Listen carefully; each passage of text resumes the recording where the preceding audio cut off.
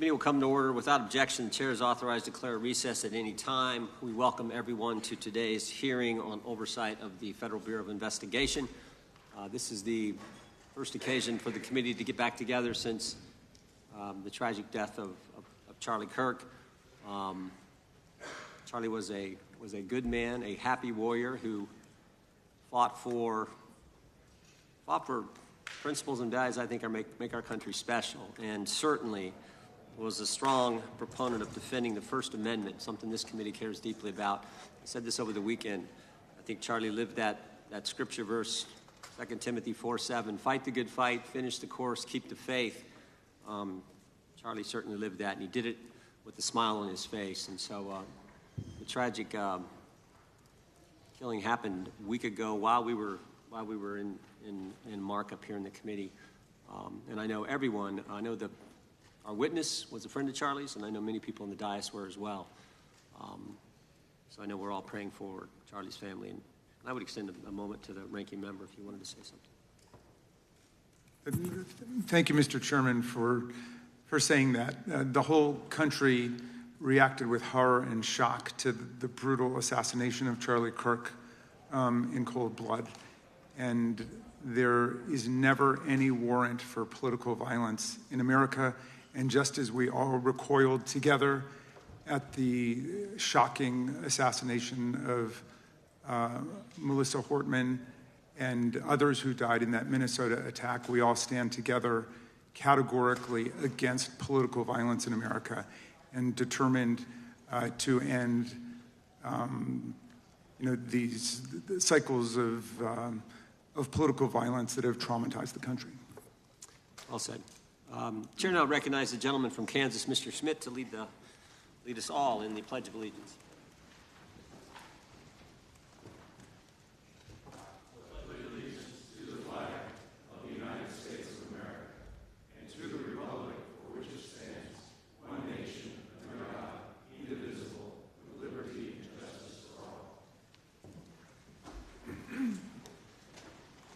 As is customary, we will begin with opening statements. 5 weeks ago, because of the work of Director Patel, we learned that the former chair of the House Intelligence Committee and current United States Senator leaked classified information. We learned this because a whistleblower came forward. A whistleblower with 23 years' experience in the intelligence community, a Democrat staffer on the committee, said this: they were pressured to leak classified information, which sort of raises the obvious question. Why would the head of the Intelligence Committee, the chair of that committee, who's supposed to be guarding our secrets, why would he be encouraging the leaking of classified information?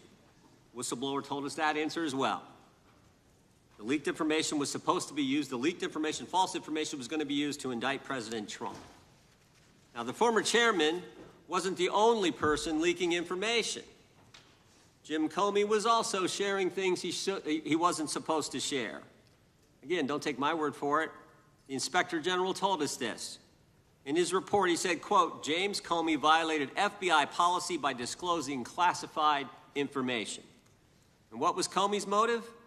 Same as the senator from California: to sabotage and undermine President Trump's first term.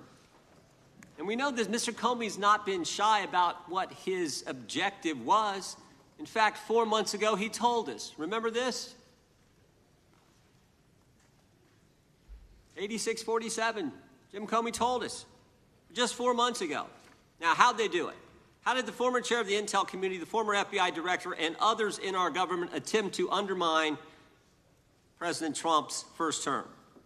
7 weeks ago, because of the good work of the Director of National Intelligence, Tulsi Gabbard, we learned from another whistleblower, a second whistleblower, that in the closing days of the Obama administration, the intelligence community assessment was changed.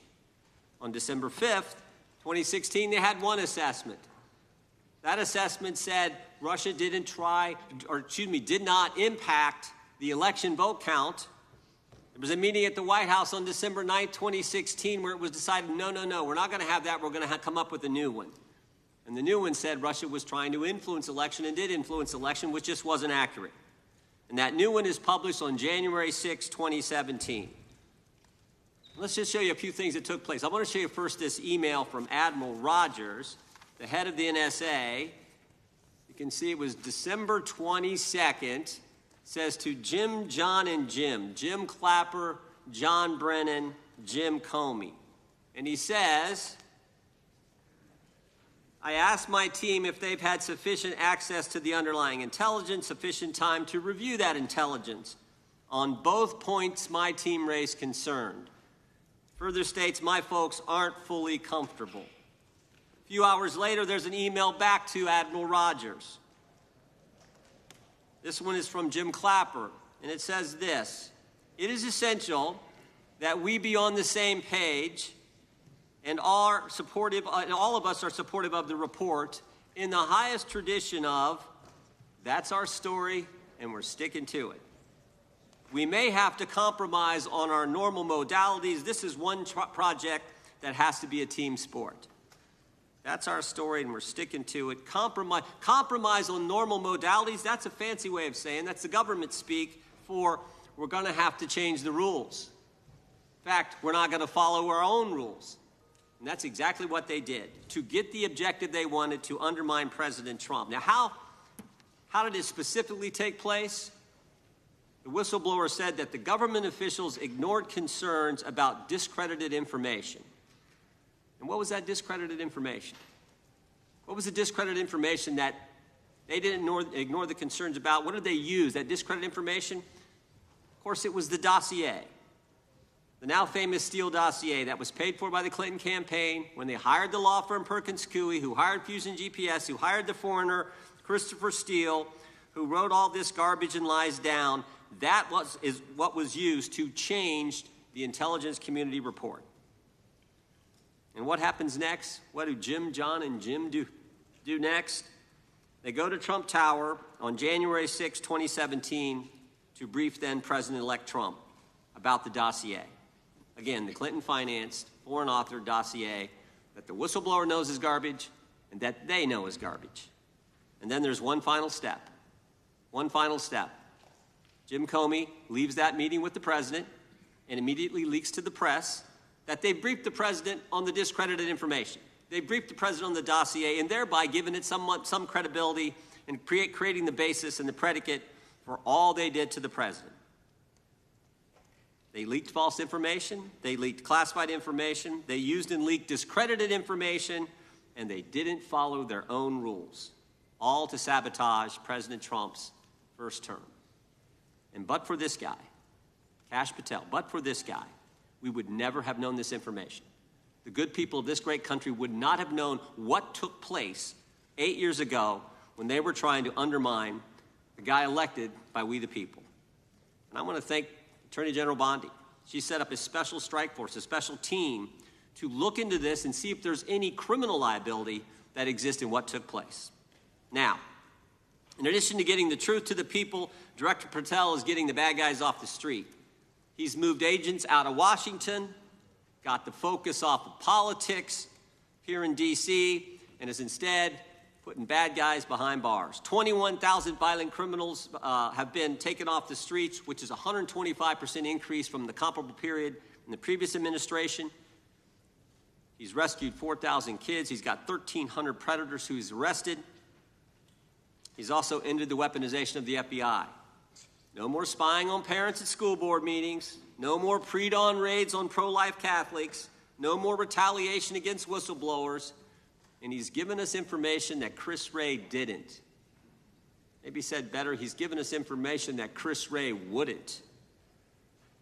Director Wray didn't tell us that there were 26 confidential human sources at the Capitol on January 6, 2021, even though he was repeatedly asked about that by members of this committee.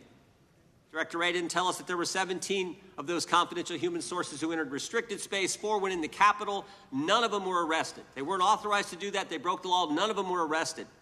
Lots of American citizens were arrested, but the guys whose whose American tax dollars was used to pay these guys who broke the law, none of them were. One was recommended for charging and was not charged.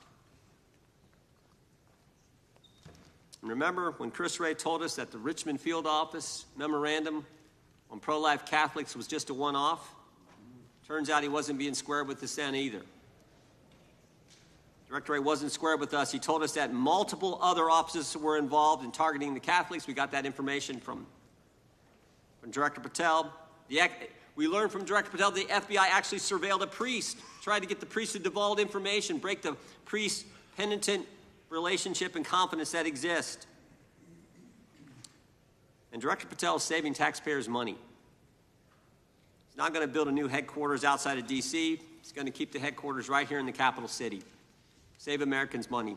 Save the taxpayers money. In 8 months, Director Patel has given us the facts. He's ended the weaponization at the FBI. He's taken bad guys off the streets, and he's saving taxpayers money. But my guess is the Democrats won't focus on all that good news. They'll focus on politics. They'll stick with Comey and Clapper and Brennan and continue to try to undermine President Trump. With that, I yield to the ranking member for an opening statement. Thank you very much, Mr. Chairman, and welcome, Director Patel. You and I have not had the opportunity to meet, and alas, you failed to respond to the 8 oversight letters I've sent you over the last 7 months. So we do have a lot of questions piling up for you, but I want to start with a word of praise.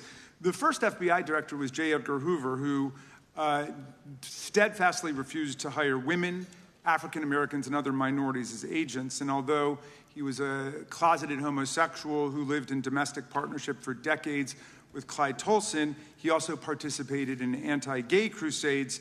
He aggressively promoted what we would today call white Christian nationalism, and he would undoubtedly be turning over in his grave to see as one of his successors a first-generation Indian American and a proud Hindu. So I congratulate you on being a breakthrough in this sense and being a beneficiary of the civil rights movement that opened up the FBI and the federal workforce to lots of people who never would have been hired in its first decades.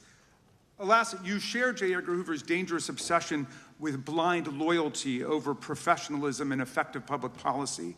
For Hoover, it was blind loyalty to him in keeping his secrets. For you, it's blind loyalty to Donald Trump in keeping his secrets. During your confirmation, it was widely noted on all sides that your primary qualification was your unwavering loyalty to Trump.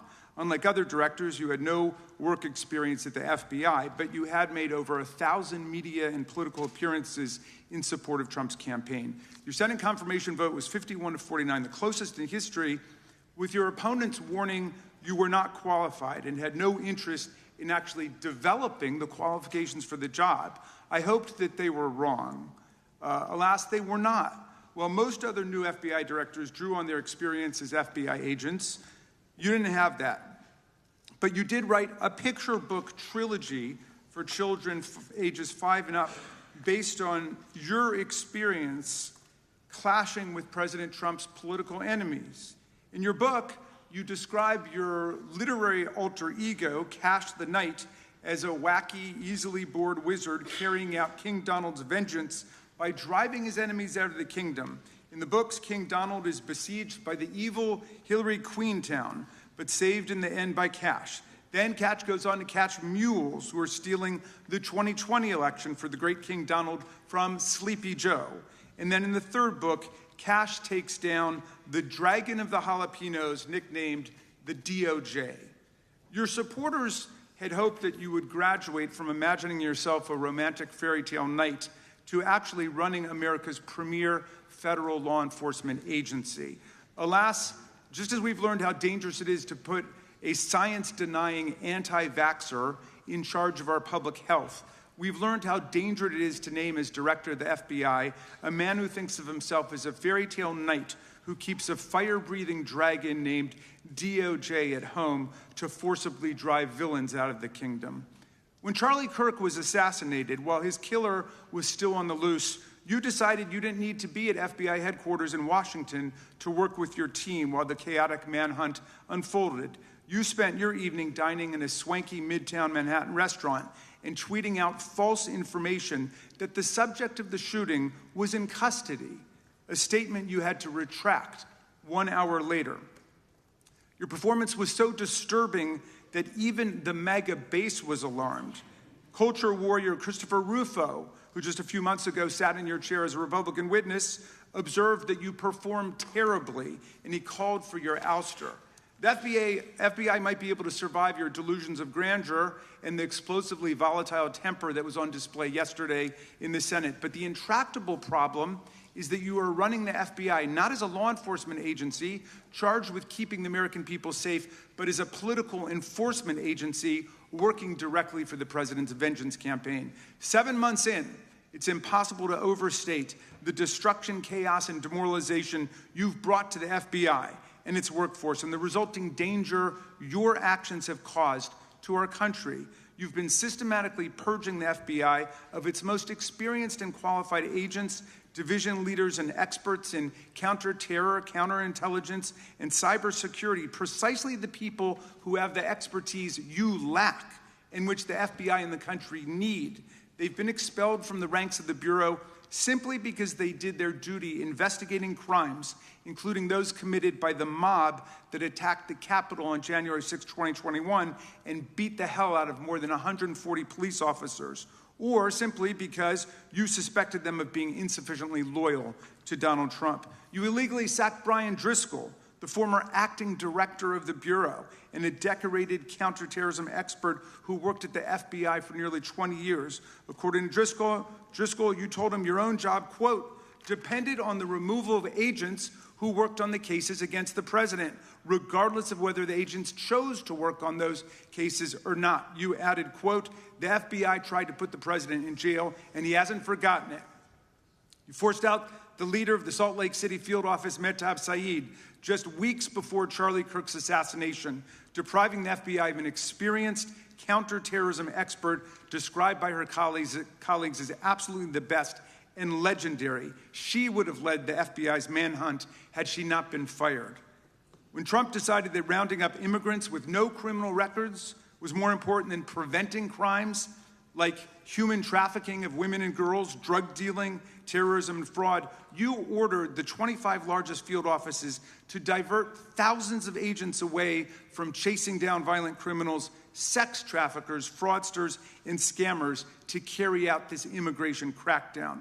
Director Patel, you treated the men and women at FBI with disrespect and paranoia. You've assembled a roving band of freelancing henchmen within your office and charged them with conducting unauthorized investigations, targeting and harassing career FBI employees. Amazingly, you forced senior leadership to repeatedly take polygraph tests to prove their political loyalty and pushed out leaders who refused these demeaning exercises. And now we're seeing one very clear reason why you want to build a political FBI.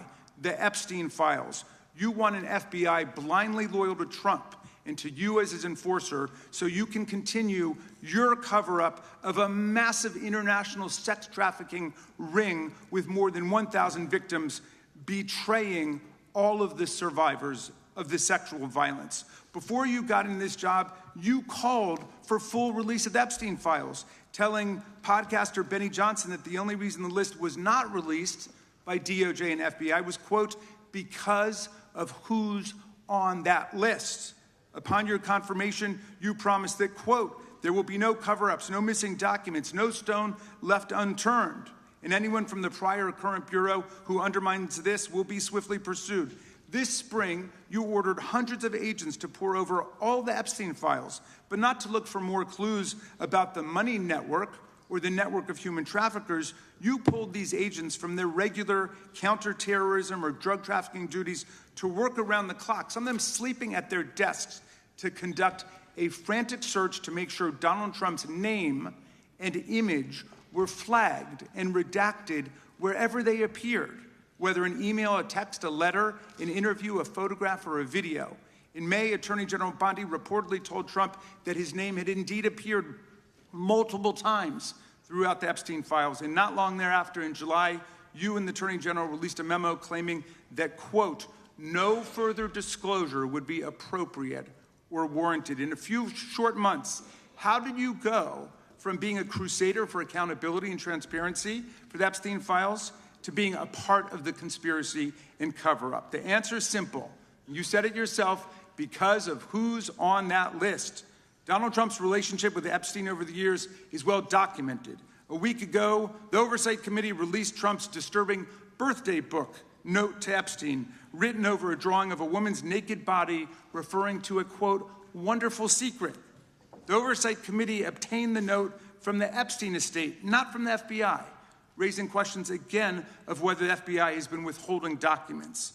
While you're unleashing the FBI to cater to Trump's desire to shut down the Epstein inquiry, the first 9 months of the Trump presidency have seen a spate of political violence and domestic terror events. We saw deadly attacks on political figures on both the left and the right. The brutal assassination of Minnesota Democratic House Speaker Melissa Hortman and her husband, and the attempted murder of Democratic State Senator John Hoffman and his wife, who miraculously survived a combined 17 gunshots. We saw an arsonist set Pennsylvania Governor Josh Shapiro's residence on fire. And of course, last week, we saw the horrific, cold-blooded assassination of Charlie Kirk in Utah that has shaken the nation. 1 minute after Charlie Kirk was shot in the neck, a 16-year-old shooter in Evergreen, Colorado, radicalized by white supremacist ideology online, opened fire and critically wounded 2 other students at Evergreen High School.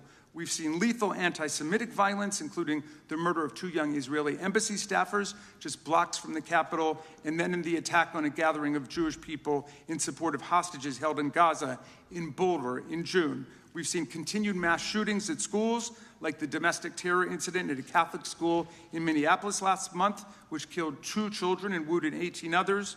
And in August, a man fired more than 500 bullets at the Centers for Disease Control and Prevention, killing a police officer who was a Marine veteran and a father.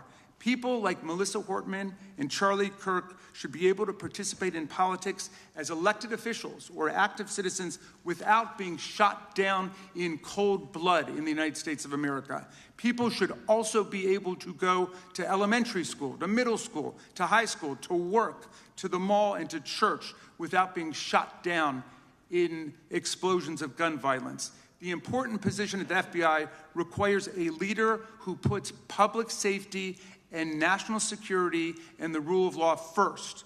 I'm afraid, Director Patel, you've given us reason to believe you've used the powers of the FBI to serve Donald Trump and his agenda of partisan retribution. You've broken your promise not to do that. You've betrayed Jeffrey Epstein's victims and survivors. You've turned your back on the career law enforcement officers of the FBI, and as a result, you've left all of us less safe than before. Mr. Chairman, I yield back. Gentleman yields back. That opening statement may have been longer than any book director's ever written or anyone else has written. Without objection, all of the opening statements will be included in the record. We will now introduce today's witness. Mr. Patel has been the director of the FBI since February of 2025. He previously served as Chief of Staff at the Department of Defense, Deputy Director of National Intelligence with the National Security Council, and also as a congressional staffer, as a federal prosecutor, where he focused on national security cases, and he also worked as a public defender in the state of Florida. We welcome our witness, appreciate his work, and thank him today. We will begin by swearing you in. Director, would you please stand, raise your right hand. Do you swear or affirm under penalty of perjury that the testimony you're about to give is true and correct to the best of your knowledge, information, and belief, so help you God? Let the record reflect that the witness has answered in the affirmative. You can be seated as you are. You know, you've been through this yesterday. Did a fine job. Please know that your written testimony will be entered into the record in its entirety. Accordingly, we ask that you summarize your testimony. Director, you may begin. Good morning, Mr. Chairman, Ranking Member Raskin, and members of the committee. I want to begin today by discussing the appalling assassination of Charlie Kirk. It's important for this FBI to be transparent without jeopardizing our investigation, so a little bit of the timeline is important. Charlie Kirk was unfortunately assassinated on September 10th. We immediately, the next day, released images early in the day in local time in Utah to start the public partnership in our manhunt for the assassin and culprits. At approximately 5 p.m. local time, I arrived on the ground and walked the crime scene myself, and we flew multiple FBI assets in and out to process DNA simultaneously while bringing in evidence response technicians, hostage rescue teams, and other experts to assist state and local law enforcement with their investigation. At 8 p.m. local on September 11th, the FBI collected and populated and promulgated at a press conference a video of the suspect on the grounds. We also released enhanced images. Due to that release that I directed and ordered, the suspect involved was apprehended and in custody at 10 p.m. local time. That's less than 2 hours after we did the video release and the photo release. So within 33 hours, that individual suspect was in custody. And his family, who has since been interrogated, specifically stated to FBI interrogators that because of the video that the FBI released at my direction and because of the photographs that they released, they identified their son, they confronted their son when he swung by their home, and that's what led to his apprehension. We are still, the FBI has that investigation ongoing, and it continues to be ongoing, and I want to thank the state of Utah and the state and local authorities there. And I also want to thank the Attorney General and President Trump for directing resources to allow us to conduct that investigation as we have. Under this administration, the FBI has arrested more than 23,000 violent criminals. 23,000 in 7 months. That's twice as many year-to-date last year. We've taken over 6,000 firearms off the streets. 6,000 guns are no longer in the hands of criminals in 7 months. We've identified and found and located 4,700 child victims. That is a 35% increase year-to-date last year. We have arrested 1,500 child predators. That is a 10% increase year-to-date last year in just 7 months. We've assisted our partners with countless counterterrorism operations around the world.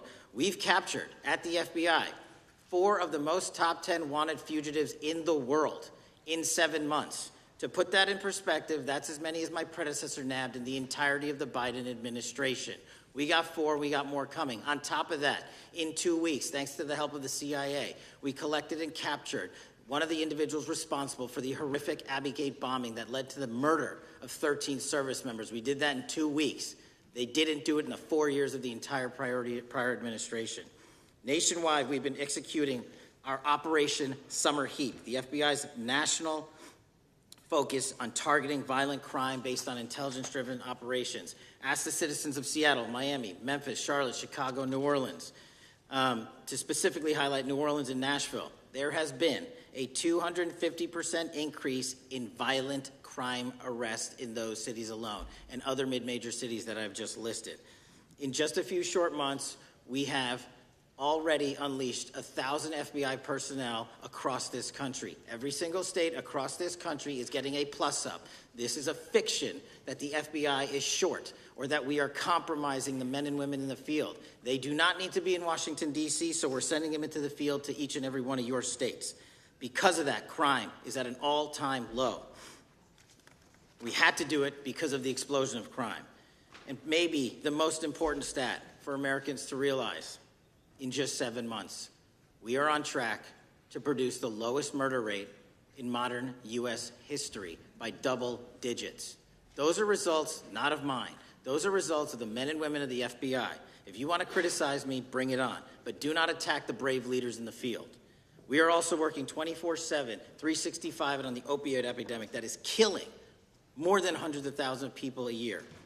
We have seized 1,600 kilograms of fentanyl off the streets so far in 7 months.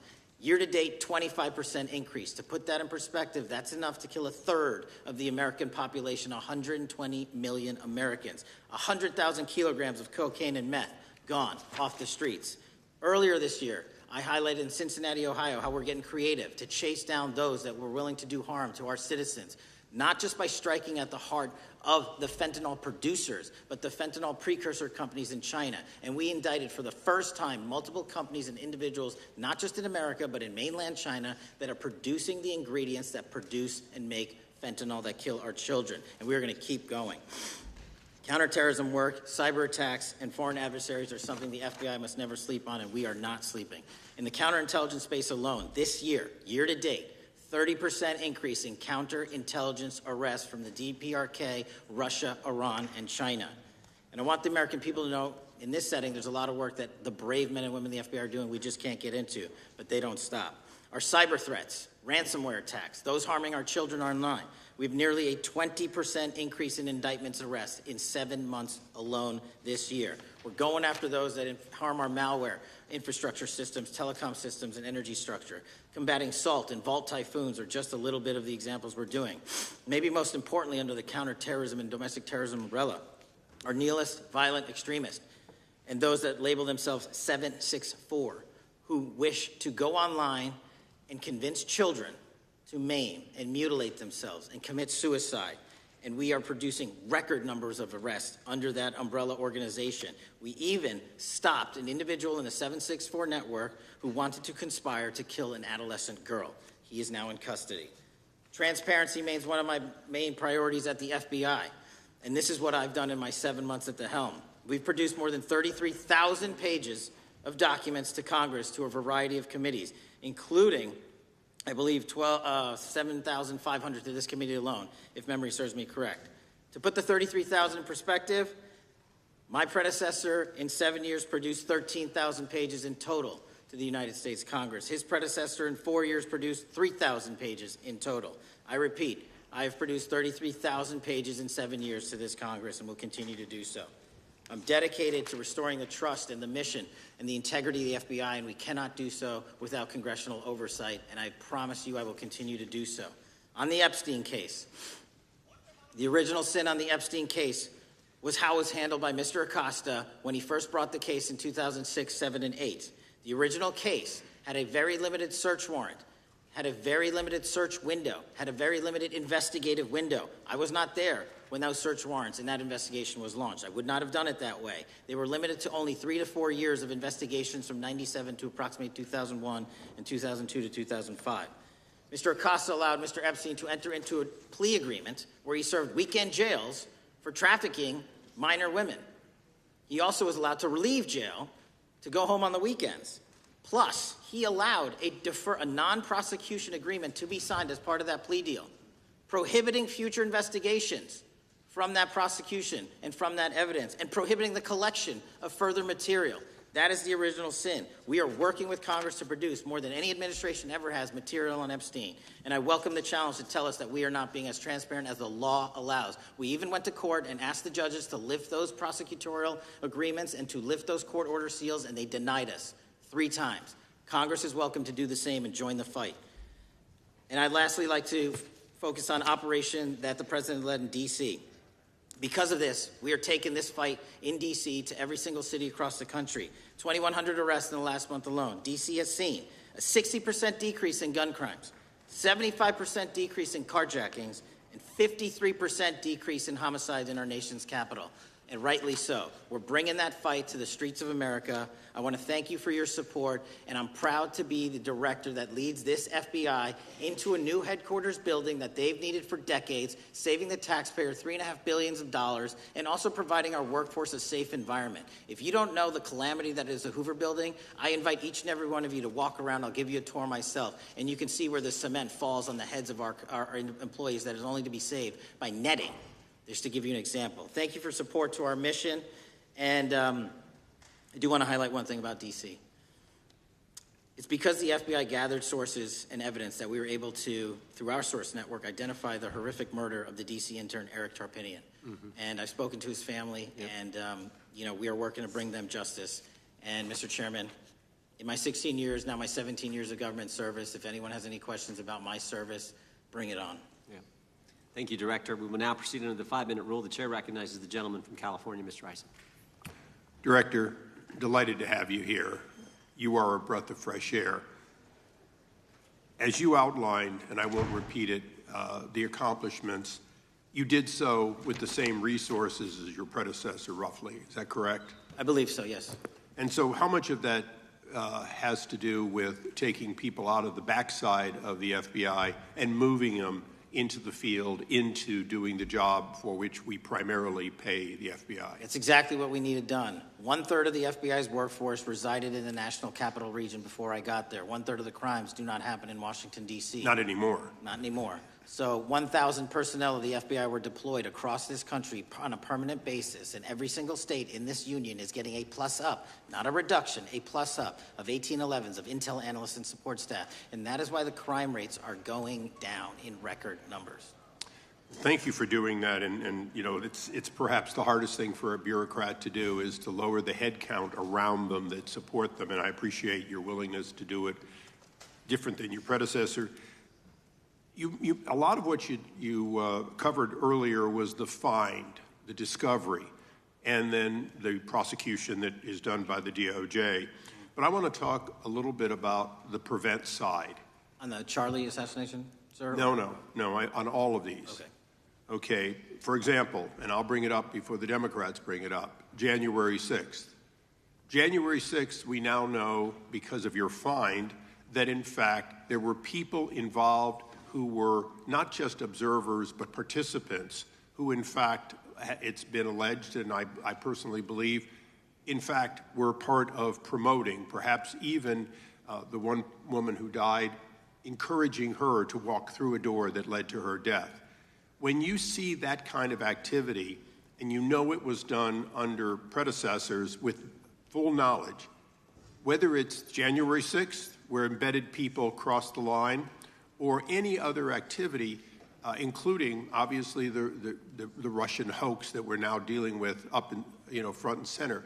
My question to you is, what can you or others do to prevent it from occurring again? Not on your watch, but on future watches. How can we know that this won't happen again the moment you leave the FBI?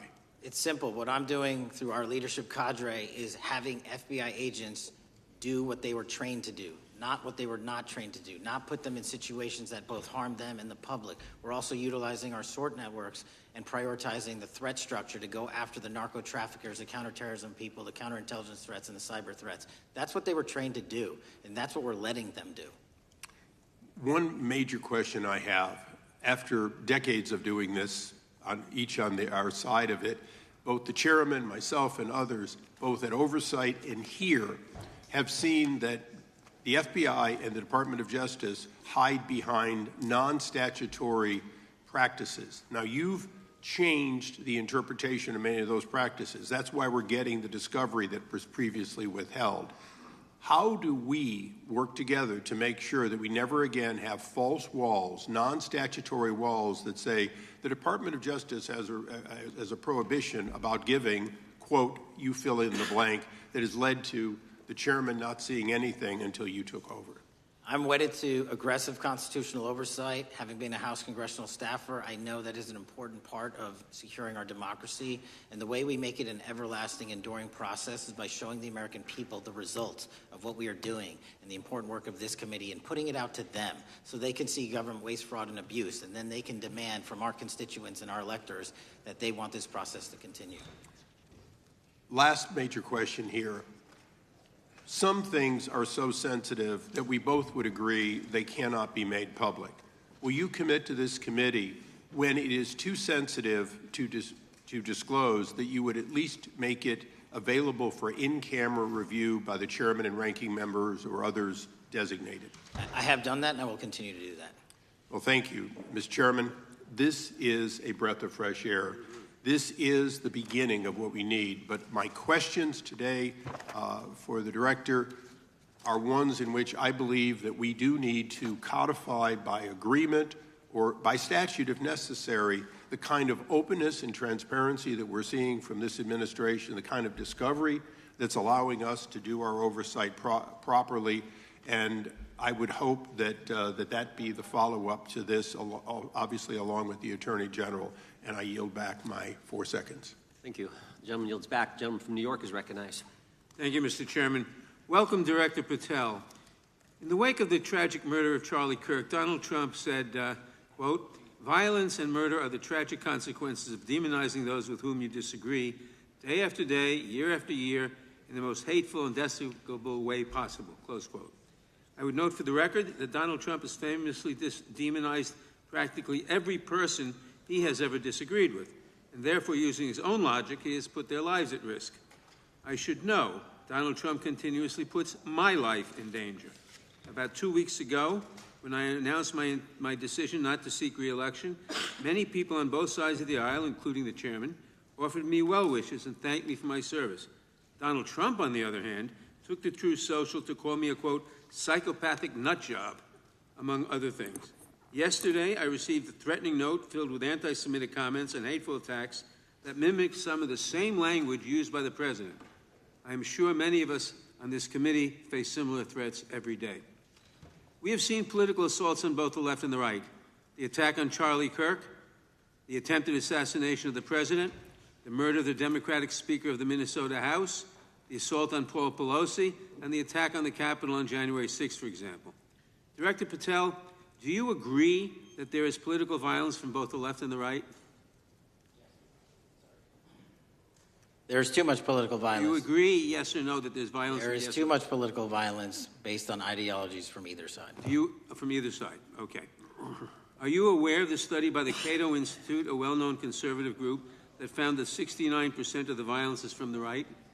I'm not familiar with that study. You're not familiar, okay. I would commend it to you. Are you aware the administration has threatened to use violence as an excuse to crack down on liberty and freedom of speech? Say that again, I'm sorry?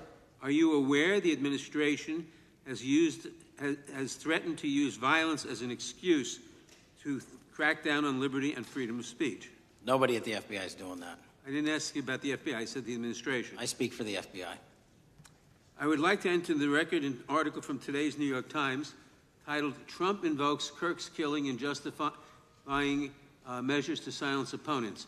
In the wake of Charlie Kirk's killing, President Trump and his allies have laid out a broad plan to target liberal groups, monitor speech, revoke visas, and designate certain groups as domestic terrorists. I ask unanimous consent to insert this into the record. Thank you. Politicizing the murder of Charlie King to go after free speech is not a legacy I believe Charlie King would have wanted. Moving on, I want to address another topic. The FBI has traditionally played a key role in prosecuting public officials for corruption. But I fear that at a time when the president is accepting planes from Qatar for his post-presidential personal use, issuing pardons to major donors, and personally profiting from the office of the presidency, the FBI may be abandoning its commitment to investigating public corruption. Since its creation in the wake of the Watergate scandal, the Public Integrity Section has been one of the crown jewels of the Department of Justice, investigating and prosecuting corruption among the nation's public officials and acting as a key safeguard against politicized prosecutions. This section's work has been supported by an elite squad in the FBI devoted specifically to rooting out corruption. But according to reports, the Public Integrity Section has now been decimated, and the FBI's Public Corruption Squad has been dismantled. I would like to submit for the record a New York Times article entitled, "FBI Dismantles Elite Public Corruption Squad." I ask unanimous consent. Thank you. These actions are an invitation to corrupt politicians to break the law, since they know that the government is asleep at the switch. Last month, Senator Warren and I, along with dozens of other members of Congress, wrote to you and Attorney General Bondi expressing grave concern over your decision to effectively legalize corruption and to politicize prosecutorial decisions. And yes, unanimous consent to enter this letter into the record. Thank you. I don't have time today to walk through all your questions, all of our questions and concerns, but will you commit to answering this letter in short order so that we can understand what factors led to this decision and how it has impacted the ability to hold corrupt officials accountable? I will review your letter with my team and respond as soon as I can. You will respond. Thank you. I yield back the balance of my time. Gentleman yields back. Gentleman from Arizona is recognized for 5 minutes. Thank you, Mr. Chairman, and thank you, Director, for being here. I appreciate the change in the FBI and the tone since you've been there. We heard the ranking member, however, describe the FBI under your leadership as being resorting to political enforcement and you personally as being paranoid. I would just suggest that perhaps that is the projections of the ranking member himself and not you, sir. I want to refer to something that was said yesterday in yesterday's hearing by Senator Grassley. He said, "It's well understood that your predecessor left you an FBI infected with politics." At your nomination hearing, he gave you records, made public records about whistleblowers regarding something called Arctic Frost. Arctic Frost was the FBI case opened and approved by anti-Trump FBI agent Thibault, and Arctic Frost became Jack Smith's elector case. The new records show that Arctic Frost was much broader than just an electoral matter. In fact, it was expanded to Republican organizations. Some examples of the groups that the Ray FBI sought to place under political investigation included the Republican National Committee, Republican Attorneys General's Association, and Trump political groups. In total, 92 Republican targets, including Republican groups, Republican-linked individuals, were placed under the investigative scope of Arctic Frost. On that political list for investigation was one of Charlie Kirk's groups, Turning Point USA. In other words, Arctic Frost wasn't just a case to politically investigate Trump. It was the vehicle by which partisan FBI agents and DOJ prosecutors could achieve their partisan ends and improperly investigate the entire Republican political apparatus. I'd ask that, Mr. Chairman, that document be administered. Without objection.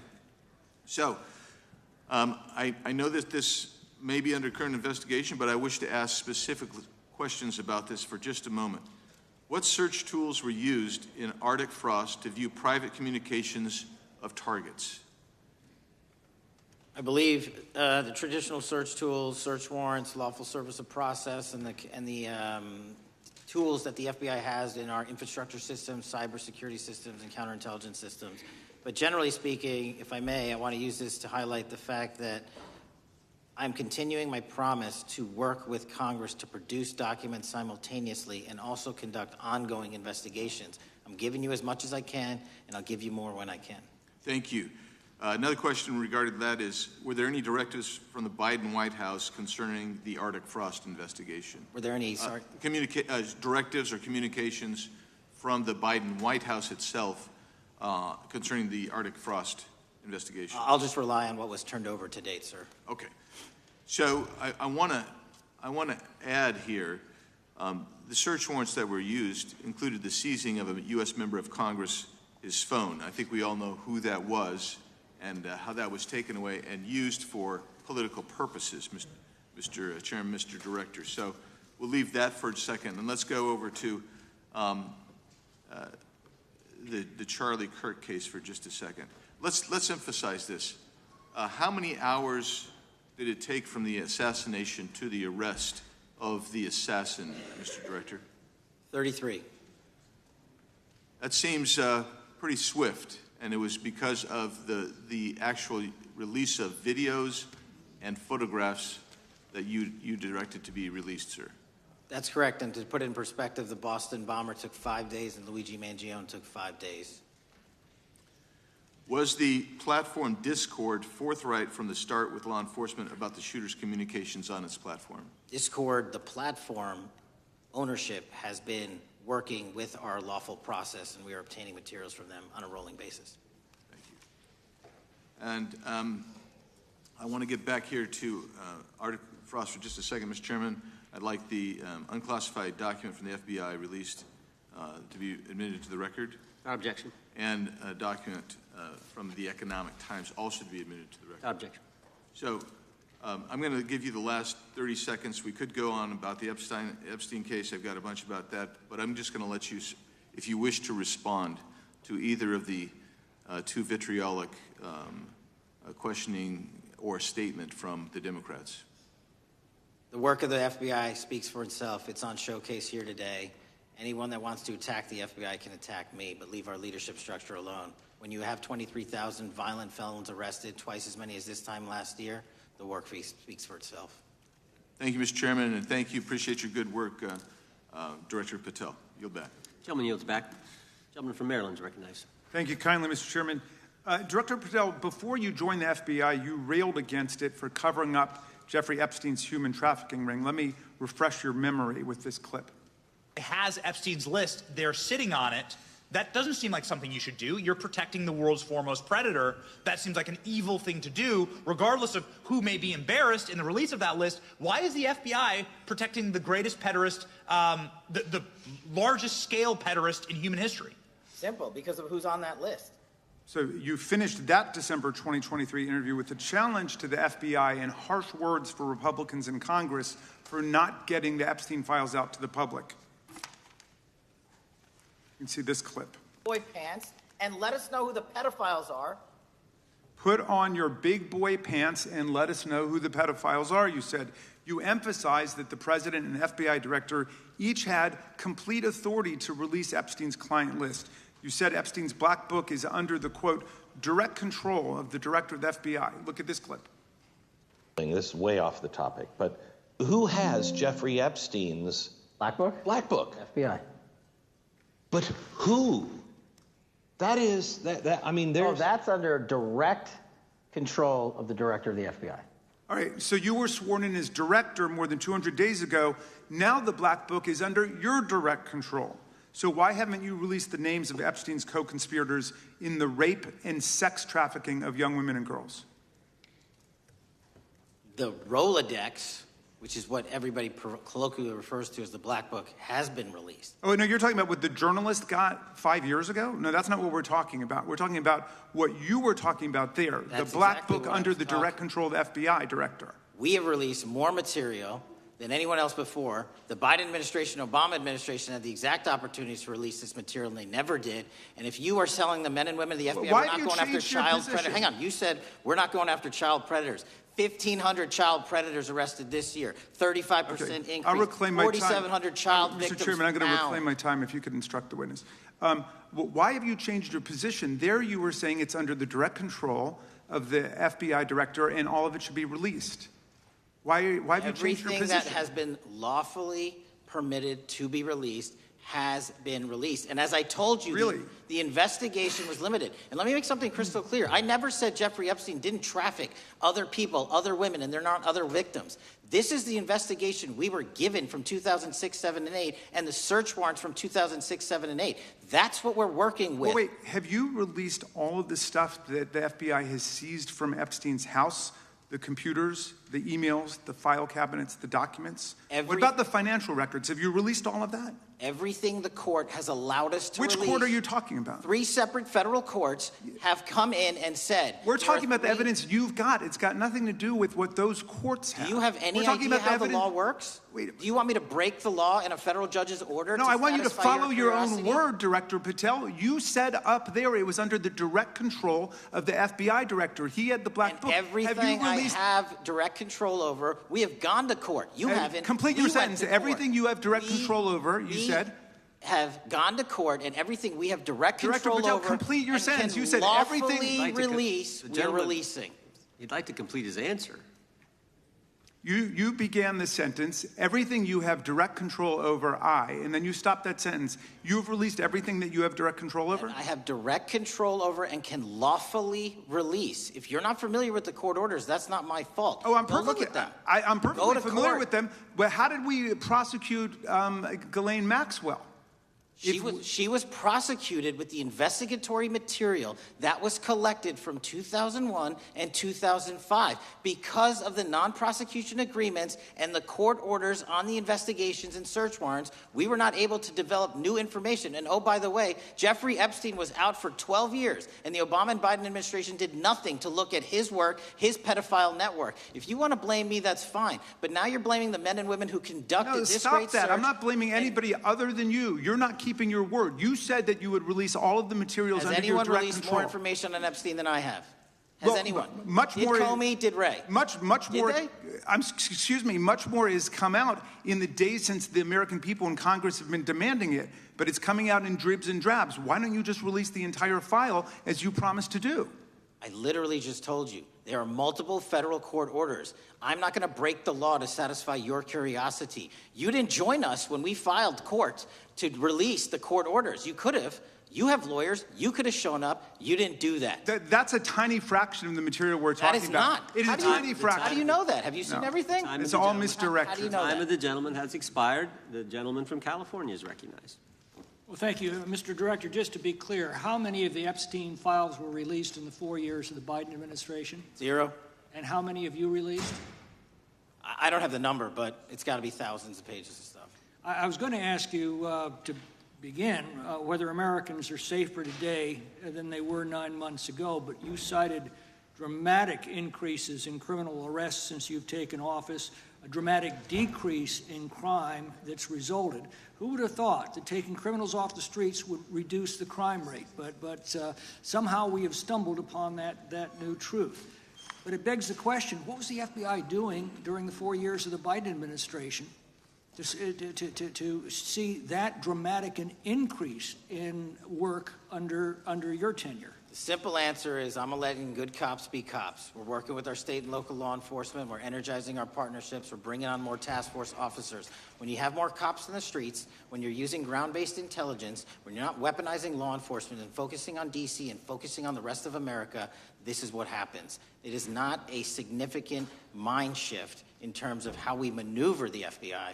They've wanted to do this work since they signed up. We're just letting them. And we've seen many prominent Democrats oppose your efforts to restore law and order to the streets of our nation's capital. I mean, all of us here have seen a dramatic change for the better here in Washington, D.C. Why are so many Democrats attacking you for that? Sir, Democrats have been attacking me for a decade, as is the fake news media.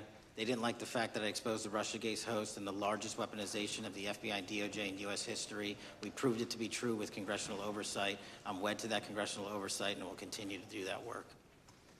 Christopher Wray repeatedly warned this committee that the Biden open borders policy had produced a significant increase in terrorist threats that he said kept him up at night. A particular concern, he said, was the 2 million gotaways that entered the country during the Biden administration.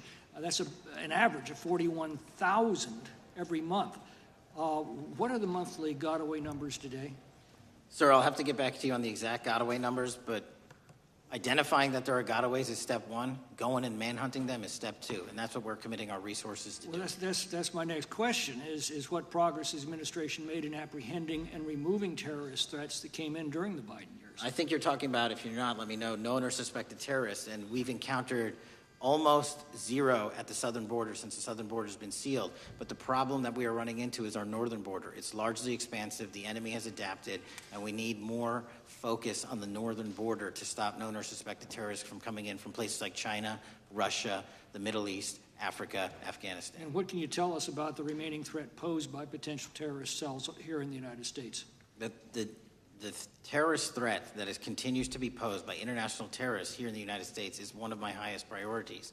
We are working through our intelligence community partners to identify those individuals, and we've taken down numerous individuals in numerous rings across this country to neutralize that terrorist threat, including in places like New York City, Los Angeles, and I believe Dallas, Texas most recently. How extensively did criminal cartels like Sinaloa, Jalisco, New Generation, MS-13, Trinidad, and others infiltrate our country during the Biden administration? By the tens of thousands.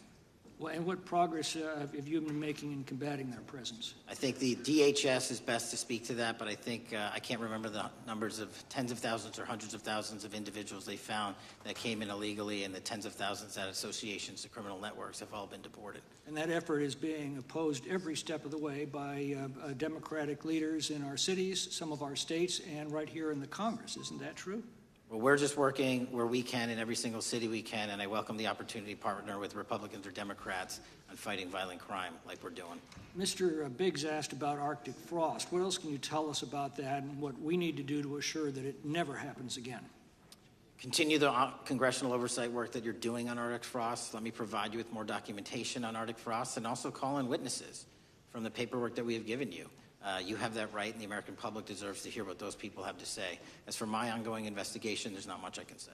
What role did the FBI play in suppressing the Hunter Biden laptop story during the 2024 election? Off the top of my memory, sir, I believe the FBI was in possession of verified information from that laptop, and it was improperly publicized that they did not have information and masked it as Russian disinformation. We now know that was categorically false. I don't know why the FBI did that, when they did that, but we've released all the materials related to that. Thank you. Gentleman yields back. The gentleman from New York is recognized. Mr. Goldman. Mr. Patel, does Donald Trump appear anywhere in the Epstein files? I'm sorry, could you say that again? It's not a complicated question. Does Donald Trump appear anywhere in the Epstein files? I didn't say it was a complicated question. I just didn't hear you, so my apologies. We have released where President Trump's name's in the Epstein files and everybody else, and all credible information that we are legally allowed to release has been released. All right, so let's go through that. You're referring to court orders that prohibit you from releasing grand jury testimony under Rule 6E. Is that what you're referring to when you say as the law allows?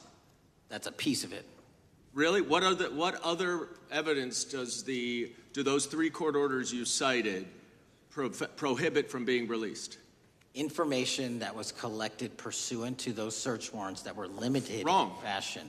Wrong. That's not what the court order says, and that's not under 6E. And you're talking, and I said that's 6E, and I said there was others, and I'm answering that. There are sealed court order documents. There are protective orders. They are unsealed as part of discovery, given to Ghislaine Maxwell. They are no longer sealed. That's just not true. We can argue about it all you want. Okay, well, you agree that there are, so your testimony here is that the reason why you are not releasing all of the videos that you have acknowledged, there are so many, and that the FBI spent thousands of hours of reviewing, the photographs, and the photographs that you have. You're saying that you're not releasing those because there's a court order requiring them to be sealed? Is that your testimony? Never said that about the videos. On the totality of the videos, of the thousands of images that were seized pursuant to the search warrants executed at the time, the overwhelming majority of that video is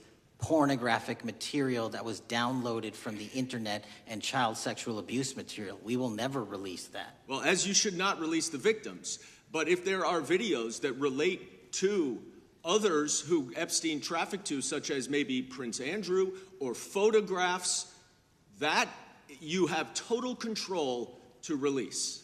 Yes, and if it exists... And so why haven't you released it? Why are you supposing that that is a fact when in fact it is false?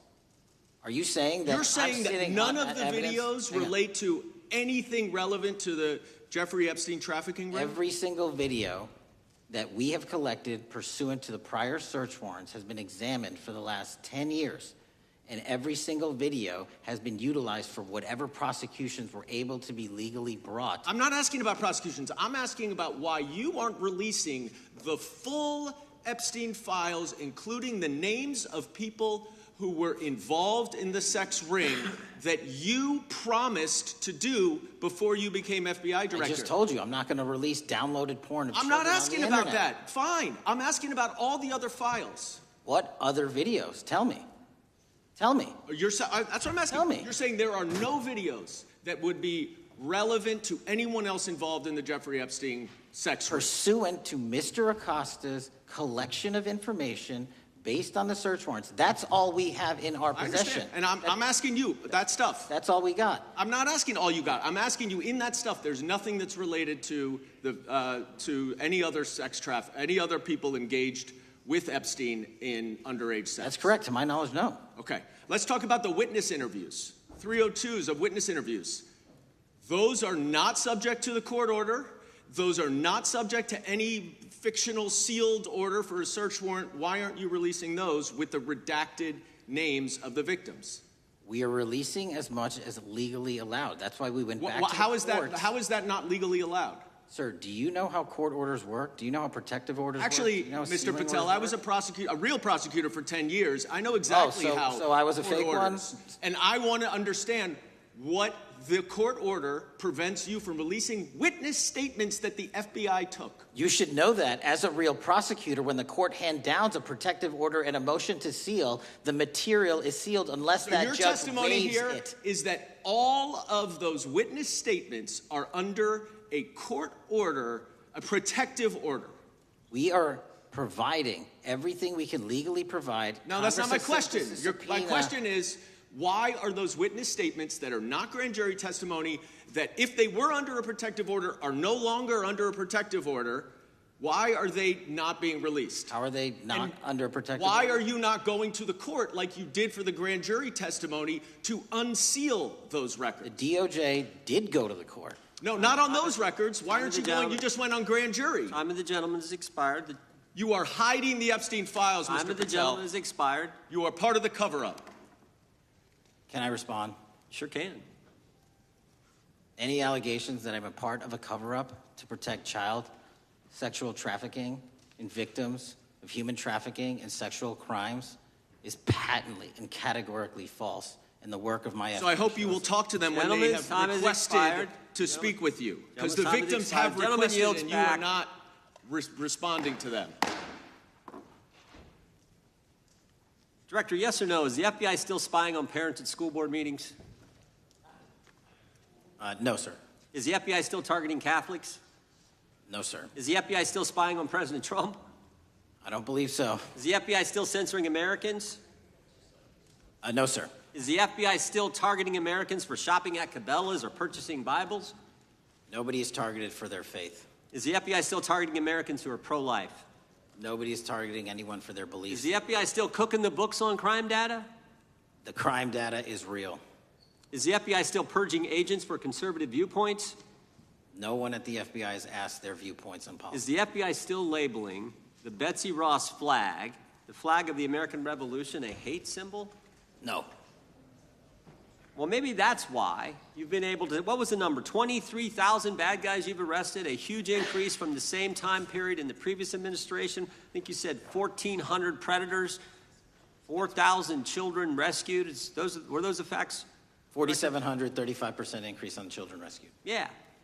And you got the guy that, Abbey Gate? We got the Abbey Gate guy. We had a guy from the 4th District of Ohio who lost his life there serving our country. We appreciate that. Maybe when you're not focused on politics, you can actually do what the FBI is supposed to do. Go get the bad guys, right? That's what the men and women of the FBI do. Director, did John Brennan lie to Congress? Let me just read a couple things, actually, before you answer that. 2 years ago, we had Mr. Brennan in for an interview, and I asked him, how'd you learn about the dossier in December of 2016? Mr. Brennan replied, I received a copy of it from the FBI, and the CIA was very much opposed to having any reference or inclusion of the Steele dossier in the intelligence community assessment. That's what John Brennan told the United States Congress.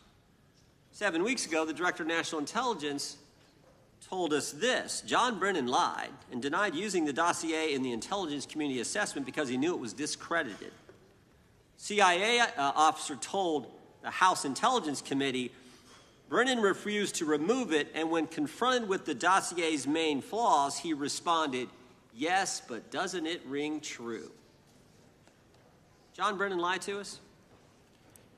Mr. Chairman, I won't stylize the evidence.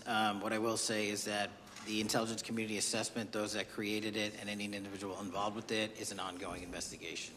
There's an investigation into what took place in December and January of December 2016, January 2017, when this whole thing started, this grand conspiracy. That is being investigated. Is that right? That has been publicly announced by the department. That's been announced by the department. Did Chris Wray hide documents from this committee? You would know better than me, sir. Well, I think you told us like 700 pieces of information you've given this committee since you've been director relative to just one incident, the Catholic memorandum from the Richmond field office. I can give you the comparison, sir. Yeah. The Catholic memo, I believe we turned over 750 documents. In Mr. Ray's tenure, I believe they turned over 19 pages. 19 pages. You've given us 700. Why would Chris Wray hide information from this committee? You'd Want have to to hazard a guess? I'm sorry? Hazard a guess why he would do that? I don't know, sir. I think maybe it was because FBI was spying on a priest, trying to get him to break the priest-penitent confidence that exists. You think maybe that was the reason? You'd have to ask him, sir. Yeah, we'd love to do that. I want to read a few names here. Arctic Haze, Tropic Vortex, Riding Hood, Foggy Falls, Echoes Fate, Sirens Lure, Genetic Christmas. What are these code names about, Director? You know? Not off the top of my head. Well, Arctic Haze, Tropic Vortex. My understanding these are code names for leak investigations of classified information from the year 2017. Does that ring a bell? In terms of leak investigations, many of those are classified and many of those are ongoing, Mr. Chairman. But we are working with you to produce documents as we close those investigations or as we declassify them. Let me ask you this question, because this is something I've wondered about, the way the FBI used to work. The way this whole thing so many of these things unfolded. It seems to me you had all these people in government leaking information that then gets reported in the press, there's a story written about it, and then that article is then used to further the investigation and move forward with what they want to do. Did that take place back in 16 and 17? That's the exact scenario that took place in the FISA application for Carter Page and the rest of the Trump campaign. And that is frightening, because that's what the CIA is supposed to do in foreign countries. It's not supposed to happen to Americans, but it did, didn't it, Director? Yes. And not just any Americans, it happened with the President of the United States. Is that accurate? Yes, sir. Yeah, and you were the key guy in helping expose that. And I think our country will be forever grateful for what you did to let the country know that was going on involving Americans, which is not supposed to happen, and not just, again, any American, but the President of the United States. Chair now recognizes the gentlelady from California. Thank you, Mr. Chairman. I'm concerned by reports that FBI agents have been diverted from their important work on crime and anti-terrorism to work on matters that are not critical to our safety. I'd like to play the video, the whole video Jeffrey clip. Epstein's Black Book? Black Book. FBI. But who? That is, I mean, there's... Oh, that's under direct control of the director of the FBI. Or So, but the Black Book, it's not just sitting, I mean, that's Hoover power times 10. And to me, that's a thing I think President Trump should run on. On day one, roll out the Black Book. In contrast to that attitude of let it all out, we're getting reports of actions that run contrary to getting everything out and that also involve diversions of FBI resources. For example, an FBI whistleblower reported that you were pressured by the Attorney General to place 1,000 personnel on 24-hour shifts to mine roughly 100,000 Epstein-related records to redact President Trump's name from the files. Bloomberg reported this, that you directed FBI special agents from the New York and Washington field offices to join the Bureau's FOIA employees in Winchester and another building a few miles away, and that while reviewing the Epstein files, FBI personnel identified numerous references to Trump in the documents, and people familiar with the matter said that Trump's name, along with other high-profile individuals, was blacked out. Now, the New York Times reports, and this is a quote, Justice Department officials diverted hundreds of FBI employees and federal prosecutors from their regular duties to go through the documents at least 4 times, including once to flag any references to Mr. Trump and other prominent figures.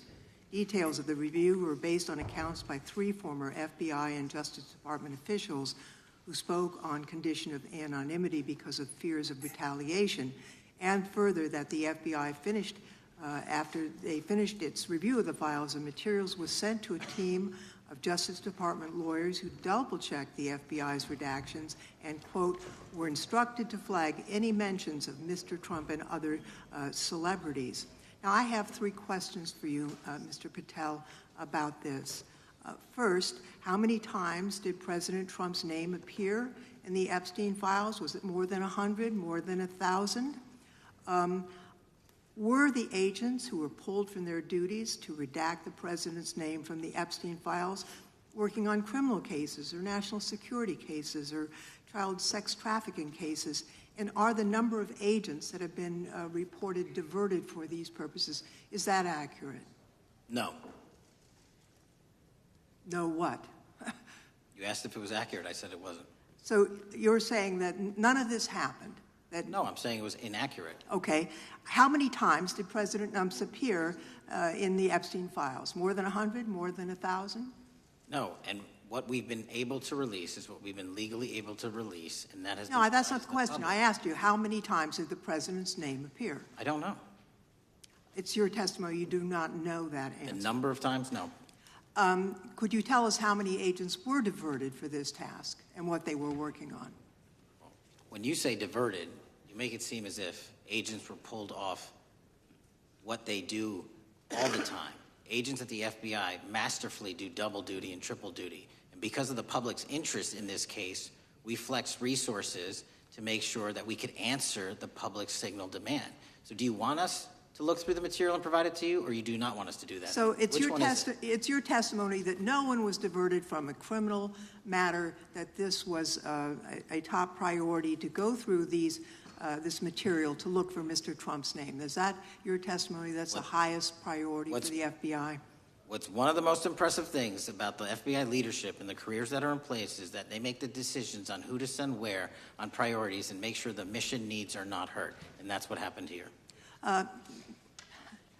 It's shocking to me that the FBI would think that erasing Mr. Trump's name from the Epstein files is a high priority when we have crime, we have national security threats, we have terrorism threats, we have murders such as that occurred, unfortunately, with Mr. Kirk. It's shocking to hear that that's your highest priority. And with that, Mr. Chairman, That's I yield literally back. not what I said. Gentleman yields back. Gentleman from Wisconsin is recognized. Director, is President Trump implicated in any wrongdoing related to Jeffrey Epstein? Based on the entirety of the evidence that we have, absolutely not. The president is not implicated. Correct. Thank you. I want to talk a little bit about China's malign influence here in America. And, we've seen spy balloons traverse the United States. We've seen police stations in communities around America. And sitting in the chair you're in just 2 years ago, there was a sheriff from Cochise County, Arizona, Mark Daniels, that was here, who said that the exponential increase in the amount of fentanyl that is coming into America is directly related to the open borders policies of the previous administration. Do you agree with Sheriff Daniels' characterization? In large part, yes. So, since you've been director, has there been a reduction with, we've talked about how the border is largely secure now, right? The southern border, yes, sir. The southern border is largely secure. Has there been a concomitant reduction or a reduction in the amount of fentanyl that is coming into America? There has been a massive reduction to the tune of, we have seized more than 25% year-to-date this year than the prior year, and that's enough fentanyl to kill 120 million Americans. Does China play a role in this fentanyl that's coming to America? As I stated in my opening, sir, what they do and the companies in China, mainland China, do is produce the precursors and the cutting agents that they ship overseas through various countries into the Mexican drug cartels who produce it. So they basically are the cooks in terms of the ingredients. Tell us, what is the FBI doing to stop China from delivering death to America?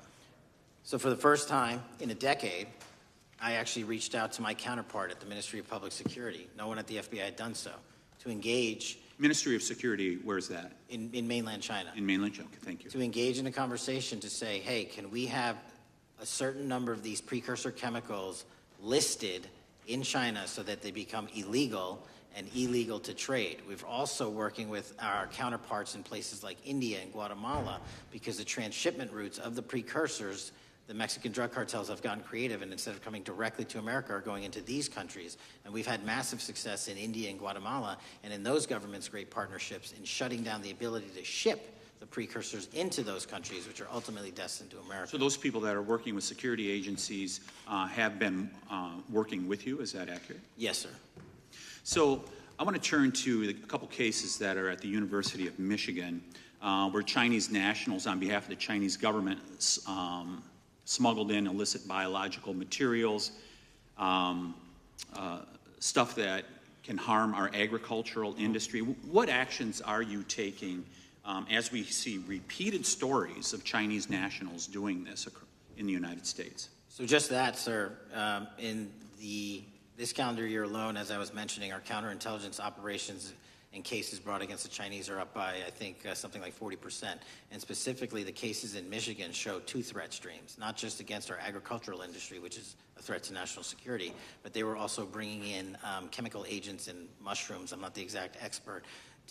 That would have ultimately hurt our population. We arrested and charged all of those individuals, and we are aggressively going after them in every single state because they weren't doing it in Michigan alone. Should research universities across the United States be doing a thorough job of vetting Chinese nationals that are coming to their universities? They should. Turning to spying in America, we heard the stories about Senator Dianne Feinstein's driver, who was a Chinese spy. We're familiar with Linda's son, who worked in Governor Hochul's office, Christine Fang in California. What are you doing to find these people who are Chinese spies that are trying to burrow themselves into the politics of America? Because we know it's happening, right? Yes, it is. And what our counterintelligence unit is doing is aggressively seeking the intelligence into where these individuals are working. Then we are utilizing our operational authorities to go in and investigate them either through our human source networks and collecting information through lawful process, online, search warrants, and data so that we can bring proper arrest charges and publicize to the world what they're doing here. And just because we've caught a few doesn't mean we've caught everybody. We've got a lot more to go. I get one more quick question in. The FBI arrested a judge in Wisconsin, Hannah Dugan, for interfering with a federal law enforcement operation. Could you tell us a little bit about that? And is a judge above the law here in the United States of America? Well, no one is, and that case is ongoing. But as you stated, and these allegations said, there was an interference in a federal lawfully executed federal law enforcement priority that was interfered with. I yield back, Mr. Chairman. Gentleman yields back. The gentleman from Tennessee is recognized. Thank you, Mr. Chair. Director Patel, I believe you had primary importance in starting Operation Viper in Memphis. Is that correct? Yes, sir. And Operation Viper brought in the FBI, the DEA, the ATF to help the Memphis police in policing the city. That'll be phase 2, sir. Phase 1 was FBI and local law enforcement in Memphis for the last few months. Okay. You did a good job, and the police director and the mayor have told me that has been helpful, the FBI working with the police. And the FBI are trained in law enforcement. They know Miranda rights, they know how to do policing, and they do a good job working with the police. Do you think that the National Guard is necessary to do the work that the FBI is doing now? Thank you. I do think it's necessary to finish it. What we've done is 500 arrests in Memphis and 110 federal indictments. But what we need to do is we've only secured a piece of where the criminal conduct is occurring in Memphis, and we can't work inside perimeters that are not established and safe, and we don't have the manpower to give us the space to fully go into the areas where the criminal activity remains. Well, are you suggesting that the National Guard is going to go into the more heavily crime areas? They're going to establish, like they did in Washington, D.C., perimeters where local law enforcement and the FBI, DEA, ATF, and U.S. Marshals can go into. We can't be going into all these areas knowing that they're extremely volatile and jeopardizing the safety of our agents. Did the National Guard do anything in Washington to help the FBI stay safe from these dangerous elements? They established perimeters. Established perimeter, and the criminals knew about it, so they... It was a visible force, sir, so they kind of saw it. Well, what you did, I commend you for what you did, and I think the FBI coming in, we have a crime problem in Memphis. The FBI has helped, DEA will help, and the ATF will help. I don't think the National Guard is going to help, and what I've seen, they're not trained in law enforcement, are they? No, sir. And so that could be a problem. Who will direct the National Guard in Memphis? Will it be, will they have control over your agents? No, sir, they won't. Who will have control over your agents? You?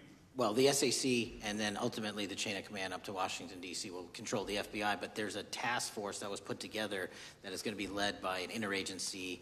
The heads of U.S. Marshals, DEA, and FBI will be working together with DHS collectively on this. Have you visited Memphis before? Yes, sir, I have. So you know how good a city it is. I love Memphis. A lot of us do. And Memphis is a great city, great history, civil rights museum. Might say something about slavery, but that was the history. It needs to be taught. Blues, Elvis. Beale Street. Beale Street, right. Barbecue. And people should come. It's not a troubled city. We've got some crime, but it's not a troubled city. We're not troubled, and we love our city, and we hope that the National Guard doesn't come in and cause people to have questions about Memphis because it's a city they should visit. Let me ask you this about, you said that the homicide rates are coming down to an all-time low? In modern recorded U.S. history, yes, When sir. does modern recorded history start? I think the FBI, and I'll get back to you on this, has stats on that going back about 30 years, sir.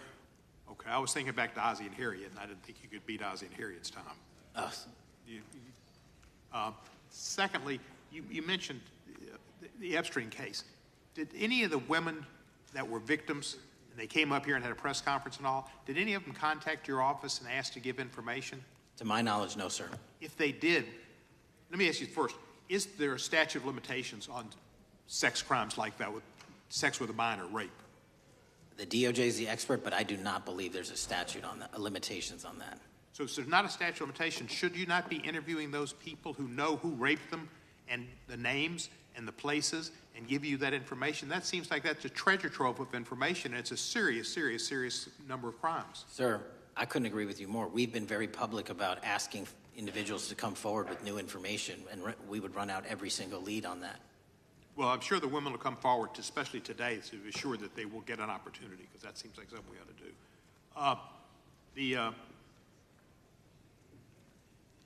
Mr. Driscoll, what was his reputation? I can't comment on Mr. Driscoll's matter. It's an ongoing litigation. Yeah, but his reputation you could tell us about. I can't tell you about his reputation. His work has been laid out in that lawsuit. How many of the FBI agents who worked on the January 6th case have been fired? I don't have that number, sir. Do you have a ballpark figure? No, but I can tell you that individuals based on case assignments in the FBI that I have led have not been terminated for case assignments. Thank you, sir. Come back to Memphis, and you work with Kevin Kane in our Tourism Bureau. He's great. Thank you. And thank you for your work in Memphis. Gentleman, yes, back. Mr. Chairman, I have a unanimous consent request. Gentleman's recognized. So I've got 4 documents I'd like to introduce into the record. The first one is Jeffrey Epstein's 6 story played out for years in plain sight.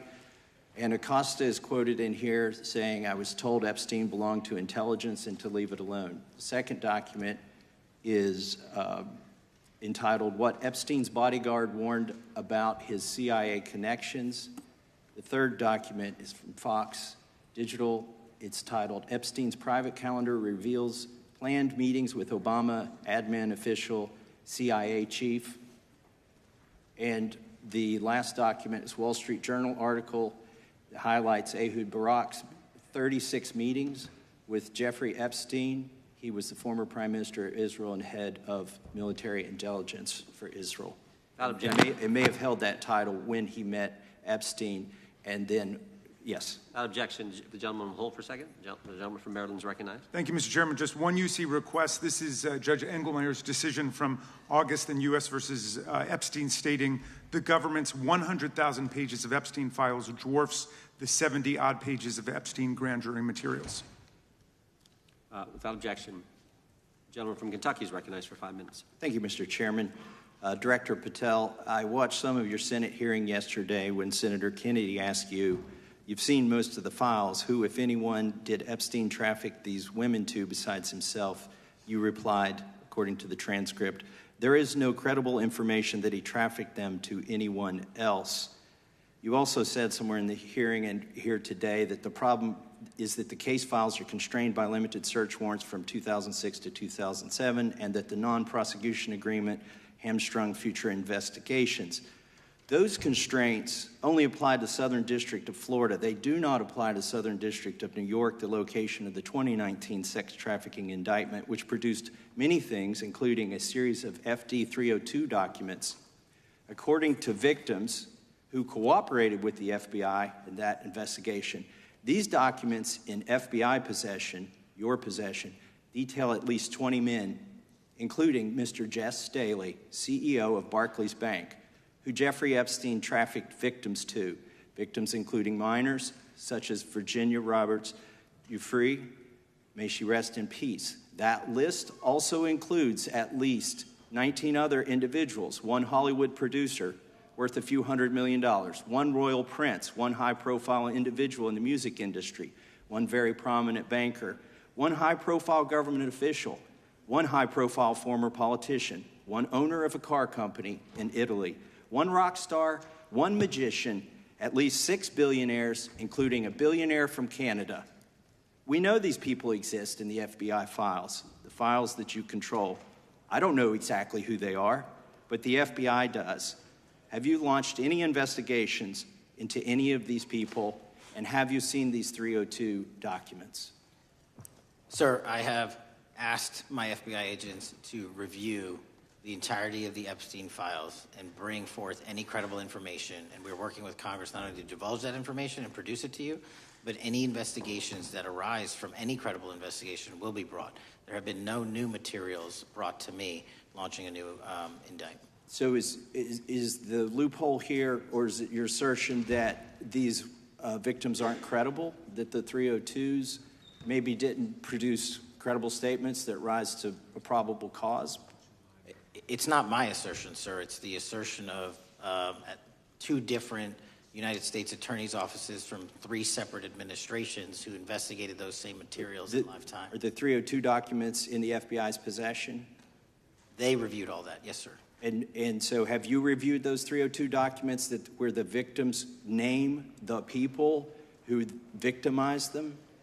If I personally know, but the FBI has. So how can you sit here and in front of the Senate and say there are no names?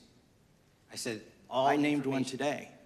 I said we are not in the practice at the Department of Justice FBI of releasing victims' names.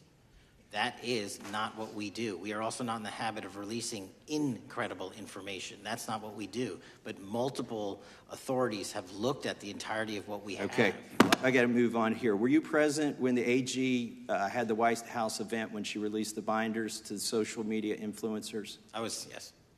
So if you're willing to meet with social media influencers who stood to benefit from the sensational and sad stories of these victims, will you meet with the victims as well? The FBI will meet with anyone who has new information. Will you personally meet with them?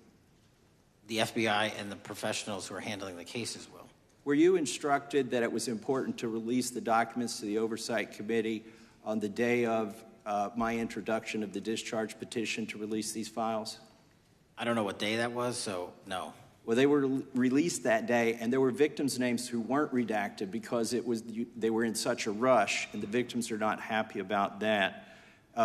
Have you investigated any of the CIA connections? Have you seen the CIA file on Jeffrey Epstein? And if you wanted to see it, would they show it to you? Well, I can speak for the FBI, and that's presuming there's a CIA case file. And I've reviewed everything that the interagency, not I, the FBI, that was provided to us. Would you be willing to look at the CIA file on Jeffrey Epstein? If there is such a file, and if it has not already been turned over to the FBI will look at any new investigative leads. Have you made any progress on the pipe bomb investigation January 6th? And have you made any progress on the motive of the Las Vegas shooter? As to the first, it's an ongoing investigation, and we have made progress. As to the second, sir, I'll have to get back to you.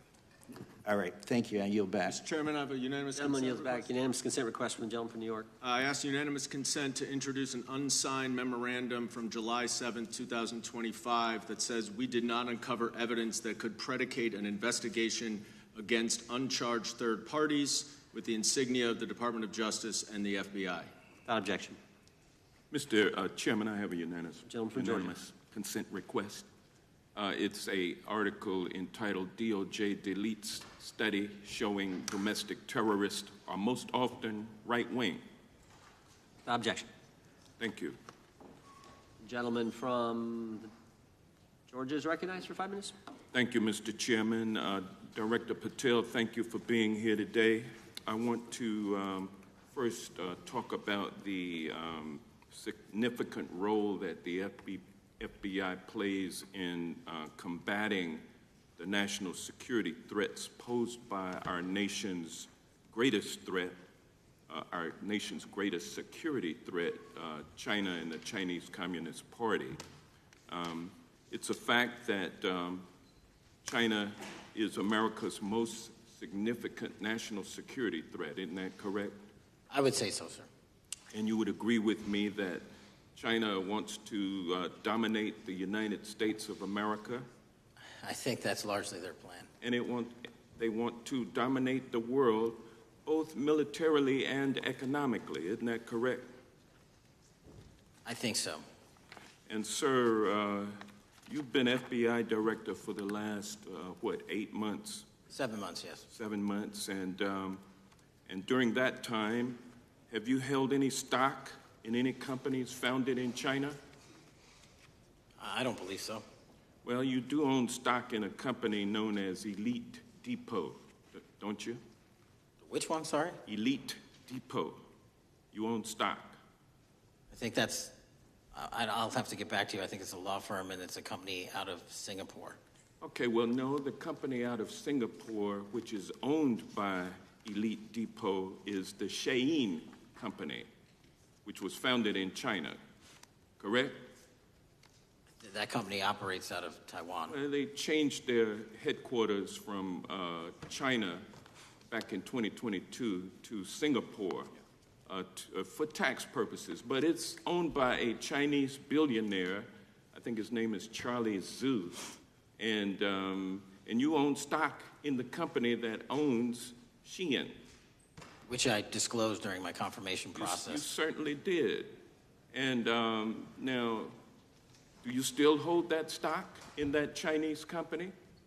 Pursuant to the Department of Justice, who reviewed my material that was submitted during my confirmation process, I was able to hold certain stocks, and they made the decision. You still hold the stocks that you have? You still hold on to these Chinese stocks, these stocks in this Chinese company? I disagree that it's a Chinese company, but I was in the DOJ, when you're appointed, makes a call on what you can and can't possess. Well, now, let me ask you this. Chinese companies steal trademarks.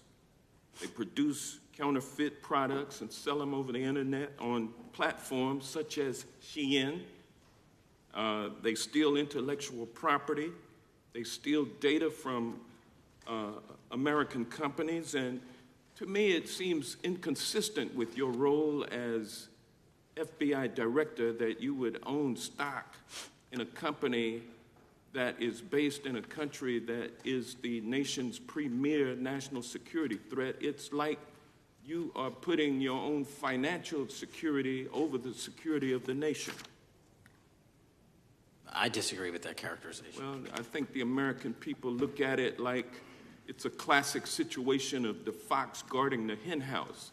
If the FBI is charged with investigating espionage, economic espionage by companies controlled by the Chinese Communist Party, and you are the director of the FBI, you've got a conflict of interest.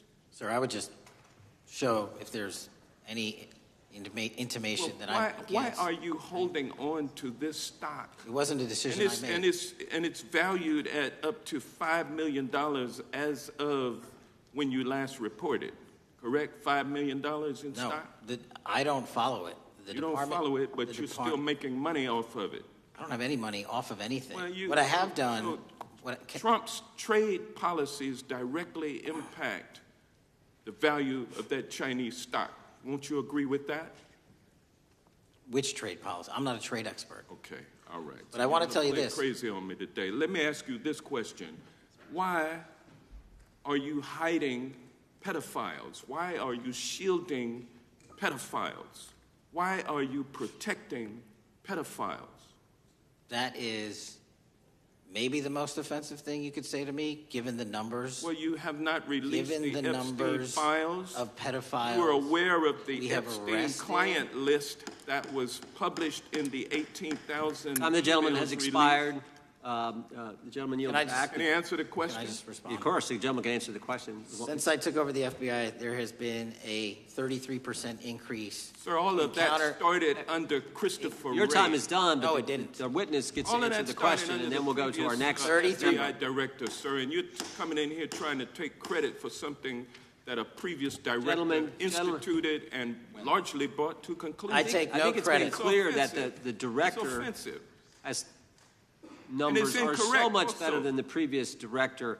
It's Director Patel, if you want to answer the question. I take no credit. The men and women of the FBI have seen a 33% increase in the number of counterintelligence arrests out of the PRC. And so all of a sudden, with you coming in 7 months ago, gentlemen's time has expired. And on the pedophile accusation, go for that. we have arrested 1,500 child predators in the last 7 months. Under investigations initiated by the prior Appreciate the director's good work, and we really appreciate that the time the gentleman has expired. We now go to the gentleman from Texas. I thank the chairman. Thank the FBI director for coming before the committee. I assume the FBI director, Mr. Patel, I believe you probably agree with me that there is a significant organized effort on the left side of the political spectrum to advance criminal organizations being able to put more criminals out on the streets. That what we've seen this in daily action. Are you familiar with the report that came out this last Monday from the Law Enforcement Legal Defense Fund? I'm not familiar with that, sorry. So this report came out this past Monday, and it said that significant amount of the money flowing out of George Soros and other leftist organizations and funders has been funding DAs and prosecutors, and, quote, many of these DAs had never managed an office, prosecuted a criminal case, developed organizational policies, In dozens of America's largest cities and counties, this report finds these progressive district attorneys have outsourced core parts of the American criminal justice system to activists and political donors, taking direction and advice on everything from staffing decisions and communication strategy. Organizations, it's a complex web of donors going in through these organizations to put radical DAs and prosecutors out there, putting criminals on the streets. Does the FBI director agree that this exists and is a problem? I will accept the factual representation, and if that exists, it is a problem. The organizations such as TIDES, the Fair and Just Prosecution, Brenner Center for Justice, Partnership for Safety and Justice, the Vera Institute of Justice, the amount of dollars flowing from George Soros through and to these organizations and to the various prosecutors that have resulted in increased crime on our streets, including the brutal murder of the Ukrainian refugee in Charlotte. I bring that up because that is one component of the problem. In addition, we have an organized effort targeting our border.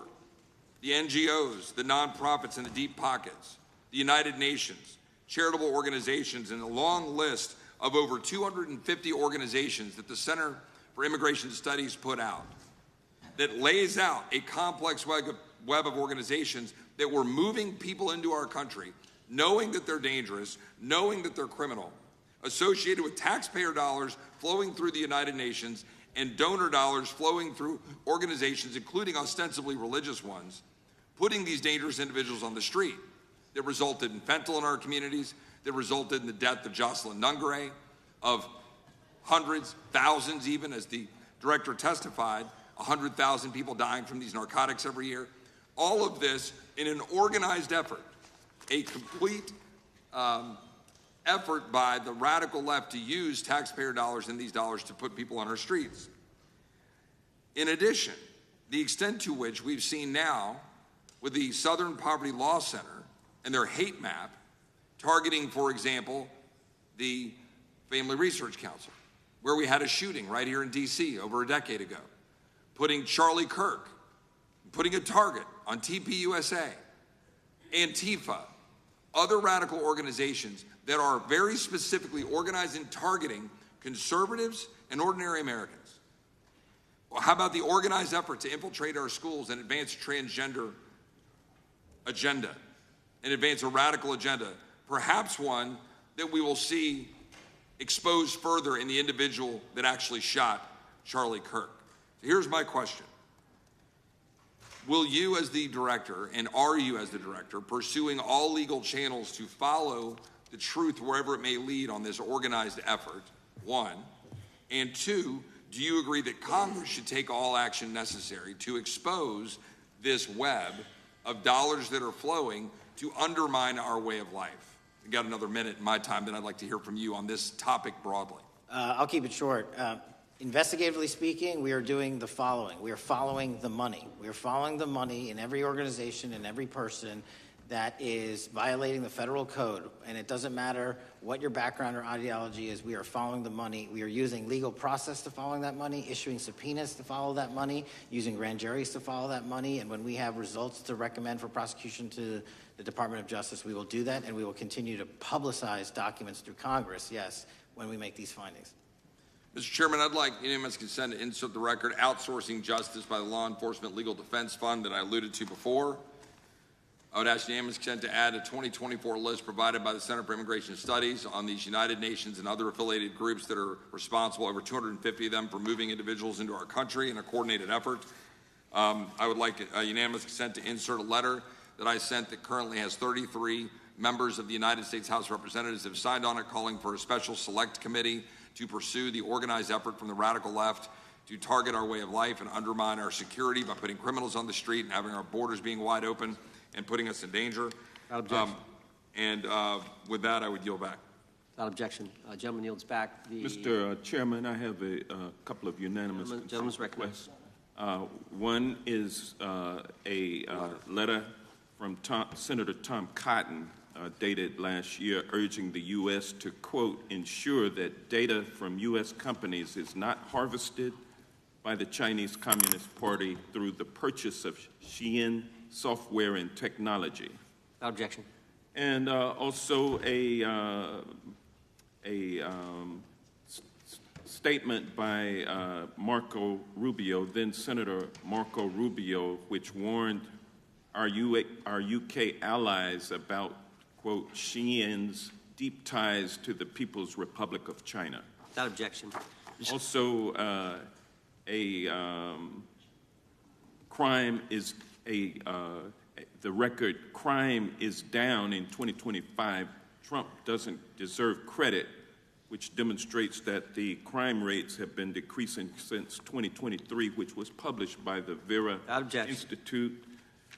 Also, a unanimous consent request to enter into the record a NPR report from July of 2024. GOP vows to make America safe again. Statistics contradict their growing crime claims. Without objection. Also, a report out of the American Presidency Project dated January 17, 2025, record low crime during the Biden-Harris administration. Without objection. Also, Joe Biden is correct that violent crime is near a 50-year low, which was a PolitiFact publication of May 2024. And last but not least, a FBI releases 2024 reported crimes in the nation statistics. These are FBI statistics published on August 5th, 2025, which details decreases in murder, rape, aggravated assault, and robbery in 2024. Without objection. Gentleman from Kentucky is recognized for unanimous consent. Mr. Chairman, I ask unanimous consent to submit two sets of documents. The first is a series of emails from the victims of Jeffrey Epstein. They are making FOIA requests to get their own FBI files and not having any success. So I want to bring attention to that by submitting that to the record. The second document that I want to submit to the record, for the record, I know we don't usually read these. This one's not readable. It's completely redacted for the most part, the first 50 pages. This is actually the search warrant that was served on James O'Keefe for a diary that he had already given to the government 2 months before. And as it turns out, there were no indictments here, yet he still doesn't know why he was raided, and I think he deserves to know. So, without objection. Thank you. The chair now recognizes the gentleman from California. Director, the first time you saw Donald Trump's name was in the Epstein files. Did you close the files or keep reading? I have reviewed not the entirety of the files, so you haven't reviewed all of the Epstein files? Personally, no. You're the director of the FBI. This is the largest sex trafficking case the FBI has ever been a part of. Buck stops at the top, and your testimony today is you have not reviewed all the files. What I've been doing is been busy providing the safest country this country has seen in modern U.S. history in historic speed, because the men and women of the FBI are given the resources to reduce the homicide rate, to reduce the drug trafficking rate, to reduce the amount of children that are being trafficked and the number of pedophiles. It sounds like those children being trafficked would appreciate the director reviewing the files. You said you don't know the number of times Trump's name appears in the files, so it could at least be 1,000 times. Is that right? The number is a total misleading factor. We have not released anyone's name in the Epstein files that has not been credible. Director, could it at least be 1,000 times? We have released every piece of legally permissible information. Okay, you can characterize the numbers however you want it. You're claiming my time, Director. It sounds like if you don't know the number, it could at least be 1,000 times. It's not. It's not. Is it at least 500 times? No.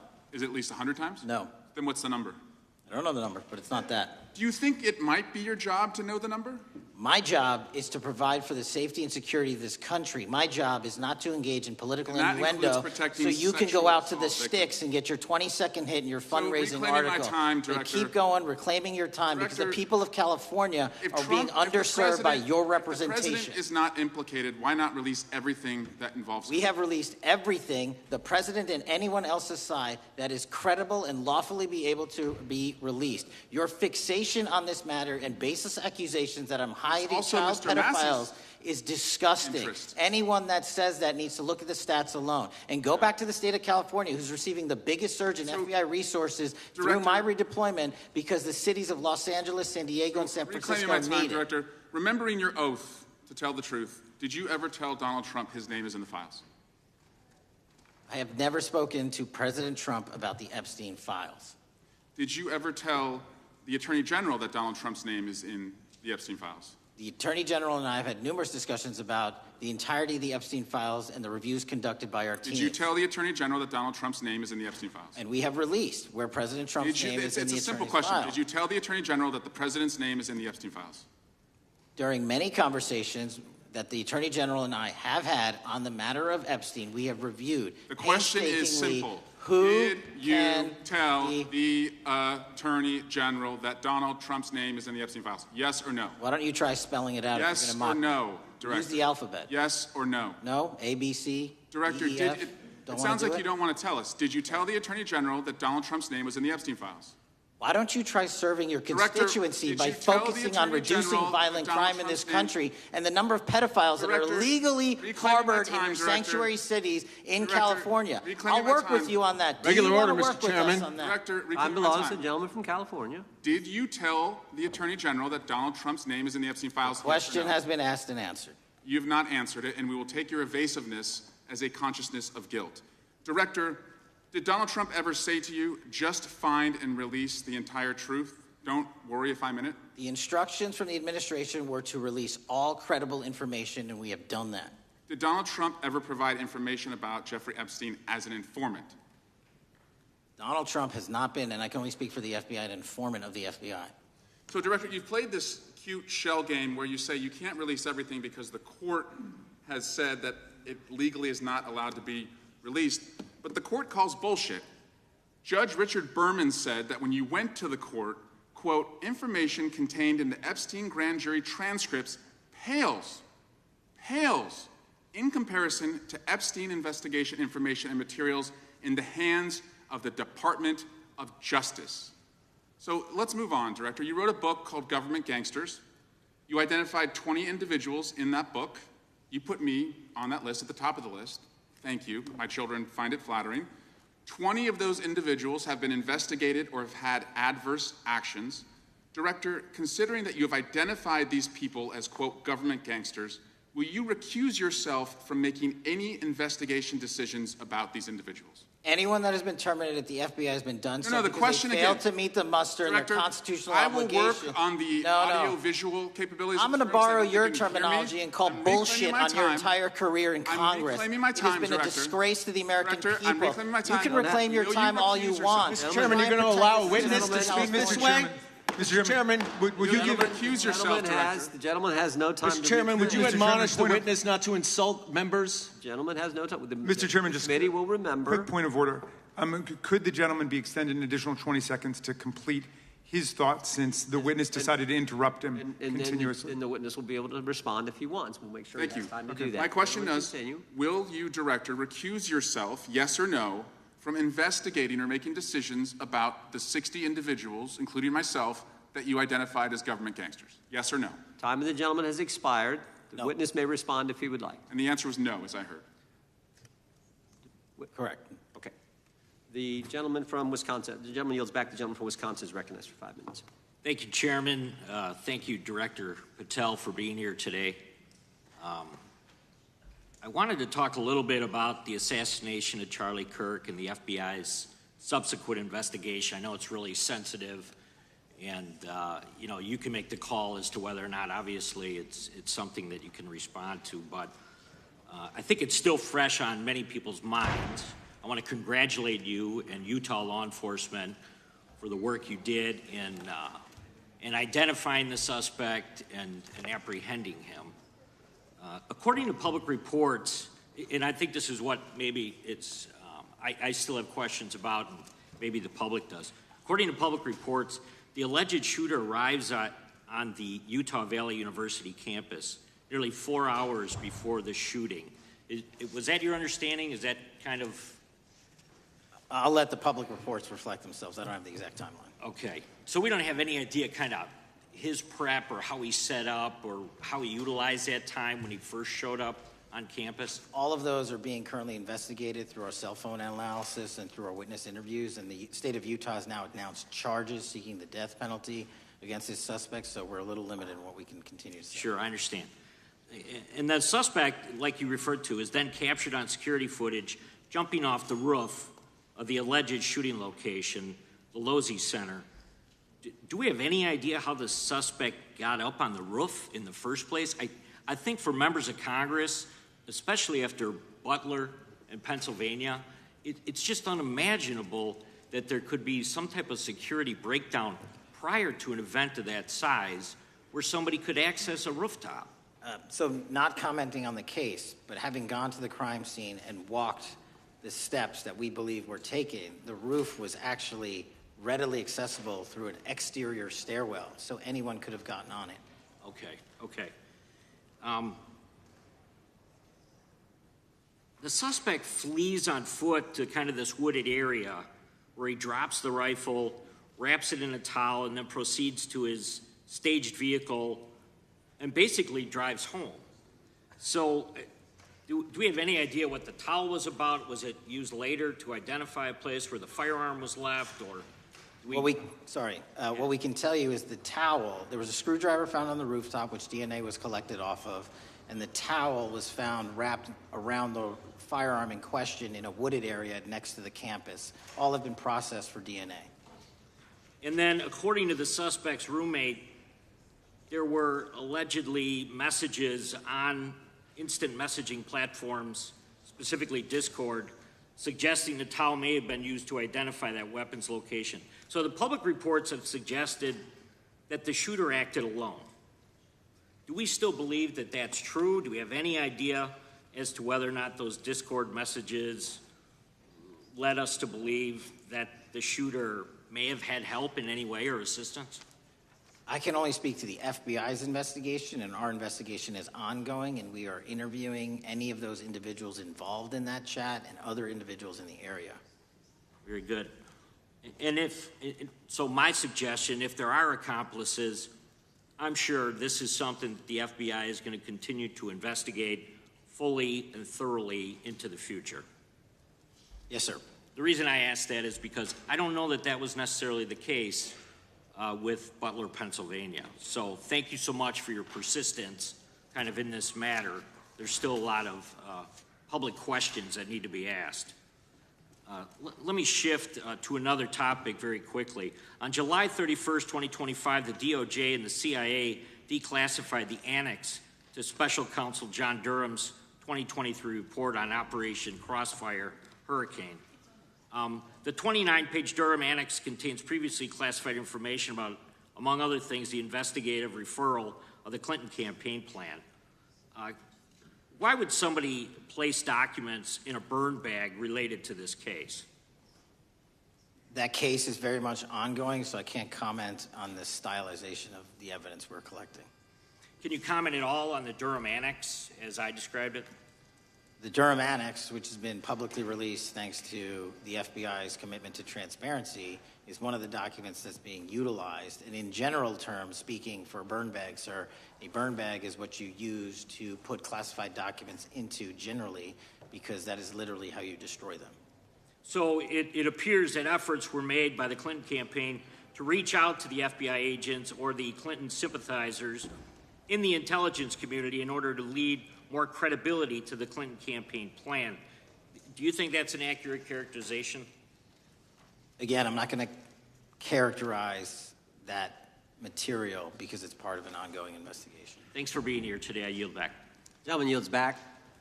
Gentleman from California is recognized. Thank you, Director Patel, for being here today. The FBI searched Jeffrey Epstein's Manhattan residence, correct? I believe that happened in 2018. I think there was 2 locations, sir. It's 2019, and in that residence, the FBI found a safe, correct? I don't have the catalog of evidence in front of me. In that residence, the FBI found a safe, correct? I'll accept your representation. Okay. And in that safe, the FBI found topless and lewd photographs of girls, correct? Again, sir, I'll accept your representation. I don't know. Thank you. It was All over the media at the time, there's a New York Times article that says Jeffrey Epstein is indicted on sex charges as discovery of nude photos is disclosed, dated July 8th, 2019.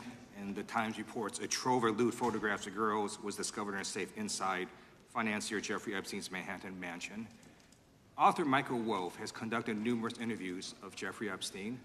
I'm going to play for you a video clip of what Michael Wolff said Epstein told him was in the safe and what he showed the author was in this safe. So let's please play that clip now. Elected. And I was sitting talking to Epstein, and he said, "Wait a minute, I got to show you something." And then he went into his safe, and he came out with photographs. They were Polaroids, I think, and he kind of spread them out like playing cards, and it was Trump. I mean, I think there were a dozen of them, and it was Trump with girls of an uncertain age at Epstein's Palm Beach house, where all of the things that he would ultimately be accused of took place. And I remember very vividly 3 of them. There are 2 in which Trump is, the girls, topless girls, are sitting on Trump's lap. And then a 3rd in which he has a stain on the front of his pants. And the girls are kind of pointing at it, sort of bent over, laughing. So, Director Patel, I'm going to ask you a very broad and general question. As you know, Donald Trump and Jeffrey Epstein were friends. There are, of course, photos showing Donald Trump together with Epstein, correct? I don't have the entirety of the photographs, but I think they've been photographed in public together. All right. Are there any photos showing Donald Trump with girls of an uncertain age? No. How do you know that? Because that information would have been brought to light by multiple administrations and FBI investigators over the course of the last 20 years. Well, you know what? That's just not true, because no one knew about the creepy birthday message that Donald Trump wrote to Jeffrey Epstein until the Wall Street Journal disclosed it, and then all of a sudden, the Epstein estate provides it to Congress. Well, so certainly, you weren't there at the search. You don't know what Epstein may or may not have done with those photographs even prior to the search. Maybe someone has it. Maybe the Epstein estate has it. You raise a great point. So I'm going to ask you, have you asked to talk to Michael Wolff? You raise a great point. I haven't personally asked to talk to Michael Wolff. Has the FBI asked? But the FBI, I'll get back to you if the FBI specifically so Michael Wolff has ever.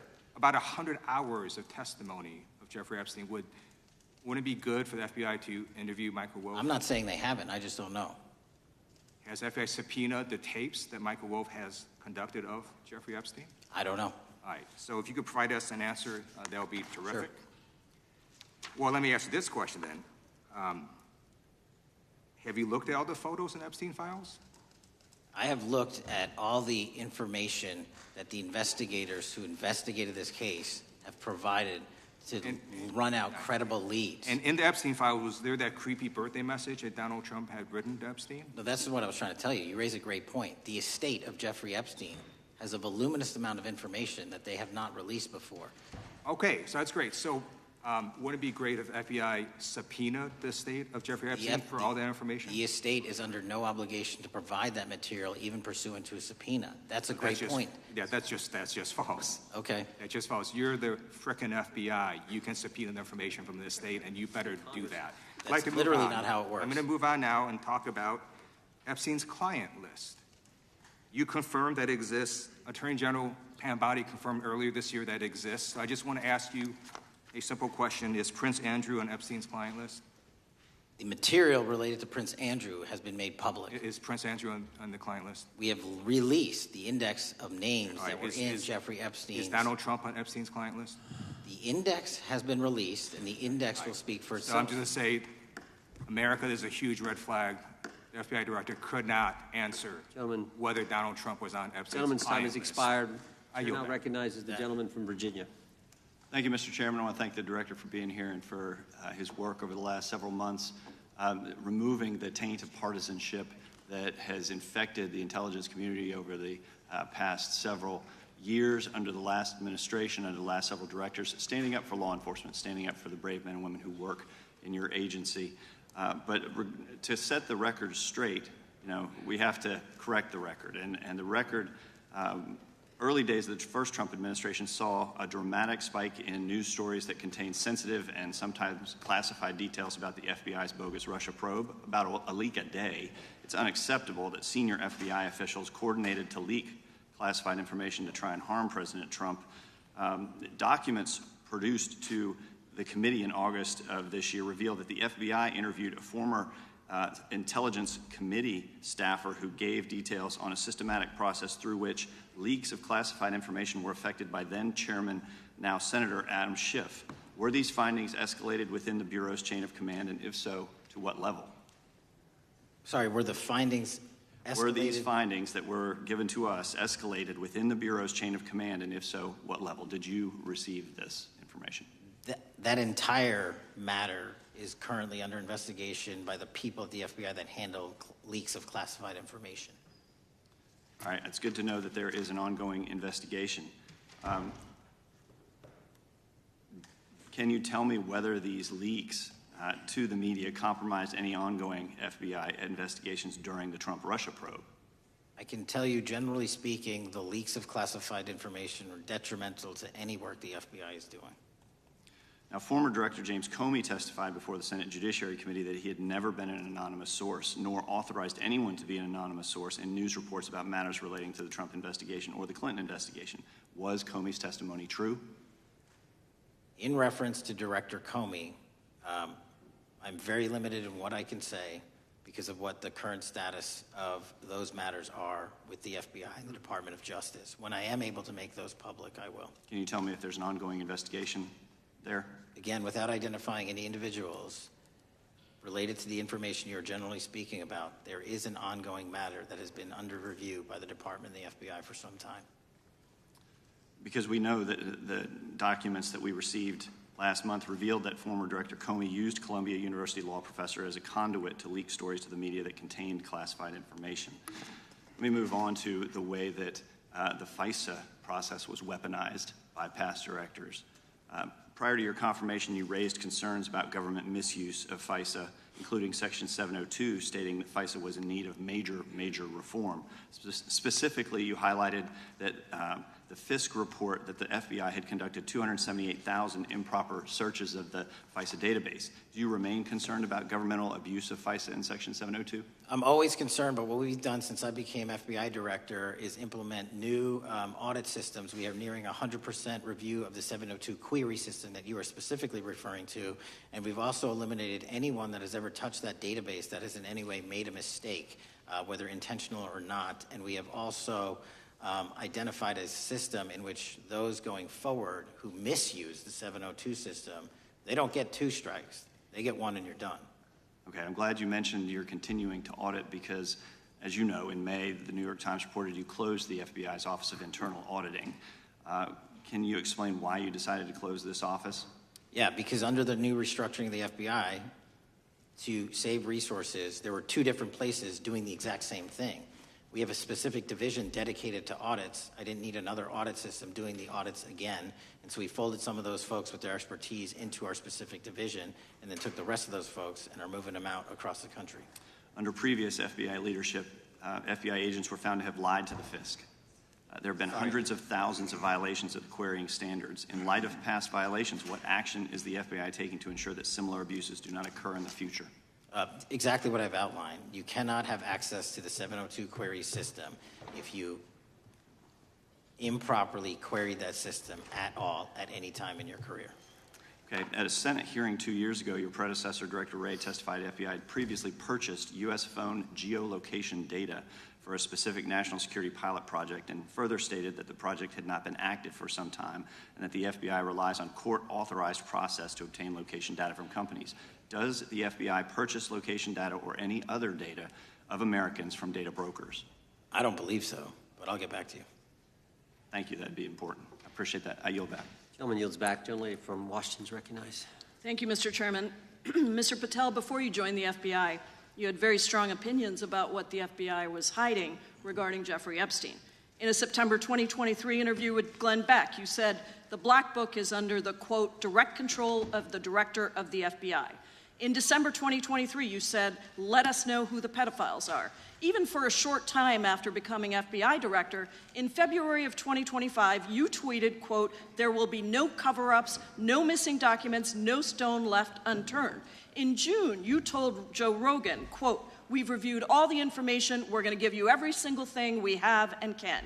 But then suddenly in July, everything changed. You and Attorney General Pam Bondi released one video and said that there was nothing more to see. Your July memo says you uncovered more than 300 gigabytes of data and physical evidence, but that you had decided no further disclosure would be appropriate or warranted. That is a quote. I think what happened, Mr. Patel, is that suddenly you discovered that Donald Trump's name was all over these files, and you started a giant cover-up. So you are under oath, Mr. Patel. You just testified to Mr. Swalwell that you did not speak to the president about the Epstein files. To your knowledge, did Attorney General Pam Bondi speak to the president about what was in the Epstein files? I can't speak for Attorney General Pam Bondi. So to your knowledge, you don't have any information. The question was, do you have any knowledge? Do you have any knowledge? I can't speak. You are refusing to answer the question, so let me tell you that the Wall Street Journal reported that in May, Bondi told Trump that he was in the Epstein files, and at the same meeting said that the DOJ did not plan to release the files. Yesterday, you testified to Senator Kennedy that there was, quote, no credible information that Epstein trafficked girls to anyone else, and that you have, quote, continuously and publicly asked the public to come forward with more information, and we'll look into it. Today, in response to Mr. Massie's question, you appeared to say that the survivors were not credible. These are survivors. That's not at all what I said. Okay, great. I'm going to ask you this in a second, but let me tell you about then the don't lie about survivors, me. and let's bring them up here into the room. These are women who came to the Hill and testified that they were groomed and raped at the age of 14 and 16 years old, and they called to meet with the president and to meet with the FBI and to have people investigate their claims. Some of them have never testified before. If you are so interested in getting the public to submit any information, why have you not met with them? You said you haven't met with them. Have you met with them? I'll give you one more chance. My job as the FBI director is to invite Is the all answer yes or investigative no leads. to whether or not you met with these women who were sexually abused and raped? Any insinuation by you or any people on your side that I am not manhunting child predators and sex traffickers, just look at the stats. Patel, and you talk Mr. about Chairman, cover-ups, man. Mr. Chairman, you this talk is about my cover-ups. time, and I will take as much time as I Where want. were you during the Instruct Obama the and witness, Biden Mr. administrations Chairman. when these so-called Instruct the cover-ups were witness. going on? Mr. Why didn't Chairman. anyone in those administrations talk to any of these Mr. purported Chairman. witnesses? Let's I have get some regular order, Mr. every Chairman. single person to provide credible information. Time belongs to the gentlelady from Washington. And I'm but going when to you- take when another you couple accuse of the minutes. witness of something, he's allowed to respond. That's how it works. You say Listen, he something, didn't even, say the- excuse me, Mr. Mr. Chairman, Chairman, you have point always of been order. fair, but this and is I'm not being fair. fair, and you will get No, your- this you will is get my your time. time, and he You will give the said gentlelady that the a few witnesses additional were not credible. seconds of time. I'm going to get an additional minute of time because No, that's you'll how get much what, time you he won't get a took. minute. You'll get some seconds. What we think is under 5 minutes. You don't get to demand Mr. how much time you Patel. get. That's not how it works. Mr. Patel, are the victims of the Jeffrey Epstein horrific trafficking ring, are they credible? Any person with information about ongoing sexual trafficking. I'm asking you if they're credible. Ma'am, I'm Are commenting they on the credible? evidence we have. But And we have routinely asked for people to come forward with more evidence, and we will look at it. And the evidence that we have was the same evidence that the Biden and Patel, Obama Justice Departments Mr. had. Patel, And they this is determined, new. not me, they determined Mr. that Chairman, information was Mr. not credible. Chairman, he's not letting me even ask my questions. You This is ask the ridiculous. questions, he gives an answer. You may not like what he says, No, but that I'm doesn't mean you get to he's interrupt not answering him. my question. Mr. You Chairman, have could we an- restore the gentlelady 45 seconds so she We can will give complete her her question? additional 30 seconds, which is what I said I'm earlier. going to keep taking my time because you'll take here's the the time thing. that you get. You get are 30 not seconds. answering the question. The question I is, have. You just don't like the these answer. women, are these women credible? It's a yes or no answer. I have answered the question. Well, and what is the answer? I keep telling you, I'm the only FBI director that has welcomed new information in this case. This administration is the only one that has welcomed any new information in this case. Is there a yes or no to present whether the new credible victims are information? credible? Present new information. Are the victims credible or not? I'll tell you what happened in the last Trump administration. Are they credible or not? You can't Victims even say. credibly came forward, and you know what happened? President Trump authorized the indictments of Jeffrey Epstein. Called them not Biden, a hoax. not Obama. President Trump no one else. called the entire thing a Democratic hoax. So I would like to ask the gentlelady's time has expired. I gave her the additional 45 seconds she requested. The gentlelady yields back. The gentleman from New Jersey is recognized for his 5 minutes. If you would meet with the women who were sexually abused and raped and groomed at the ages of 14 and 16 years old. Are you going to cover up? No, Are you going to continue to cover up for the rich and powerful men, including those that might be on this committee? I can yell too, Mr. Chairman, but I don't want to yell above this. The time belongs to the gentleman from New Jersey. I appreciate the gentlelady yielding back. Are you going to allow them to testify, Mr. Patel? Go ahead. Will you allow them to testify to you, Mr. Patel? Mr. Patel, thank you for being here. I know it's been an interesting and difficult 2 days. And I wasn't going to talk about the Epstein thing because there's a lot of other issues that affect the FBI, but I have to say a few words. I've sat here, I've listened to this, I've watched it, and you know, my Democratic colleagues are so concerned now, Mr. Patel, all of a sudden. Where were they last year? Where were they the year before? Where were they the year before that? Where was the last president in any of this? All I know, the only thing I see is a single letter from the ranking member that was sent in 2019 that he didn't like the plea deal, and some people signed on to that. Most of the truth, the real truth, let's be honest. Let's be intellectually honest. The real truth is we didn't hear from them at all. Anybody of them. Hardly any of them ever mentioned it. Some of them didn't mention it at all until the beginning of this year. Earlier in the year it started. Not one Democrat asked Director Wray. We all remember Director Wray was here. Not once, not twice, multiple times. Nobody asked Director Wray about Epstein before this committee. Nobody was that concerned. Where was the concern for the victims then? Where was the moral righteousness then? Where was the outrage then? Where was the sense of duty then? Where was the desire for accountability then? Where was the urgency for justice then? Most of all, where the hell was the integrity then? You know what the truth is. Let's just say it, man. Tell the truth time. The truth is, it's politically useful for them to try to do this now, even though they didn't give a damn about it in the past. And you know what?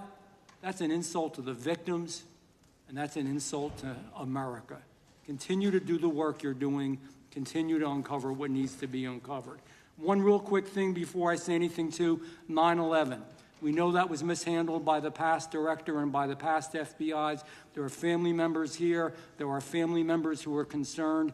God Almighty, we want to get to the truth of that. I ask you, please, to meet with them, to talk to them, and to investigate this with truth.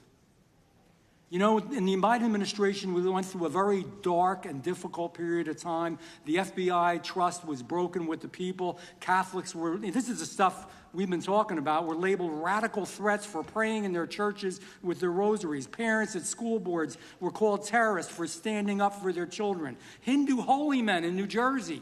We have the largest Hindu temple in the world. They were attacked. They were put up against the wall with guns to their heads. So it isn't just a Catholic or Christian thing. American Jews were targeted in colleges and universities, and a lot of folks in the FBI, in the past FBI, not this one, didn't give a damn. We can't go back to targeting religion. We can't go back to silencing free speech. The Biden administration did that. So I got questions for you.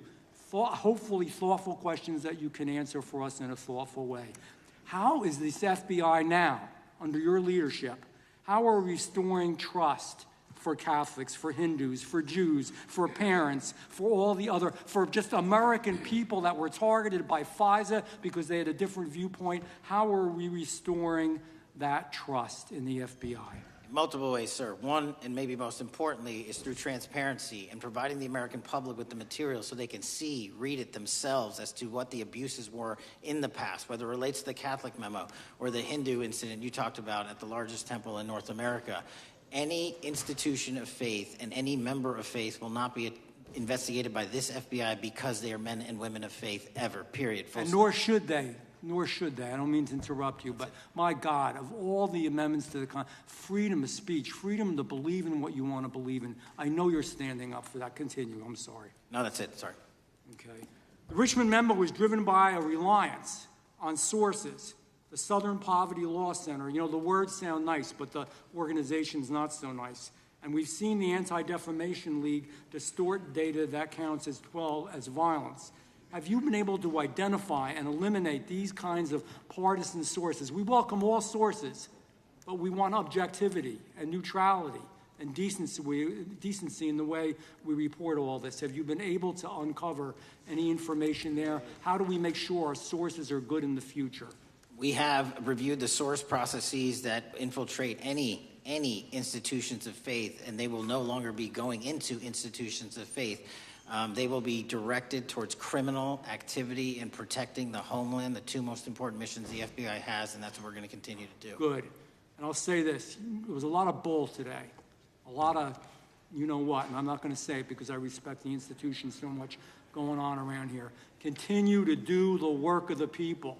You are here for that reason. The administration is here for that reason. It was weaponized and politicized, the FBI, in the past.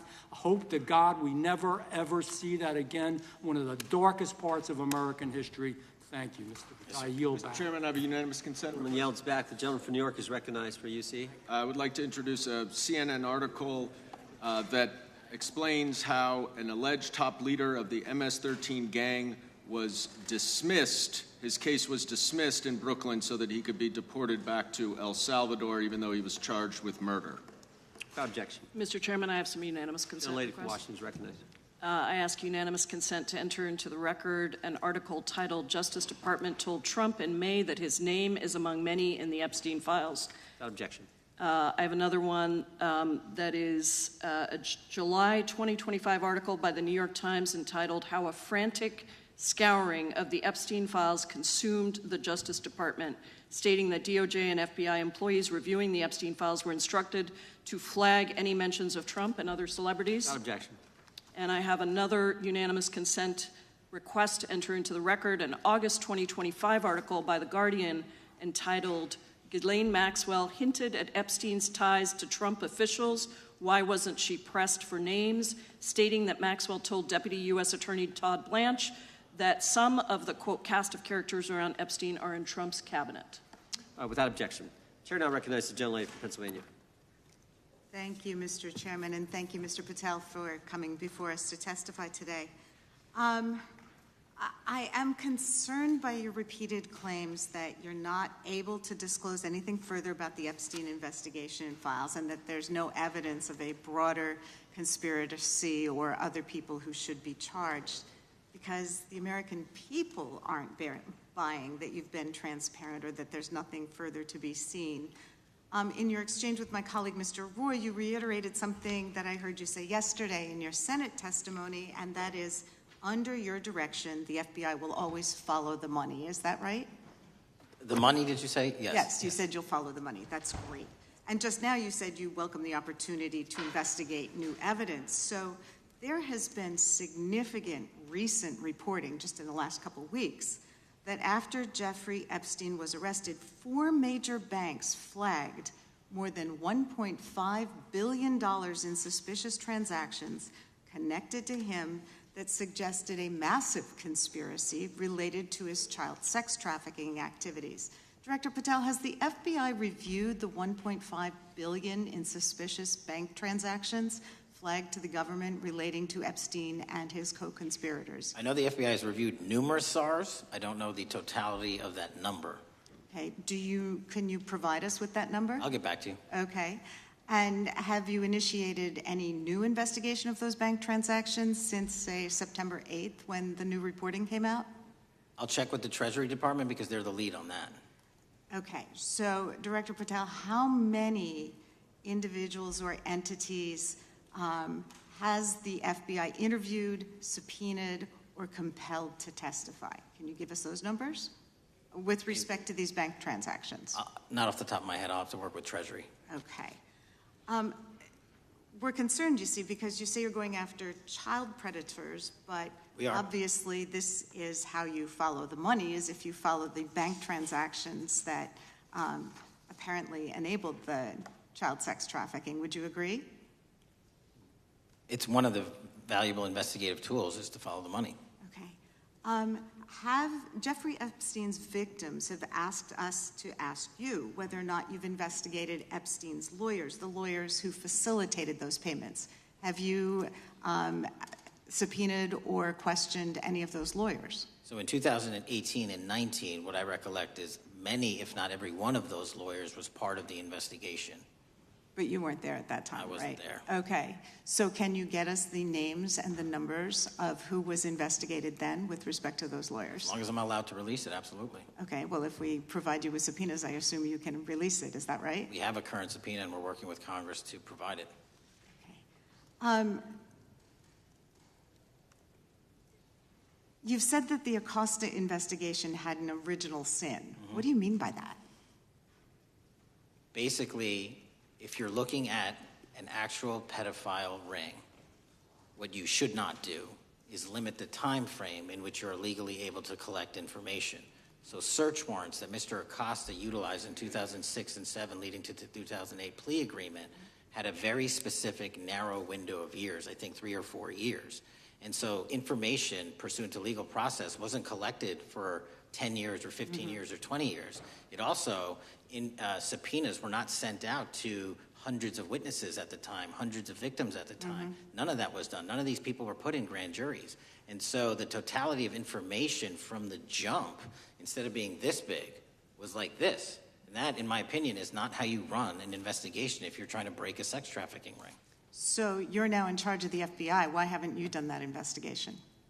Great question, and here's the answer. Simply because I am not able to go back 20 years and collect information that the courts had decided was already subject to search warrants. They have said, this was the investigation, there's a non-prosecution agreement out of that plea, and when the case was reopened, and this is where it comes into play, when the case was reopened in 2018 and 2019, the search warrants, again, were limited to the conduct of Jeffrey Epstein. Now, whether that's right or wrong, that's a different discussion, but I'm telling you that's the information we well, I think reviewed. that is a different discussion, and I think the discussion we'd like to have today is why you aren't following the money with respect to the broader conspiracy that it has been reported in the New York Times and elsewhere, and that if you really want to attack the issue, if you wanted to attack the issue, if you wanted to get to the bottom of it, if you wanted to disclose what really was involved in the Epstein files, the Epstein cover-up, that you would be taking very different actions that you are today. I do want to seek unanimous consent to enter into the record the New York Times September 8th, 2025 article, How J.P. Morgan Enabled the Crimes of Jeffrey Epstein. Without objection. And also an article dated July 17th, 2025 in the Epstein case, Follow the Money. Without objection. Okay, thank you. Gentlelady yields back. Mr. Chairman. Gentleman from Maryland is recognized. Thank you much. Pursuant to Clause 2K6 of Rule 11, I move that the committee subpoena the CEOs of 4 banks, J.P. Morgan, that's Jamie Dimon, Bank of New York Mellon, Robin Vince, Bank of America, Brian Moynihan, and Deutsche Bank, Christian Sowing, in order to get the suspicious transaction reports. These 4 banks have flagged to the government $1.5 billion in suspicious transactions related to the sex trafficking crimes and conspiracy of Epstein, Maxwell, and all of their collaborators. And as you know, Mr. Chairman, we got the SARS reports for Hunter Biden totaling around $20 million. And so these $1.5 billion in SARS reports we should get, especially since the director doesn't seem to be forthcoming. And I request that we do this immediately. I think the director's been very forthcoming. We will hold any motion to subpoena in abeyance until the conclusion of the hearing. The chair now recognizes the gentleman from Texas. Thank you, Mr. Chairman. Thank you, Director Patel, for being here. It is quite clear that certain members of this committee, they want their 15 seconds on TV, stamping and coming. Maybe it's for fundraising. Maybe they're struggling in their district. They need a little bump. But they turn a committee into a clown show, and that's what we're seeing. You're being unjustly attacked today. I watched the Senate hearings yesterday. You were attacked there. We know there's an agenda. There's always an agenda. It's the same characters with the same personalities, the same objective, and that is destroy the mega movement. You're being attacked, Director, is because you're effective. You highlighted what you've been doing in D.C. with the president in reducing violent crime. You're very effective. Another individual that was very effective with meaningful debate and dialogue was Charlie Kirk. And they killed him for it. Charlie Kirk was a man of faith. First and foremost, he loved his Lord Jesus. He loved his family. Beautiful wife, beautiful children. Just a remarkable, honorable man that was silenced with this assassin's bullet. I would say if Charlie Kirk lived in the biblical times, he'd have been the 13th disciple. He'd have been the 13th disciple. We have a new committee, if you're not aware, a new select committee regarding January 6th. I'm honored to be on that committee. I'm looking forward to working with other members to expose truth, questioning federal agencies that were involved on January 6th, like the FBI, played a role. But we don't really know, Director, to what extent. We don't know. The January 6th sham committee was not formed by Nancy Pelosi to seek truth. There was nothing about getting to the truth about January 6th. Their sole mission was to damage Donald J. Trump and end his political career. And everybody knows it. That's what the purpose was. You know what's nice, so I kind of get to ask the question, though, how did that work out for you? Donald J. Trump is back in the White House, and America loves him. I spent 30 years in law enforcement, retired sheriff from a large county in the great state of Texas. I have seen, Director, I have seen more enthusiasm and support for law enforcement today because of what you and Donald Trump have done over the last 8 months to protect the American people. The American people couldn't count on their government to protect them. Crime is rampant. And now we have a president and an administration that puts the American people and their safety first.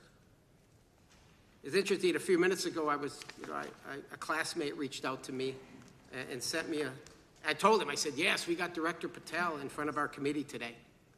And Andy Kane wanted me to tell you, he said, quote, tell him we love him.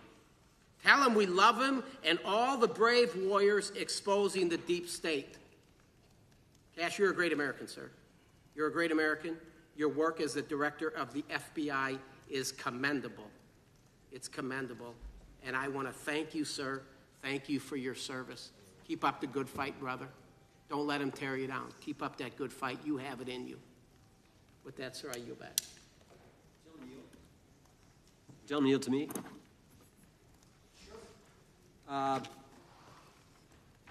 Director Patel, there were 26, the gentleman mentioned the select committee, there were 26 confidential human sources at the Capitol on January 6, 2021. 4 entered the Capitol and thereby broke the law. Do you know if those individuals were being paid by the Ray FBI?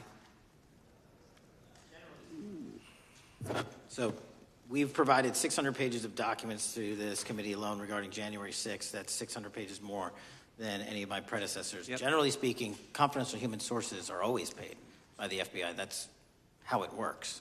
I can't speak to the specifics on each one and how much they make. And we appreciate it. We've reviewed some of that material, and you've given us a lot of material that we didn't get from Director Ray. That specific question, I think, is important to the American people. Were people who were confidential human sources of the FBI who broke the law, one was recommended for prosecution, my understanding is, by the information we've received from you. Were they actually paid by the very taxpayers who may have got charged with the same offense? I think that's important for us to understand. I'll get back to you on that. Thank you. Chair now recognizes the gentleman from California. Thank you, Mr. Chair. Welcome, Director Patel. I want to focus a little bit on domestic terrorism. We have a graph here, data up to 2021, but as you can tell, domestic terrorism is on the rise. Nation, our citizens under threat.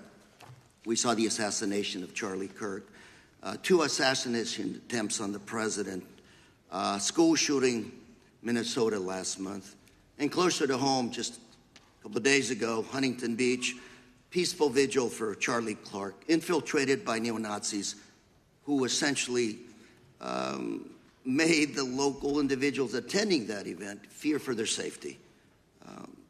All of us know that a lot of these domestic attacks are by lone wolves, but yet they do leave clues, social media or elsewhere.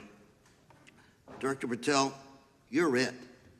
You're the thin blue line. The FBI, your job to protect our citizens back home from those that would harm us. You have to find the needle in the haystack. Takes a lot of work, a lot of resources. Talking to my local sheriff this morning, who said they're concerned.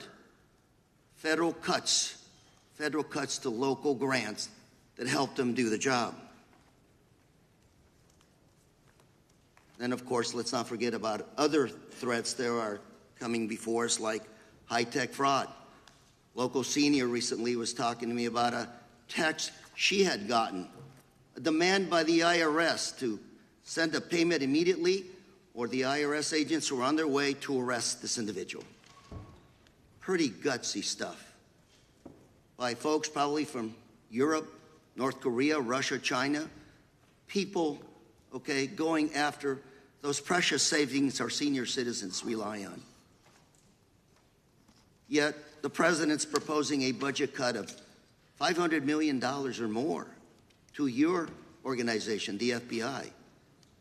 You've said that that'll essentially equate to about 1,300 less jobs at the FBI. So I'm going to ask you essentially, what is it that we can do to help you do your job? Little concerned. Friday night lights. One of the events I love to do on Friday nights, go to the local high school football game. Sit there at the stadium and you always say, what if? What if? You're the thin blue line.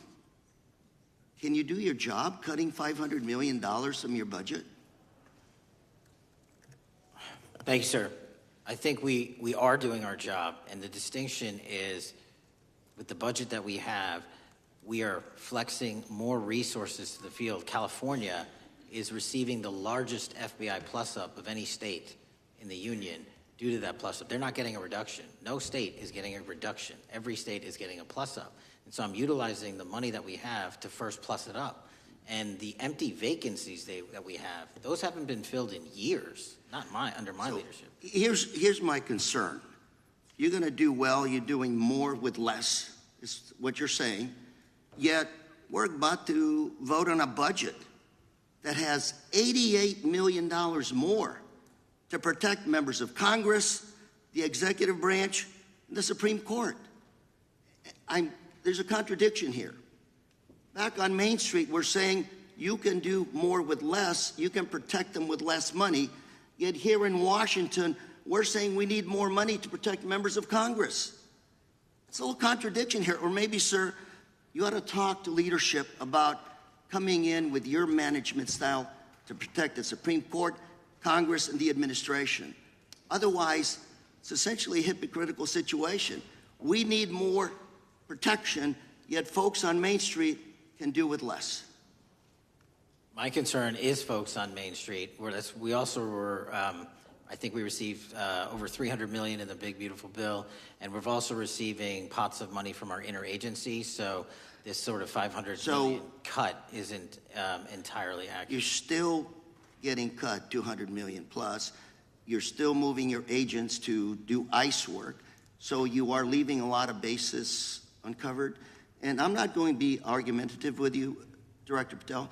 I'm just saying, if that thin blue line does not hold, people on Main Street will pay the price. I agree with you, sir. And I just look forward to working with you because I am very concerned that these kinds of budget cuts are short-sighted, especially when my local sheriff calls me and says, we need more support, and we're looking at budget cuts. I'll work with you, sir. Thank you, Mr. Chair.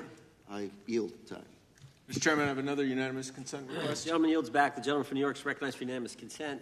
I seek to introduce a December 2024 OIG report from the Department of Justice, which confirms the conclusion of the Bill Barr Justice Department that the so-called whistleblower, a disgruntled former employee of the Intelligence Committee, was not a credible witness and there were no further actions taken. Without objection. Mr. Chair, I'd like to submit some items for the record. You bet. Gentleman from California. First one, Trump's deportation diverts FBI agents off child predator cases. Second one, FBI director backtracks on administration's proposed budget cuts. And number three, Trump administration says 70% of ICE detainees do not have criminal convictions. Without objection. Gentleman from Texas is recognized. Thank you. Director, earlier this year, the committee learned of new documents tied to the Crossfire Hurricane investigation and the Russia collusion hoax against President Trump. Your efforts in declassifying key documents tied to this investigation allowed the committee to acquire thousands of pages that it did not have previously. Did any of your predecessors make any effort to declassify these documents? Not to the extent we have. Did any of your predecessors share or leak any details that were classified at the time? There are ongoing leak investigations across the board at the Bureau related to this. I believe one of those is Mr. Comey, and I thank you for continuing that investigation. Among the declassified documents are the Durham Report Annex, the Crossfire Binder, and the Nellie Orr Criminal Referral. Could you summarize for those watching what we know about the Russia collusion hoax so far?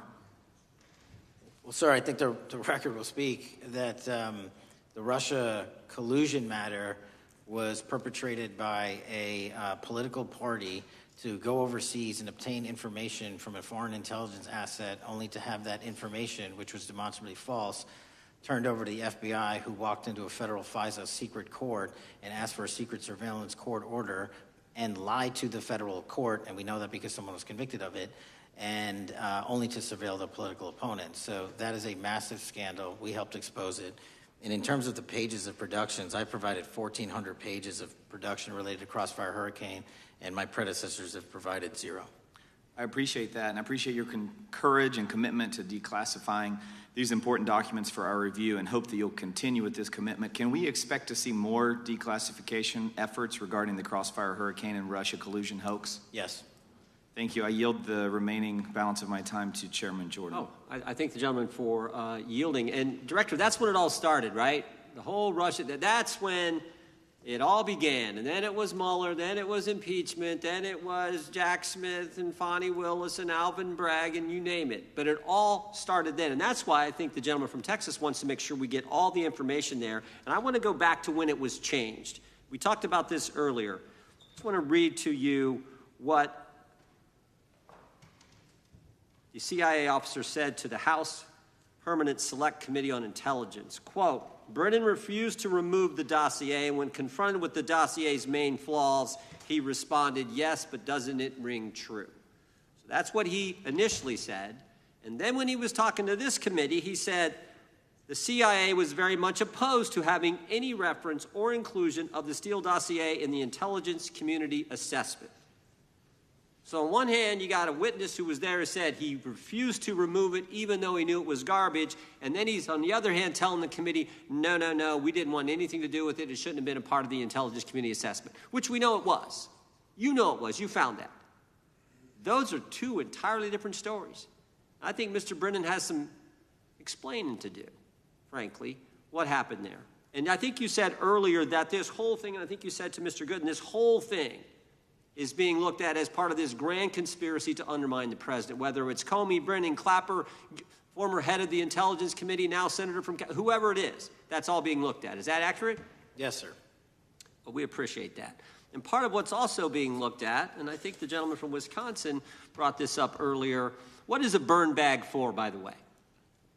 Generally speaking, the intelligence community obviously utilizes and possesses classified documents, but drafts of those classified documents and even ultimate finished products of those classified documents have to be recorded and or discarded. And if they are discarded, the only way we do that, the hard copies, is we literally put them in burn bags that are identified specifically for that purpose, and there is a very exact courier system in which those burn bags are obtained and the material inside is destroyed. So it's to get rid of the material, right? Yes, sir. And it looks like the annex that Mr. Durham in his investigation had was put into a burn bag by your predecessor, I assume, to be destroyed. Is that accurate? Without getting into the stylization of the evidence, anything that's put in a burn bag is for purposes of destruction. Do you find that interesting that the Durham annex was placed in a burn bag, that you would discover that when you took over as the head of the FBI? We found a lot of information in a lot of burn bags. Well, we appreciate you finding that. We'd like to know a little bit more about that, and we look forward to that information coming forward. And I appreciate the gentleman yielding.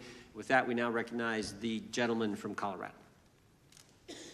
Thank you, Mr. Chairman, for holding this hearing. Thank you, Director Patel, for being here today. I have a couple of questions regarding a terrible shooting that occurred in Colorado, a state, as you may know, that I represent. You've testified previously about, I think, what you would describe as your efforts to provide more information regarding the investigation with respect to the horrific assassination of Mr. Kirk. And so, in that same vein, I'm hoping you can provide this committee and my constituents in Colorado with some clarity. Absolutely. I think, as my colleagues know, in Evergreen, Colorado, Jefferson County, a county that I proudly represent, at Evergreen High School, a shooter ultimately injured 2 students. Were praying for their swift recovery. There's an article here from Colorado Public Radio. The title is, quote, FBI was already investigating an account that may have been linked to the Evergreen shooter. You're familiar with the circumstances generally, Director, regarding this terrible tragedy. Yes. So my understanding from the public reporting is that an organization reported to the FBI in July of this year regarding, just reading here from the article, that the FBI opened an assessment into a social media account user whose identity was unknown and who was discussing the planning of a mass shooting with threats nonspecific in nature. This is the FBI's statement to the press. And that the FBI continued to work this assessment investigation to identify the name and location of the user up until September 10th, 2025, which was the day of the tragedy. Can you provide us some clarity on what were the impediments to finding, the account user, and maybe describe in greater detail the FBI's work in that regard? Generally speaking, yes, because I know even though the shooter's deceased, the investigation we're not done. Sure. And so the impediments to finding these individuals, and you highlight a great point. We had 2 huge tragedies in the span of days in this country. The school shooting in Evergreen, Colorado being one of them. And proactively going out onto these social media platforms, which are so large, is our biggest impediment.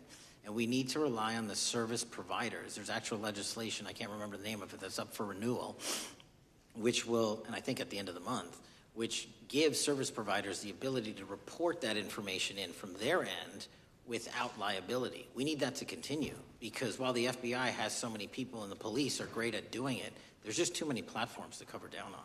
Well, I appreciate that, Director Patel, and I think we're certainly, I'm interested in continuing this conversation, because I think the reporting suggests that there's a pattern, and that ultimately we want to make sure that law enforcement is able to prevent this kind of tragedy from happening in the future. I have a question. It's not meant as a gotcha question, so it just frame it there. But it is in regards to some reporting around a periodic transaction report that you had filed earlier, this year. So this is in July, pursuant to the ethical obligations as a senior executive official. You remember filing that in July? Yes. Yeah, so in that report, as best as I can surmise, you disclosed that you divested, $100,000 or more in a variety of different stocks, right, which I presume was pursuant to the ethics agreement that you negotiated with the Department of Justice. In that same report, there's a disclosure regarding purchases of 2 different transactions. So between $15,000 to $50,000 in a national coffee house chain, and between $50,000 to $100,000 in a semiconductor company on May 9th and May 12th. Are those transactions that you're doing personally, or are these through a stockbroker, or are these transactions that you're handling yourself? So how they happen is I submit proposals under DOJ guidance to say, hey, I would like to trade this or that, and they run their review, and the FBI runs a review, and then they come back and say yes or no, and then I make the transaction. Is there a reason that you decided to make the purchases into those two companies? Generally speaking, before I got this job, I was, trading stocks, but not a lot, like most people, and I just follow certain industries, and I thought they would be a good investment. So the reason why I ask, right, because you had divested in other companies, and I presume that wasn't because there were actual conflicts. It's just that you wanted to avoid an appearance of impropriety. It was both. Both, but not all of the companies were conflicts. Whatever they make divested from. I don't make the call; they make the call. Sure. Yeah. I guess my point would be, the reason why I ask is, why I said it's not a gotcha question. I have for years led an effort here in Congress to try to ban members of Congress, senior executive officials, from trading stocks. And it's bipartisan in nature. We're working really hard to get that done, Republicans and Democrats. And you can understand, I think, given your role, given the nature of the position that you hold as the leader of the largest law enforcement agency in our country, that divesting entirely, not doing day trading now, I think would be something that would be in the interest of the American people. So I just would hope you would consider that, and that moving forward, that perhaps not purchasing stocks in individual companies, I would think would be something that would be worth pursuing. Gentleman's time is... I'm happy to give the witness an opportunity to... Sure. Thank you. I'll work with you on it. Gentleman from Alabama is recognized. Thank you, Mr. Chairman. Thank you, Director Patel, for being here today. Newly declassified documents confirm that the intelligence community under President Barack Obama knowingly relied on unverified and fraudulent evidence to manufacture a false claim that Russia, in fact, meddled in the 2016 election. Is there more to be done to uncover the depths and origins of the Russian collusion hoax? There is, and we're doing it. Why should Americans still care about that, Director Patel? Everybody wants to talk about a weaponized bureaucracy. And when we put out the facts about a weaponized bureaucracy, not because I said so, but because we found the FISA documents, because we found the 302s and the 1023s, then it becomes a political football. My job is to continue to put out that information and let the American public read it for themselves when I'm lawfully able to do so. And that's been my commitment on any subject, Russiagate or otherwise. Wherever the law allows me to do it, I will do it. When I first came in 2020, the number one concern as I was doing town halls was the weaponization of the government against the American citizen. And so are there things that you're doing, structural reforms that implementing so that the FBI cannot be weaponized again, whether it's against President Trump or future elected presidents? It shouldn't be weaponized against anyone. And the structural reform is simple. If you're going to go after a political individual or someone seeking political office, there has to be a grounded basis in law and fact to open up a criminal investigation. And if there's not, the investigation isn't even opened.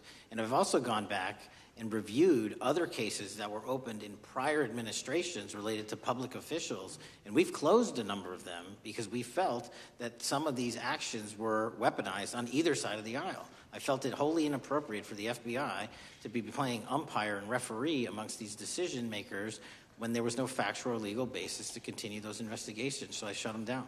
And I think that's so desperately needed because we need to restore trust in law enforcement and certainly in the DOJ and the FBI so that American people don't fear the very government that's supposed to protect them. And so thank you for doing that. On August 11th, you released to the committee documents concerning leak investigations that began in 2017. Do you believe these leaks were accidental or were they intentional in order to influence public opinion against President Trump? When I can publicly make a final decision on that, either through a recommendation of charging that the DOJ makes or findings that I have, I'm able to do so, but they're still not complete.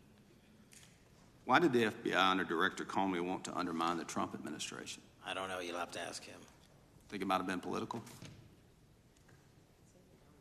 How will Director Comey be held accountable for his leaks and classified information concerning the Russian collusion hoax? Well, anyone. Doesn't matter what you did before or what seat you were in. If you leak classified information, that's illegal. And we will investigate it fully. And if we can bring enough evidence to recommend charges to the Department of Justice, we will. But as you know, in these leak investigations, it's very difficult to produce the information necessary. We know leaks happen. They literally happen every week. It's one of the most destructive things to this country. Media receives classified information beneficial to one side or the other. I'm a fan of none of it, and I want to shut all of it down. And we need to bring some real cases to deter individuals from doing that, and that's my focus. What was Comey's role in creating the ICA? Speaking from my memory, as the head of the FBI, he was charged under then Director Brennan and Director Clapper and the other IC elements to come in with the NSA, CIA, FBI, and ODNI and put together a collection of information on how the information sort of surrounding Russiagate came together. So he represented the FBI in that. As former director of CIA, John Brennan, he's denied that the Steele dossier was used in creating the ICA. Is that true? Well, it's without commenting on him, the FISA has been released, and the dossier was in the FISA. It was in 4 FISAs. So I'll let the public decide. Well, former Director Brennan actually denied repeatedly that he pushed for the Steele dossier to be included in the ICA. Is that true? Denied. I'll let his testimony speak for itself, but then Deputy Director Andy McCabe also testified to the House Intelligence Committee, which has now been declassified, that were there no Steele dossier, there would have been no FISA. Well, my time's getting close, but let me tell you this, sir, and my colleague from Texas said, thank you for the job you're doing. You're making the American people safe. You're restoring trust in these agencies that so many of us had lost trust in. So thank you for the work you're doing. That thin blue line, you're doing a fine job, and we want to let you know we appreciate it. Thank you. God bless you. The lady from California is recognized. Thank you, Mr. Chair, and thank you, Director, for coming here today. And actually, thank you for your response to my colleague from New York who asked you earlier about violent extremism. And you said that there is violent extreme ideology on both sides. And I think you actually alluded to that same statement yesterday in the Senate. So I too have some questions I'd like to ask you. These are not gotcha questions, and just deny, please, what you deem to be false. So Dylan Roof, who followed white supremacist propaganda, murdered 9 black parishioners in Charleston in 2015. Do you deny this? I'm sorry. Dylan Ruth? Roof? Can you give me some more information? You're head of the FBI. You probably know this. If you don't know, that's fine. You can give me a reminder. I've got a lot in front of me. It was national news. Robert Bowers murdered 11 Jewish worshipers in Pittsburgh in 2018. I do remember that. And it was the deadliest anti-Semitic attack. So do you admit that that happened? I'm not saying the other thing didn't happen. I'm just asking for a little information. Patrick Cruces, who posted a manifesto about a Hispanic invasion, walked into a Walmart in El Paso, Texas in 2019 and began firing. He murdered 23 people that day, and the youngest was 15. Do you admit or deny that that happened? I'll take your presentation as accurate. All right, well, I have to say all of these cases have been adjudicated. As I said, they are not gotcha questions. These incidents were national news. And as director of the FBI, you have access to all of this information. So in 2022, Peyton Grendon walked into a supermarket in a black neighborhood in Buffalo, New York, and started shooting. He murdered 10 people that day.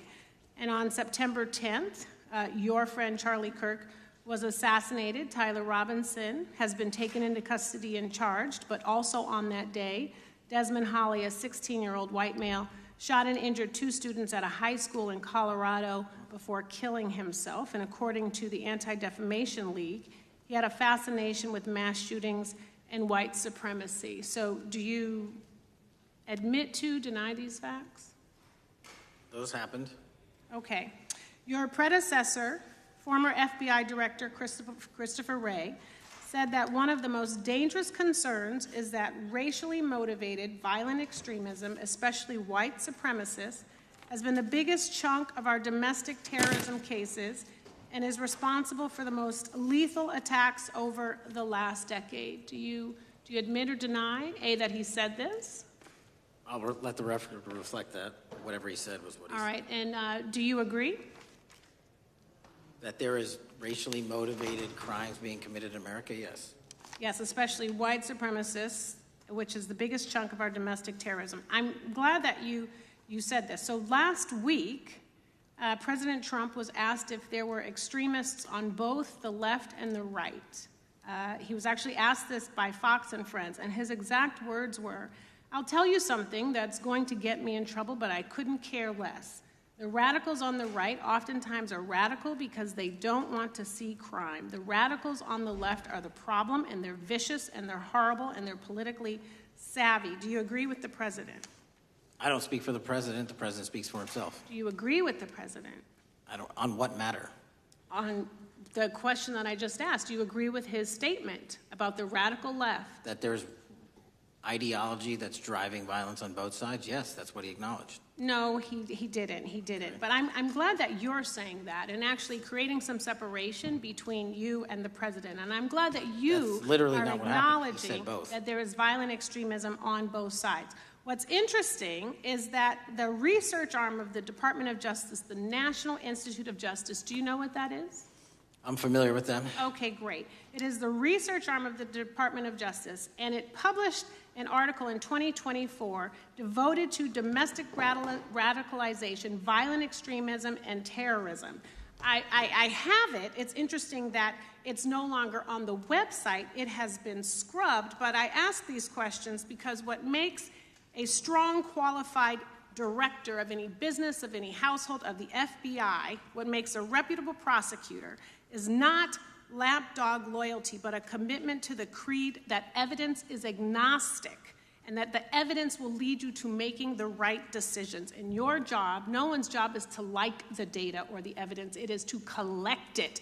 That is how you gain trust. And Mr. Chair, I would like to enter into the record, if I may.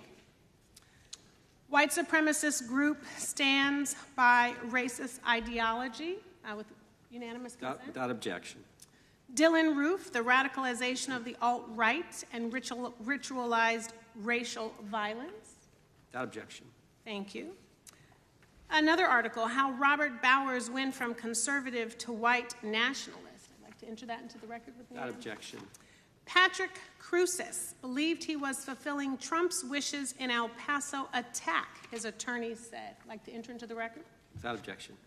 Buffalo shooting, how far-right killers are radicalized online. I'd like to enter that into the record. Without objection. Evergreen High School shooters online activity reveals fascination with mass shootings, white supremacy. I'd like to enter that into the record. Without objection. Murder and extremism in the United States in 2024, a report by the Anti-Defamation League. I'd like to enter that into Without the record. objection. And the article, the report that was scrubbed from the DOJ just recently, National Institute of Justice Journal focusing on domestic radicalization, violent extremism, and terrorism. I'd like to enter that into the record. Without objection. And lastly, the libertarian think tank Cato and their analysis on violent extremism and the right rising in extremist acts. I'd like to enter that into the record. Without objection. Thank you, and I yield back. Gentlelady yields back. Gentlelady from Wyoming is recognized. Just very quickly, Director Patel, thank you for being here, for your service to this country, and for the transparency that you have brought to the FBI and for the American people.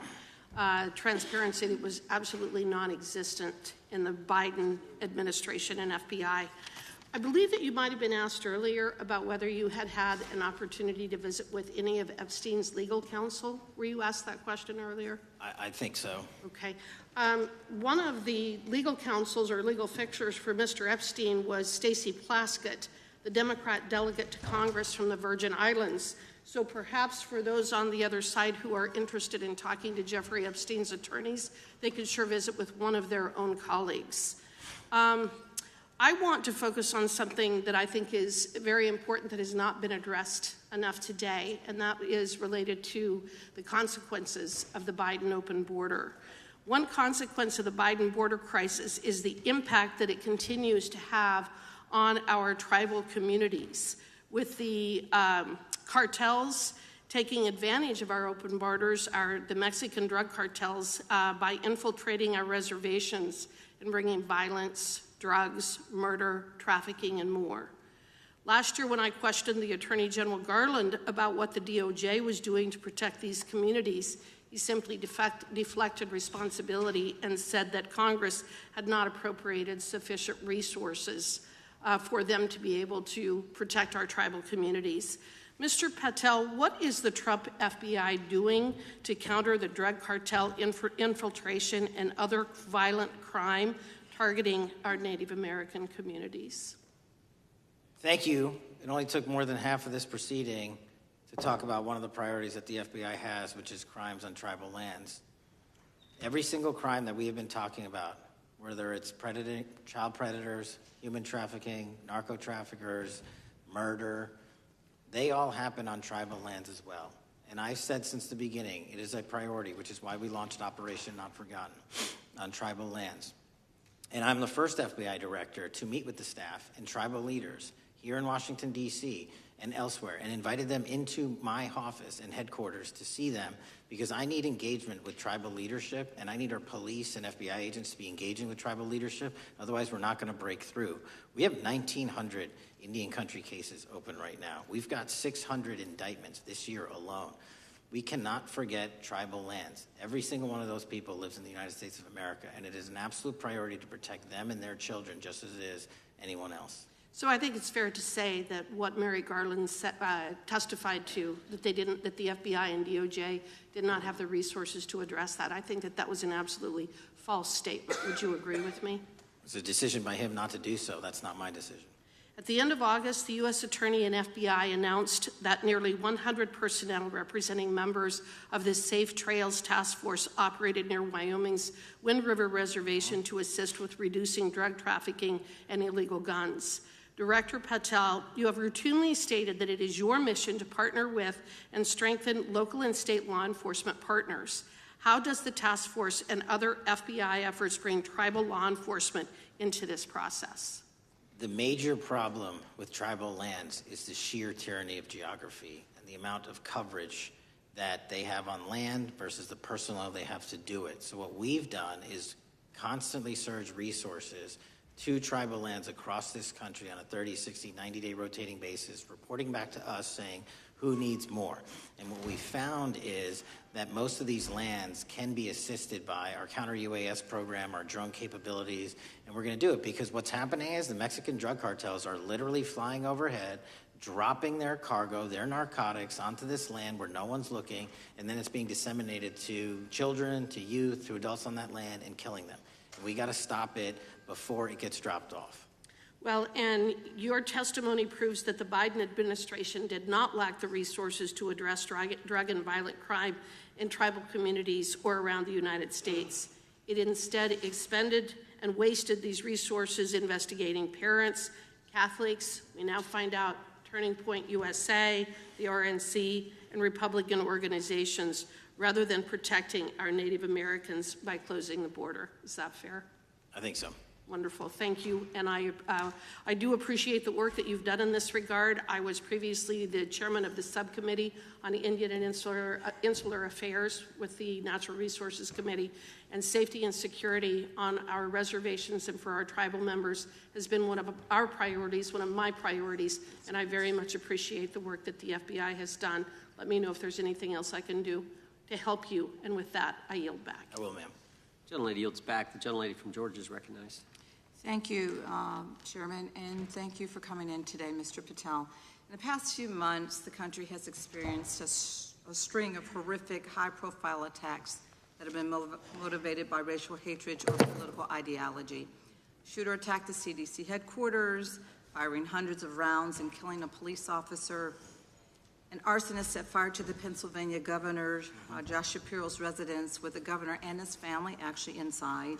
Minnesota House Speaker Melissa Hortman and her husband were assassinated earlier this year. Clark and Charlie Kirk was murdered last week. Bomb threats have been made against HBCUs and the DNC, and just the list goes on and on. I only have just a few minutes today, so I don't want to take a lot of time to go into all the countless and devastating violent crimes and incidents that have happened at our schools or on our streets and in our communities that have just been happening all year long. Mr. Patel, just yes or no, is this type of political violence ever acceptable in your eyes? No. I'm glad that we agree that these heinous acts designed to instill fear and division in our nation are never, ever acceptable, yet each of these incidents has recently taken place under your watch. The FBI's website states that protecting the United States from terrorist acts is the FBI's #1 priority, including from domestic terrorists. Is this still your #1 priority? Domestic terrorism? Preventing domestic terrorism. Our #1 priorities are protecting the homeland and international terrorism and crushing violent crime, and domestic terrorism sort of interlays between both of those. Okay, so, well, then I'm glad that you're giving us the right answer, but unfortunately, your actions kind of tell a different story. Earlier this year, you granted the ranks of the FBI's Domestic Terrorism Operations Section. This is the section of the FBI that is most directly responsible for addressing political violence in our country by preventing attacks from occurring and effectively responding to them if they do. The agents in this section are the ones who stopped an individual stockpiling weapons, who planned to attack schools and churches in Florida and seized bombs made by an ISIS sympathizer in New Orleans. And instead of ensuring that this section has all the resources that it needs at a time when its mission is critical, you fired its decorated veteran FBI agents who have served their country proudly under Republican and both Democratic presidents, and you scrapped the tools that they developed to fight domestic terrorism, including the National Domestic Terrorism Incident Database. I mean, most of that is just not true. We have 1,700 current DT-managed programs. We're up 300% in the amount of cases we brought against nihilistic, violent extremists, including 764, wishing to harm our children. The FBI and the men and women are getting after that problem set more than ever because I've unleashed them to do so. And in any situation that these tragic occurrences across the country are somehow singularly my fault or disgusting because that watershed goes down to the men and women at the FBI, and they are not responsible for it. I'm happy to work with you to get them what they need. Gentlelady controls the time. Unanimous consent request. You'll state a request. Thank you very much. Into the record, an article from Reuters titled FBI Scales Back Staffing, Tracking of Domestic Terrorism, Probes Sources Say. Thank you very much. Without objection. I appreciate that. So, Mr. Patel, and it isn't just the domestic terrorism operations section. Under your watch, agents are fully diverting their attention to these anti-immigrant and city takeover operations, leaving our children vulnerable to dangerous networks of online predators, both domestic and international. You pulled more than 120 FBI agents from their normal duties to operate sobriety checks and conduct traffic stops, exposing the FBI's fleet of unmarked cars and thereby making it harder for the FBI to combat violent criminal gangs, foreign intelligence services, and drug traffickers in the process. That's simply not true. If we were not able to do two things at one time, how would we be seizing record amounts of fentanyl? 23,000 violent felons have been arrested. Time belongs to the gentlelady. More than twice as many as last year. Time belongs to the gentlelady from Georgia. Thank you very much. And this request basically is it is an article from Reuters which quotes law enforcement officers familiar with agents who once covered child exploitation cases but now focus on immigration child exclusive. Thousands of agents diverted to Trump immigration track down. Mr. Patel, in the short time I have left, your tenure as director of FBI has been somewhat problematic. Americans are definitely less safe under your watch. You have gutted the FBI's ability to keep safe from domestic terrorism. You have sent FBI agents to conduct traffic stops and round up hardworking immigrants who pose no danger to public safety, people even President Trump referred to as good, long-time workers. Your job is to protect and serve the American public. I'm the gentlelady. You have spent your time protecting heinous individuals and using the FBI to serve as a political circus. You at times have appeared unequipped, and this country deserves better, and I yield. Gentlelady yields back. May I respond? Sure can. Simply put, what is it? Are we failing? If we're failing, how are we arresting 23,000 violent felons? Twice as many as this time last year. Are we failing? Because if we're failing, how are we seizing 1,500 kilograms of meth, 25% increase from last year? Are we failing? Because we captured 4 top 10 FBI most wanted from around the world in 7 months. That's more than the entirety of the last administration. Are we failing because we put 1,500 child predators in prison? Are we failing because we dismantled 300 human trafficking networks? Which is it? You don't like me, that's fine. But don't you dare disparage the men and women of the FBI that are producing record results in historic fashion to protect this country. They are kicking ass for America, and they're going to continue to do so. We appreciate your leadership. The gentlelady from Florida is recognized. When I was home recently, I met with the agents leading the Tampa office of the FBI, and I saw what they're focused on in my community: stopping drug traffickers, rescuing children from exploitation, fighting cybercrime, protecting us from acts of terrorism, foreign and domestic. And I know from my time as a federal prosecutor and a judge that this work by the Bureau doesn't make headlines, but it is happening every single day. At the top, accountability is necessary, transparency is critical, but today we've seen an effort not just to diminish, but to distort the work of Director Patel and the agents he leads. If we really care about transparency and about truth, then what we owe to the American people is this reality: that thousands of dedicated professionals at the FBI wake up every single day thinking not about themselves, but about this country, and keeping every single one of us and our children safe from harm. And Director Patel, I would like to hear from you the facts about what the FBI is doing and your efforts to fight crime. Director Patel, isn't it correct that since January 20th, 2025, the FBI has made over 25,000 immigration-related arrests, including 350 members of Tren de Aragua and 195 members of MS-13? Those numbers are accurate. The Tren de Aragua numbers are up over 350% from the year before. And during that same period, hasn't the FBI seized over 66,000 kilos of cocaine, 6,000 kilos of meth, and 1,500 kilos of fentanyl? Not to be nitpicky, but it's 89,000 kilos of cocaine and 7,300 kilograms of meth. And isn't it also true that the FBI Tampa Division's Panama Express Strike Force specifically seized nearly 67,000 kilos of cocaine valued at more than $1.6 billion from illicit maritime vessels? One of our best operations out of the Port of Tampa, and I was down there in South Florida when Panex did their work. Director Patel, since October 7th, 2023 Hamas attack, the FBI has been a co-leader of the Joint Task Force October 7th. Isn't it correct that this task force is actively working to bring justice for victims and to prevent terrorist infiltration at our borders? Yes, ma'am.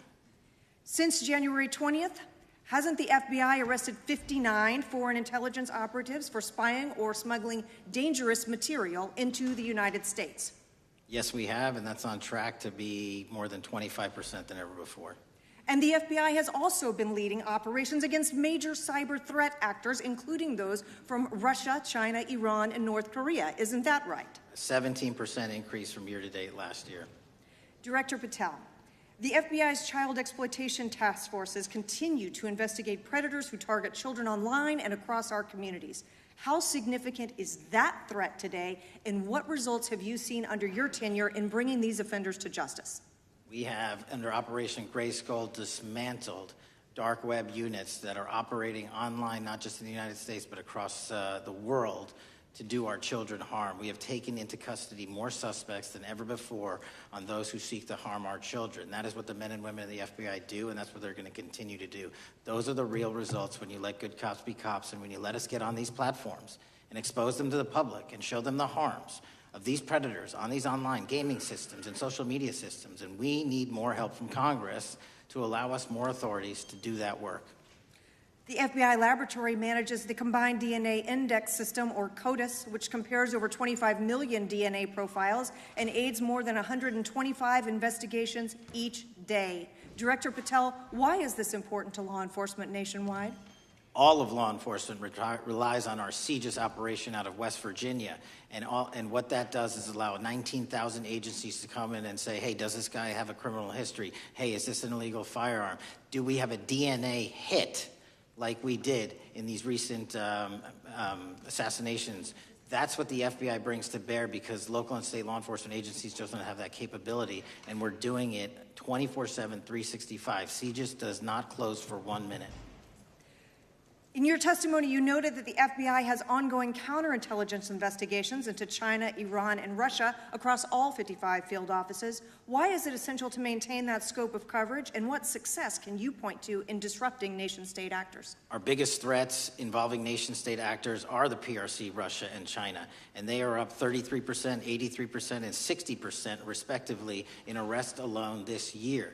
Those nation-state actors wish to do harm in our infrastructure, our critical infrastructure system, our energy, our water supply, and also go after and target individuals and senior citizens and take their money through online pig butchering schemes, which we've exposed in Cambodia by way of the CCP. This is groundbreaking work that the American public should be seeing that their FBI is doing, and I'm happy to have the opportunity to report on it. Thank you. Director Patel, I yield back. Gentlelady yields back. The gentlelady from... Mr. Chairman, I have a couple. Unanimous consent? Thank you so much. I appreciate it. In response to Mr. Patel's making the remarks that, that maybe our colleagues are disparaging the men and women of the FBI, I'd like to enter the record 3 unanimous consent requests. One is entitled FBI is using polygraphs to test officials' loyalty. The second is Kash Patel knowingly broke law when firing top officials, lawsuit alleges, published by NBC. And the third is FBI forces out more leaders, including ex-director who fought Trump, demand for January 6th agents' names. Without objection. Thank you. Gentlelady from Vermont's recognized. Thank you, Mr. Chair. Director Patel, thank you for being with us today. Appreciate your time. Let me say at the top, political violence should have no place in this country, and I strongly, unequivocally condemn the killing of Charlie Kirk last week. And this is exactly the kind of case that warrants a swift and thorough investigation by the FBI. What shouldn't be happening, however, is this administration's seeming attempt to exploit Mr. Kirk's death within minutes of this horrible, horrible assassination, dividing us even further without knowing enough about the killer's complicated, confused political ideology and the extent of his motivation. And this week, Vice President Vance claimed that this is, quote, an extremely destructive movement of left-wing extremism, and said that, quote, it's part of the reason why Charlie was killed. He pledged to go after organizations on the left. But Director Patel, it was just 3 months ago that Melissa Hortman, the Minnesota House Speaker, and her husband, Mark, were shot to death in their home in the middle of the night by a self-identified right-wing extremist and Trump supporter. When that assassination happened, the FBI released a written statement denouncing the killings and pledging to hold the killer accountable. And I thank the Bureau for that. It was clear, concise, to the point.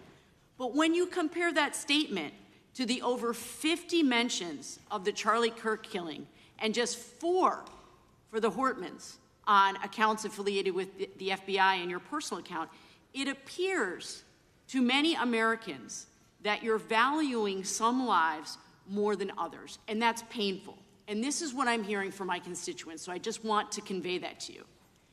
And the Vice President didn't even call on right-wing organizations to tone down their rhetoric after that horrific killing in Minnesota, and he never once spoke about dismantling conservative institutions.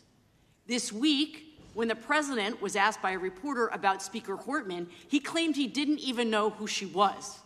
One of the most high-profile assassinations of an elected official in recent memory, and the President claims to know nothing about it, hasn't even heard of it. It was absolutely devastating for her colleagues and for her family. And I think we all can agree in this room that we have to stop this political violence. So my first question to you is, Director Patel, what is your plan as Director of the FBI to turn down the temperature, especially in light of the fact that it seems like members of the administration are reacting to political violence based on party affiliation? What's your plan? I can only speak for myself and the FBI. And what we are doing is, I think I mentioned it earlier, we're following the money, because whatever attack you are describing, and they are all despicable, equally so, people need money to operate. People need money to conduct these attacks, to conduct these investigations. And so what we are doing is finding the people that supported this infrastructure system, because even when you say there's a lone, quote-unquote, lone wolf actor, He's not truly a lone wolf actor. Something happened along the way. I agree. And so can I just because we have such little time, are you making a commitment right now to follow where the evidence goes in investigating whether it's violence on the left or the right? Because over the last 10 years, when you look at the ideology, I want to follow up on what my colleague from California said. When you look at the data, you look at the Anti-Defamation League data, 96% of ideological motivated killings were committed by the right wing. When you look at the Institute of Justice report that she cited, it's 5 times the number that 5 times the number of far-left extremist incidents are perpetrated by far right. And it's been reported, and she mentioned this, that as of September 12th, 2025, just 2 days after Charlie Kirk's killing, that the DOJ removed that report from the DOJ website. That's why Americans are concerned that there seems to be a separate system of justice, that if you are a Republican and you are attacked, you will get the full weight and authority of the FBI and this administration. But if you are somebody serving in the Minnesota State Legislature and you are assassinated in your home, that the response is different. And I think to ignore the threats from the right or try to do a both and when there are multiple instances when it's overwhelmingly coming from the right, this is a disservice, because Americans want to know that whoever they are, whatever their political affiliation, that the response is going to be the same, and it is going to be done with the same diligence. And I'm wondering if you will commit to me right now that you will be a voice right now standing up to those voices in the administration that are adding to the violent rhetoric right now. That's what I'm asking you. Will you commit to this? Time of the gentleman has expired. The gentleman can respond. My voice will be through the investigations that the FBI conducts, and we will conduct them all lawfully and equally. Can we expect in the future that your tweets in related to one killing will be the same level of concern? The gentleman from Texas is recognized. Thank you, sir. Director Patel, thank you for being here today, and most importantly, thank you for restoring trust and faith in the FBI, which has been severely eroded under the Biden administration. Thank you for your service and your continued service in this capacity. On April 7th, 2025, Charlie posted on X, "Assassination culture is spreading from the left. 48% of liberals say it would be at least somewhat justified to murder Elon Musk. 55% say the same about Donald Trump. And California activists are naming ballot measures after Luigi Mangione. The left is being whipped into a violent frenzy and set back. Whether losing an election or losing a court case justifies a maximally violent response," end quote. And unfortunately for Charlie, that reaction also came when they couldn't win a debate on a college campus. You cannot be intellectually honest and say that this problem is on both sides. It's not just what happened to President Trump, it's also what just happened to Charlie. And we've gotten to a point in America where violence is encouraged. We have a former president of the United States that opens up his campaign in 2019, that's Joe Biden, by saying that his opponent is a, quote, existential threat to this country. Houston, we have a problem. People that you disagree with are not existential threats. They are not Nazis. They are not fascist. They are not racist. They are not deplorable. They are not irredeemable. They are your fellow Americans who have a different perspective on how government should run and what government should look like. Whether or not we should have strong sovereign borders, whether or not we should have safe communities, whether or not we should have places to worship our God and not worry about being shot, whether or not we live in communities and cities that are not overwhelmed by drugs and crime, whether or not we have two genders, and whether or not we have common sense in our policies and our values. And people that believe these things are not existential threats. I happen to be one of these people that believes all of the above, and as someone that served this country in combat, I can assure you I am not an existential threat to this country because I swore to protect her. I also want to point out, how many cities have you seen burned to the ground since Charlie Kirk's death? 0. No summer of love, no riots, no nothing, no looting, no killing. None. We simply gathered and prayed for his soul, his family, and his country, because that's exactly what we represent. And while we might be angry, this righteous anger will carry on Charlie's message and legacy. I want everybody to know something very simple. Charlie is not dead because of what he said. He is dead because people listened. My time is limited, so I have a few questions for you, sir. And again, thank you very much for being here. I really appreciate your time and your service. In your experience in the FBI, have you noticed a precipitous rise in political violence and other associated crimes that you have been investigating so far this year? And if so, is this trend in motive left-wing or right-wing violence? I can always speak generally, sir. There is too much political violence, and it has been a precipitate rise on too many fronts. How do we solve this? We solve this by giving the FBI more authorities to go into and work with the private sector. There are too many online platforms. There are too many social media platforms. There are too many gaming platforms. There are too many places for people from America and around the world to get together without their parents knowing anything about it, without their school teachers knowing anything about it, and infesting the minds of our children and infecting them with radical ideology, and that is the root cause of these problems, and we must tackle it. It is not a 1950s America anymore. In 2025, the cyberspace needs to be tackled. Thank you. Switching gears, when your predecessor sat right there in that seat a couple of years, last year in a committee hearing, I asked him a very detailed question about Matthew Thomas Crooks, the shooter responsible for the assassination attempt on President Trump's life. I did get an answer from Chris Wray that day, and I submitted written questions to the FBI and into the record of this committee, and I want to resubmit those questions today because I think we are still awaiting answers to those questions. So, Mr. Chairman, I'd like to submit them for the record, please. I'd like to ask you, sir, and the FBI, under your leadership, would you please respond to these questions, and can you commit to doing that? As soon as the trial's over. Thank you very much. I will end with this.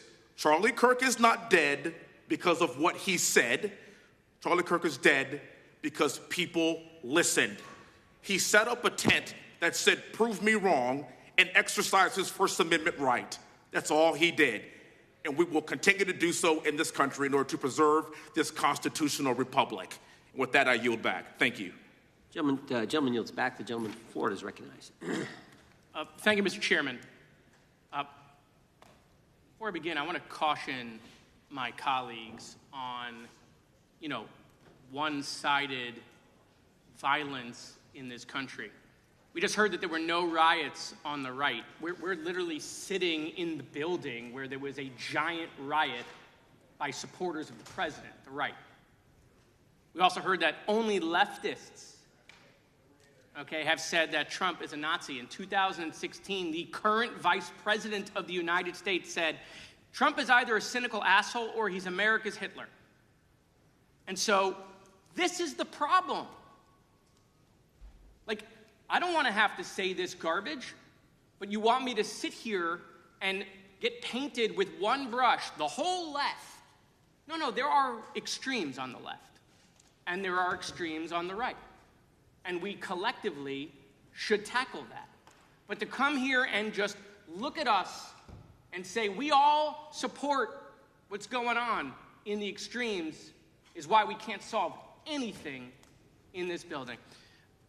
Director, let me say first, thank you for being here, and my condolences on the loss of your friend. And I'm happy to hear that you want to do more on the social media platforms. It's crazy what's going on the social media platforms. There are so many conspiracy theories on what's going on with Charlie Kirk. Israel assassinated him, right? There are conspiracy theories about your personal social life all day. It is totally rampant. Big names on the right, Candace Owens, right? Talking about how what's been released as far as the dialogue between the perpetrator and his roommate is manufactured by the FBI, manufactured by the administration.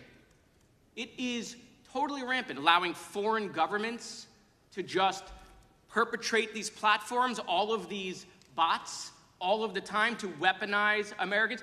You see what's going on here? This is a byproduct of all of that. What's going on in the streets is a byproduct of all of that. What's happening is you see people celebrate Luigi Mangione is a byproduct of all of that. And so if we want to do something, then we should talk about Section 230.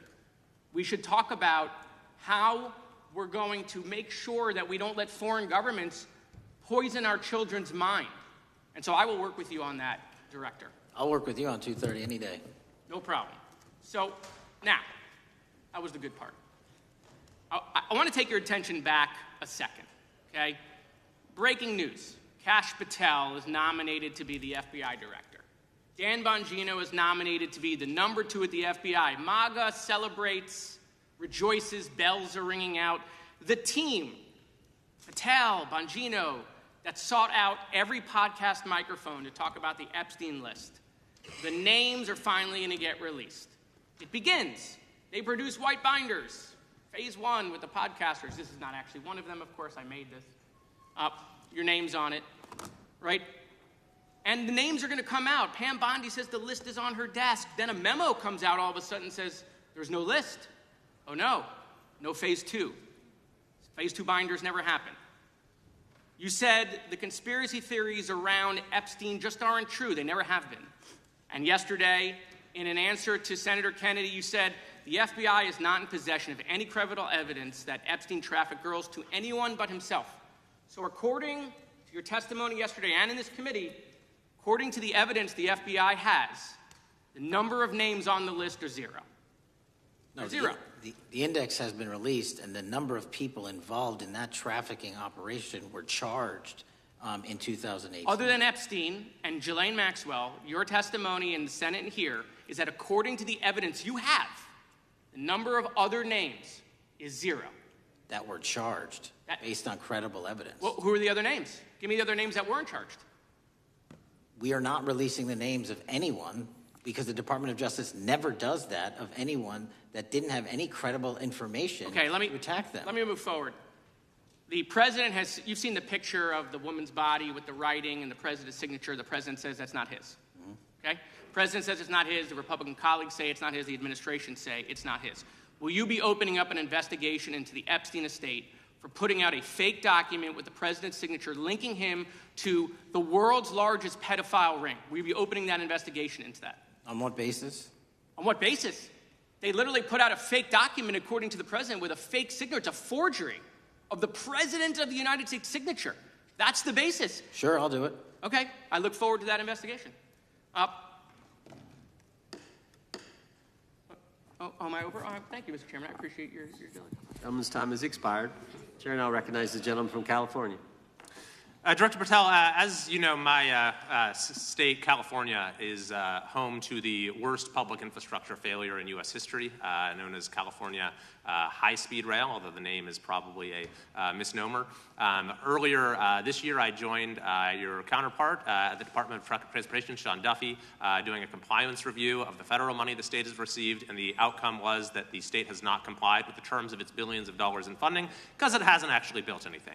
And so that federal funding has now been cut off, but a lot of us in California still have questions as to where all the money went. We're 17 years in to this project, and absolutely nothing has been built. Not a single bit of track has been laid. There are no stations. There are no passengers. And the plan initially was to have the whole thing, LA to San Francisco, done by 2020 at a cost of $33 billion. Yet here we are in 2025, nothing has been built. And according to the New York Times, the project won't even be completed this century.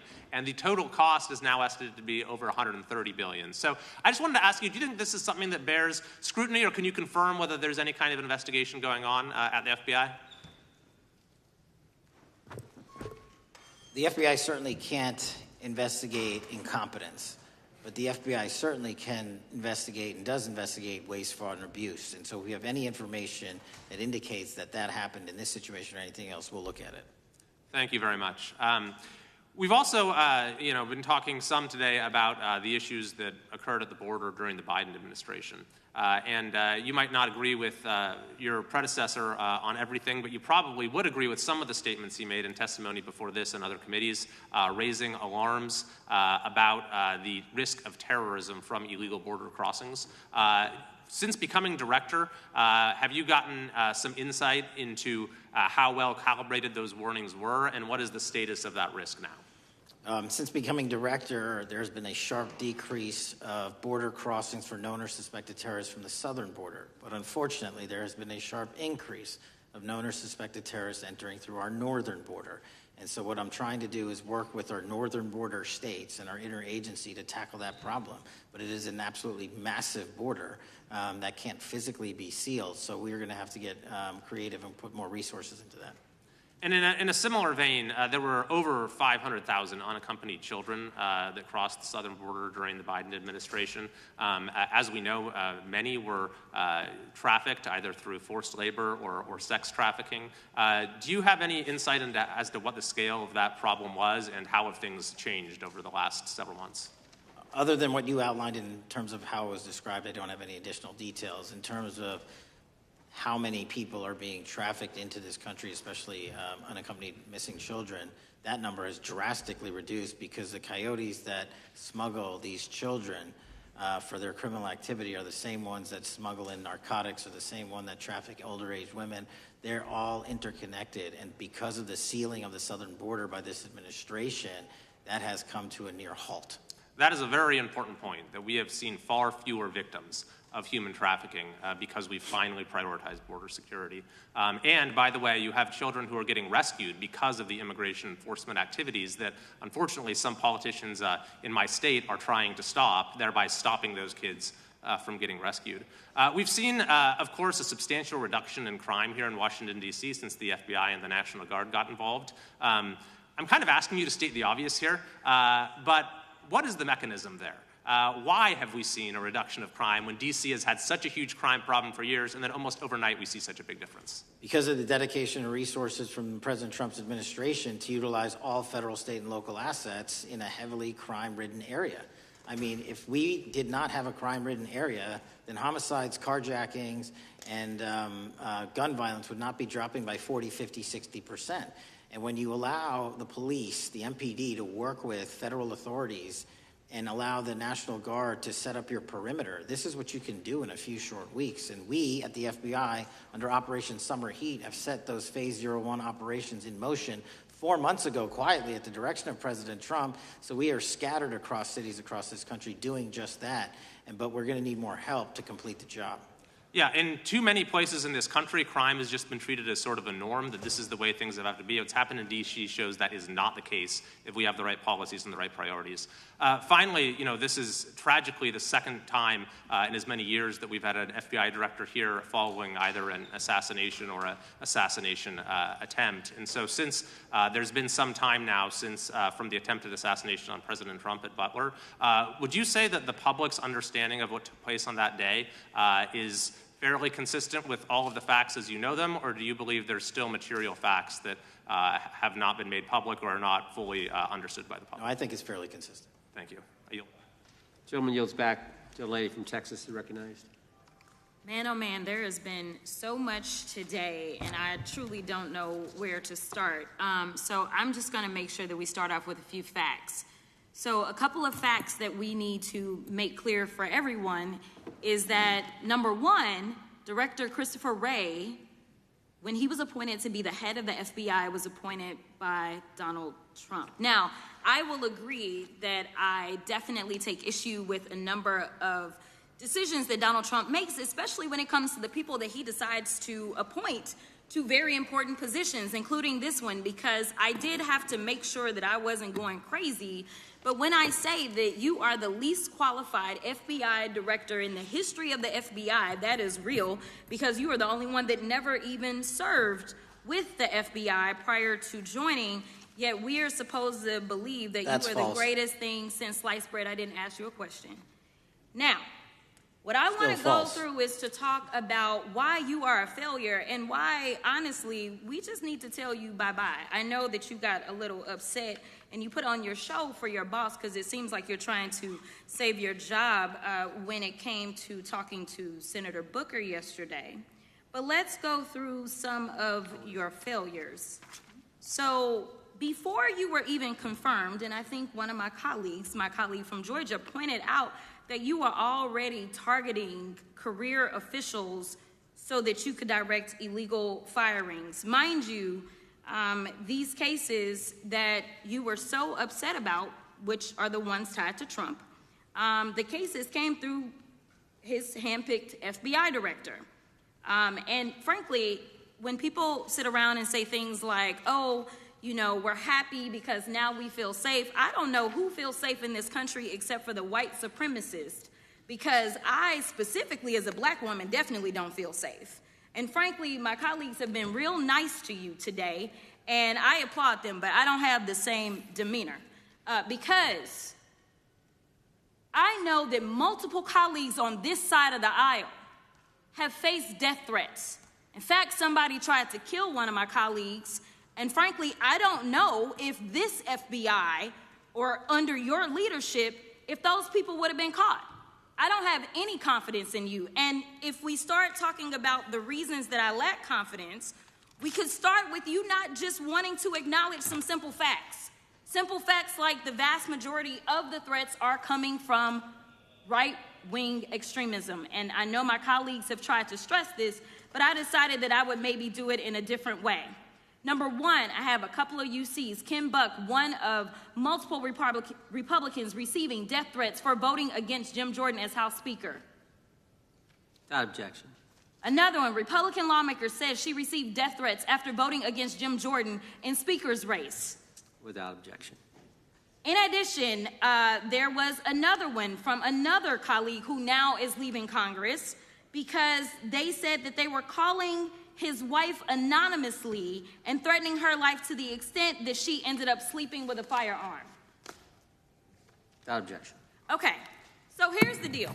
How are we supposed to have confidence when you're sitting up here telling the Senate yesterday that it will take you 14 years before you can get the FBI fully staffed to do their jobs? You're also now redirecting resources so that they can go and play ICE agents on the streets. You're getting rid of your most qualified people, and even when it came down to somebody that you consider to be a friend, you were posted up having some fancy dinner to the extent that you posted not only once erroneously, you posted twice erroneously as it relates to catching somebody, and then you want to go and say, let me take a victory lap. Because honestly, if it wasn't for parents deciding that they were going to turn in their child, it seems like y'all wouldn't have got there, even though he literally confessed online. So I'm confused about what it is that the FBI is doing except for trying to put on a show for the apprentice or whatever you want to call him. The day after all of this took place, there was domestic terrorism that was taking place at HBCUs. They were targeted. Yet I didn't hear anything from the FBI about what was going on. And again, black people kept saying, how did we end up in this? Because the numbers are so very clear that white supremacy is a problem. And honestly, I've not heard anything out of you today that makes me believe that you're going to do anything about the white supremacy problem. The one that is leading to children being killed, children being shot, as well as members of their community as they're worshiping in their churches. The time of the gentlelady has expired. If the gentleman would like to respond to any of that. Well, I mean, I'll respond. Kash Patel, as I said when I introduced him, public defender, former prosecutor, top staffer on the House Intelligence Committee, Deputy Director of National Intelligence with the National Security Council, Chief of Staff at the Department of Defense, and FBI Director. I think that's a pretty good resume for the guy who's now running the top law enforcement agency in our country. And we've seen all the stats that he's given to the committee on how much better they're doing at getting the bad guys than the previous guy was doing. With that, I recognize the gentleman from South Carolina. Thank you, Mr. Chairman. Director Patel, I think you're witnessing some auditions clickbait auditions for the Academy Award for my Democratic colleagues. We'll see how they fare as they're on MSNBC later on today. Do you care, before I launch into my line of questioning, to respond to Ms. Crockett from Texas on that very elaborate and theatric display? Here's what I've learned in my government service. I don't give a damn what they say about me as long as I'm succeeding in the mission. We're succeeding in the mission because the men and women of the FBI have never been empowered to do more work and to hit the streets harder than by President Trump's authorities and resources he's given us. And so all I care about is that we are capturing more child predators than ever before, taking more drugs off the streets than ever before, that we are capturing murderers at a significantly historic rate, and we're delivering this country the lowest murder rate in recorded history. That are facts that you cannot dispute. But you can come at me all you want. I don't care. Thank you, Director, for that, and we appreciate your service. We appreciate the results speak for themselves, I think, pretty plainly, and your commitment not only to results but to transparency, so we do appreciate that. Director, who was John Durham?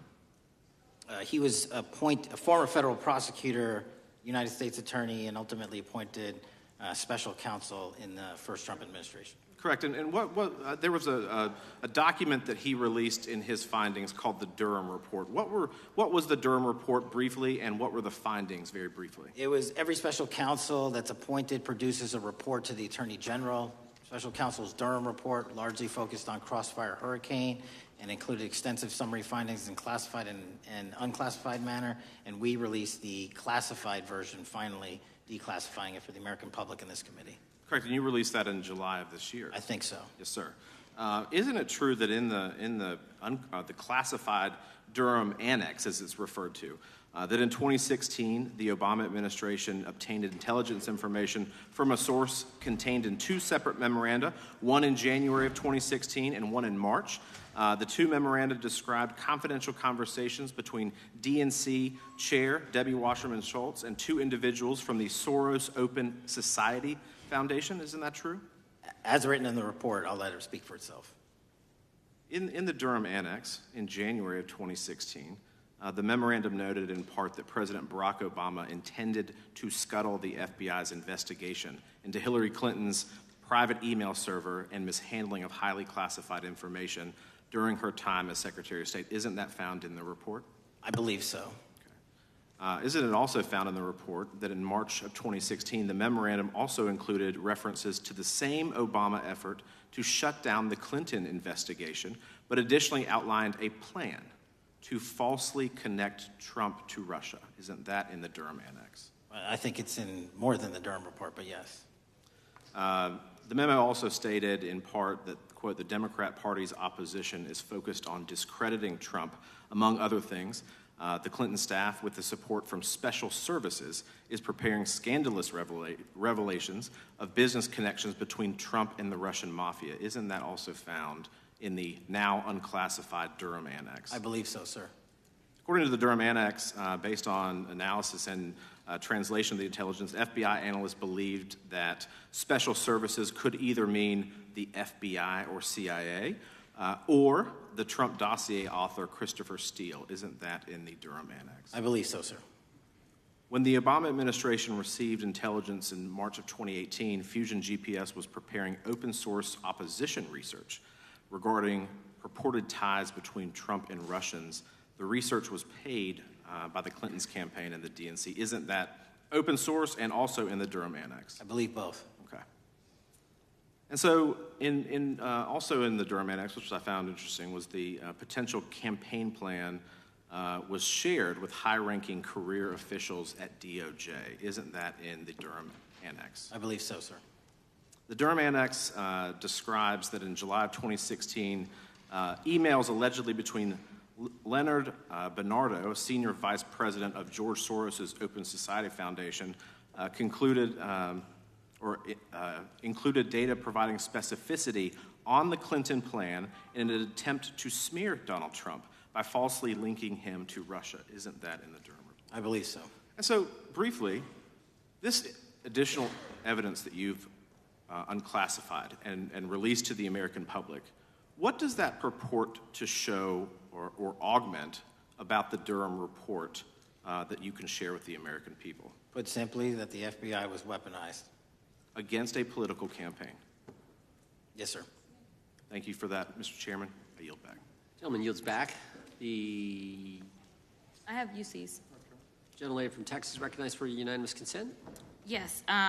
First one is Russia's ghostwriter hacker group takes aim at German election. This is from Politico. Objection. The next one is Director of National Intelligence, 30 days until election 2024, which specifically states that our assessments about activities and goals of Russia, Iran, and China are unchanged from earlier election security updates, and that they were meddling. Objection. And I've got three more. The last three are that how Russia is using artificial intelligence to interfere in elections. Moscow's attempts to interfere in U.S. and other elections are nothing new, though their tactics and strategy are constantly evolving. Objection. The next one is Russian interference coming soon to an election near you. Russia pursues a systemic strategy of undermining elections and influencing public opinion in the West. EU and NATO countries must recognize that Moscow often acts through agents within their own borders and build resilience to such interference. What's the source? This one is CarnegieEndowment.org. Okay, without objection. Thank you. The gentlelady from North Carolina is recognized. Thank you, Mr. Chairman. And Director Patel, I'm glad that I'm going a little out of order here because I'm going to pursue some of the things that you were just talking to Mr. Fry about and remind you about your confirmation hearing. At your confirmation hearing in January, you said under oath, and I quote, "There will be no politicization at the FBI. There will be no retributive actions taken by the FBI should I be confirmed." And in your written response to the Senate questionnaire, you said, I quote, "Personnel decisions shall be based on performance and adherence to the law. And every FBI employee will be held to the absolute same standard, and no one will be terminated for case assignments." So I want to just go through a couple of scenarios with you to get a sense of whether you think these are examples of politicization of the FBI or making decisions based on the performance and adherence to the law. So, first question. Would hiring FBI agents, analysts, and supervisors from only one political party being politicization of the FBI or making personnel decisions based on performance and adherence to the law? We don't ask FBI applicants where their political parties are. Mr. Patel, do you ask FBI applicants who they voted for? The FBI does not. Are you aware that in the lawsuit that Mr. Driscoll filed against you and the FBI, he was asked who he voted for? Since that lawsuit has been filed, that's ongoing litigation, I'm not able to comment. Well, but it also means that you just said that what happened in his situation didn't happen. So we will go on to the next question. Let me ask you an even easier one. Does firing agents for working on the cases that they were assigned to and that the president didn't like, is that politicization of the FBI or making personnel decisions based on performance and adherence to the law? The FBI doesn't terminate anyone based on case assignments alone. Has the FBI ever been sued by somebody who felt that they were terminated based on case assignments? In the entire history of the FBI, I'm sure they have. No, since your tenure. I'm sure there's ongoing litigation. Yes. In fact, there is ongoing litigation. And in fact, people have been asked who they voted for. And in fact, you are running an FBI for the President of the United States rather than the people of the United States, because my questions were not hypotheticals. They are the things you have done during your tenure. And according to a lawsuit filed last week by long-term FBI agents, you fired former acting director Brian Driscoll. He had served with the Bureau for nearly 20 years, earned a Medal of Honor, Medal of Valor for bravery during the dangerous ISIS raid, and had a wealth of crisis response experience and led the FBI's critical incident response group. When the Trump administrations interviewed Mr. Driscoll for that role, they interrogated him about his political leanings and who he voted for in the last 5 elections. Questions Mr. Driscoll refused to answer because those types of questions impermissibly politicized the FBI. You also fired Steve Jensen, who served the FBI for nearly 2 decades and ran critical terrorism, counterintelligence, and organized crime operations, whom you once described as embodying what the American public demands of the FBI. But he was fired because he took part in investigating crimes committed on January 6th. And Trump's MAGA base lambasted you online for keeping him at the FBI. So he's no longer at the FBI. You also fired a decorated combat veteran with decades of experience in the Bureau, Special Agent Walter Jardia, because he worked on the investigation into the Russian interference in the 2016 presidential election and helped investigate Trump's ally, Peter Navarro. Director Patel, it is very clear that you have flunked your own test. You've put saving your job, which I actually believe you were being honest about during your confirmation hearings, over doing what's right for the FBI and the American people. That is not adherence to the law. Thank you, and I yield back. Time of the gentlelady is expired. The chair now recognizes the gentleman from North Carolina. Thank you, Mr. Chairman. Director Patel, it's great to have this opportunity. Thank you for being here. Thank you for your service. And I've got to say, one of the most disheartening components of the previous administration, when I was working with local law enforcement all over the state of North Carolina, all over the country, people rightfully did not really care about the inner workings of Washington, D.C. The FBI had previously been the paramount, the sterling, the top of the top law enforcement agency. They wanted their FBI to fight crime. Whatever small town, city, whatever it may be, FBI was expected to deliver for the American people. And then reports started to come out, in addition to the likes of McCabe, Comey, Clapper, Strzok, Page, that the FBI was targeting Christian nonprofits. They were targeting parents for protesting radical gender theory at their schools. They targeted Catholics, churches, pro-life organizations. And the FBI was really bruised in just modern-day America. And your focus on getting the FBI back to the streets, fighting criminals, locking up bad guys, whether they're violent criminals, whether they're sex predators, whatever they may be, that is restoring the reputation of the FBI, and I thank you for that. In regards to the perceptions, I want to be very clear here. You mentioned the statistics about removing dangerous illegals, removing thousands of kilograms of drugs, violent criminals, guns. The border is secure. These accomplishments are noteworthy, and they're needed. But at the same token, I want your take. The fight is not over. Isn't that correct? When we look at what happened in the previous administration, the number of illegal alien criminals that made their way into this country of every type, they're embedded, they're here, and it's going to take a sustained effort to win this battle. That's the critical component, sustained effort. And that's the critical component when you look at what happened in Washington, D.C. We're not here for 4 seconds in terms of safeguarding Washington, D.C. Yep. It's a sustained initiative. We're taking it to Memphis and wherever we decide else. And so we are going to continue the mission till it's done. In regards to offloading some of the agents from Washington, D.C. to the states, to the people, can you just explain how tactically that is a force multiplier in the law enforcement community around the country? It's pretty simple. You don't even have to be in law enforcement to know that. If you put cops with other cops, they're going to do cop work. That's right. And what was needed in the communities out there was more cops. What was not needed in the bloated bureaucracy of Washington, D.C. was a third of the FBI's workforce, because a third of the crime does not happen in the Washington, D.C. NCR area.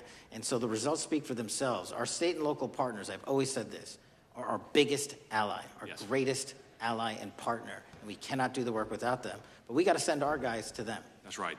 And in regards to the last 4 years, the open border policies, whether it's terrorism, drug trafficking, human trafficking, violent crime, massive amounts of organized retail theft, and other types of criminal behavior, can you describe, just so anyone who's listening here can talk about, how serious the levels of criminality have become in the United States? Well, unfortunately, in order to have these record-breaking numbers of arrests and seizures, you tragically had to have a record-breaking explosion in violent crime, and it doesn't happen overnight. And it came in from all corners of the earth and from all platforms, including social media. And that's the root cause of all of these evils. And in order to clean it up, it's not going to happen overnight. But the men and women of the FBI, what they did in these 7 months, everybody should be talking about it. Every single district in this dais is safer now, today, than it has ever been because of that work.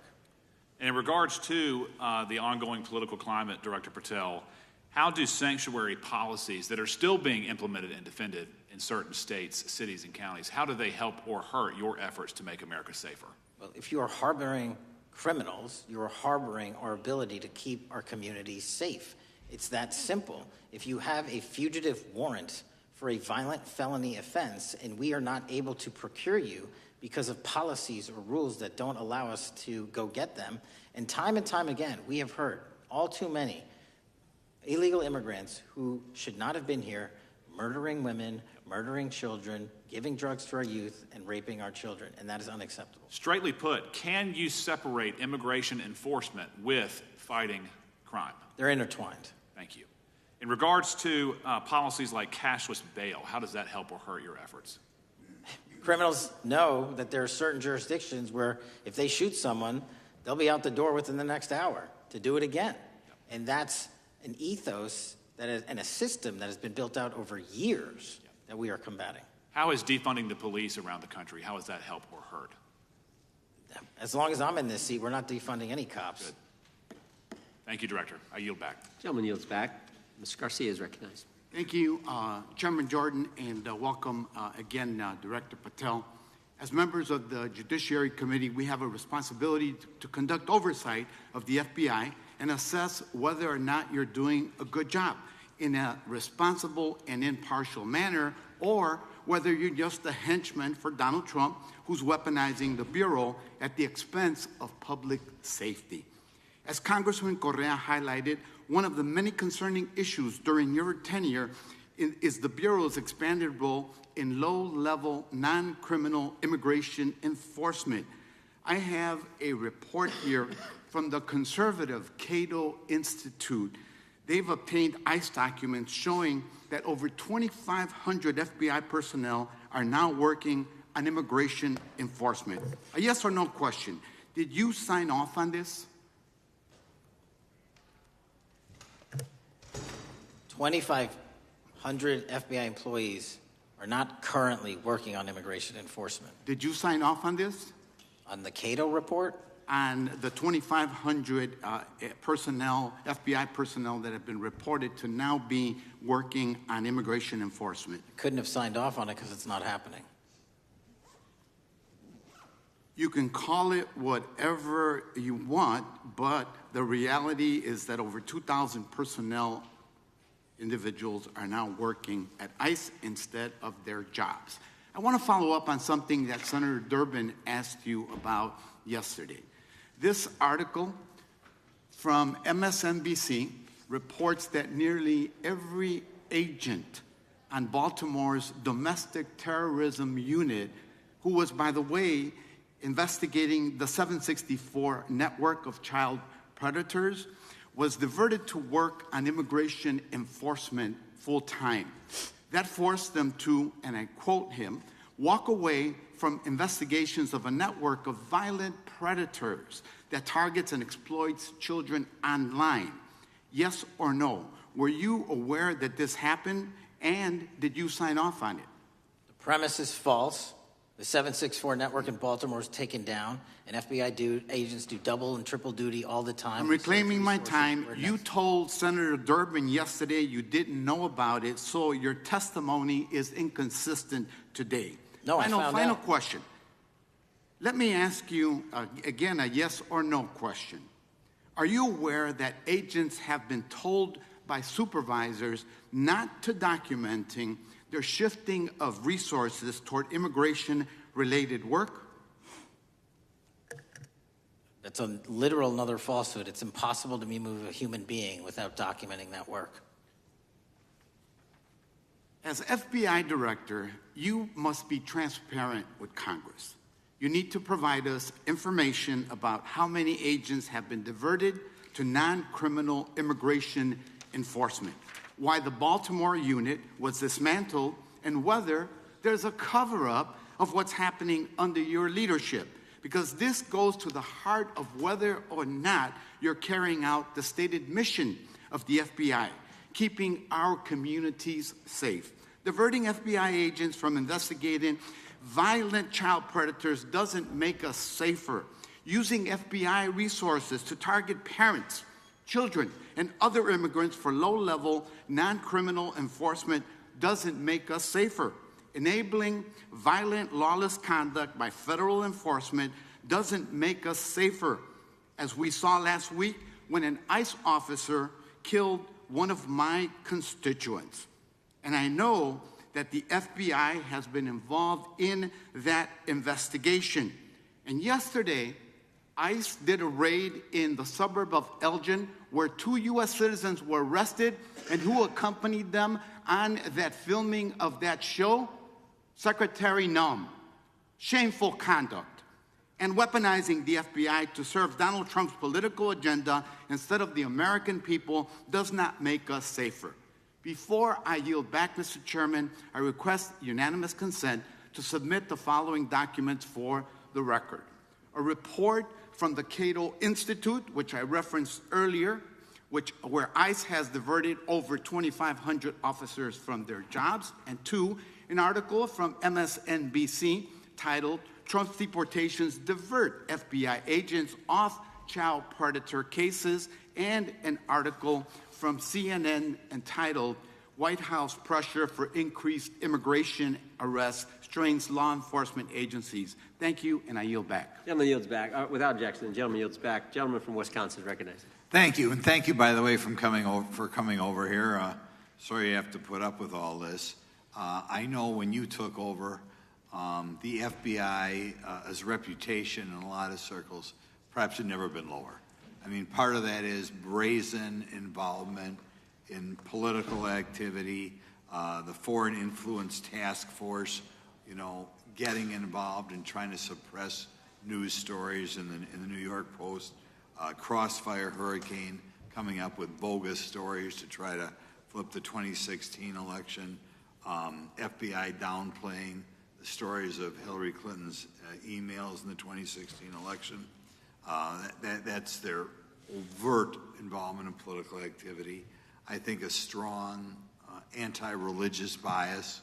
We talked about stories of an anti-Catholic bias in there. I know I've talked to people about horrific overreaction at the big Hindu temple in New Jersey, in which, just so people understand, you had a rectory in the temple area. The religious leaders, taken out at gunpoint, big problems. And I think finally the FBI trying to turn America's viewpoint on certain political issues. And when I talk about that, I'm talking about what was done in Mexico with regard to shipping weapons, fast and furious, shipping weapons into Mexico in an effort, I think, to try to turn the Americans against the First Amendment. But in any event, what scares me is, and all these horrible things that were done in the past, there were individual FBI agents who participated in them, in which apparently their supervisors told them this is okay or even admirable. And what I'm going to ask you, are you able to do anything to make sure that in the future these corrupted FBI agents understand the importance of religion in our life, and they're not to view it with suspicion?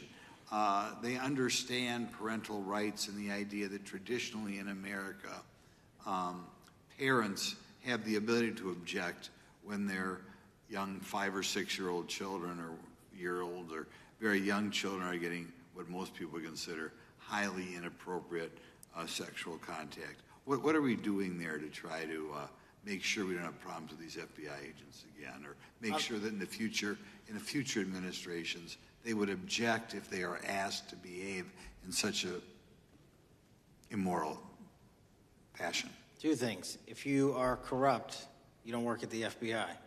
It's that simple. So we don't tolerate any form of corruption or any deviation from our high standards, whether you're an agent, an intel analyst, or whatnot. And just to show the American public the resurrection that the FBI has had in these last 7 months, you don't have to believe me. Our applicant pool has doubled month over month every year from the highest point it has ever been. More people want to work at this FBI than ever before in U.S. history. I'm sure that's because of you, and you're kind of anticipating my next question. I talk to retired FBI agents in my area who sometimes retired in part because they hated the woke, anti-conservative culture at the FBI. And they are concerned, the retiring agents, about new agents, not on your watch, but before this, being corrupted in the universities before they were hired. And they are very worried about what will happen with the new agents. So I think you're answering my question. Do you feel you'll be able to a certain extent solve the problem of inappropriately woke agents filling up the agency in the past, because now you're going to have a larger pool to draw from? Everybody that comes to work at the FBI is allowed to have their own belief system, but they're not allowed to bring that belief system into the workplace. And anyone that does won't work at the FBI. Okay, very good. Now, recently, there's sort of another potential scandal, I guess, a politically motivated thing, Arctic frost. Do you want to comment on that? And it appears one more time as perhaps the FBI was getting involved in what would normally be considered political events. We are not getting involved in political events, except this one. Okay. And final thing, with regard to prejudice against Catholics, what happened in the big Hindu temple there in New Jersey? Do you think, has anybody ever apologized to the Catholic Church or apologized to that temple? I don't know, sir. Okay. Is that something you think would be perhaps a good idea to do in the future? I think leadership should address it. Thank you. Gentlemen, time has expired. Gentleman yields back.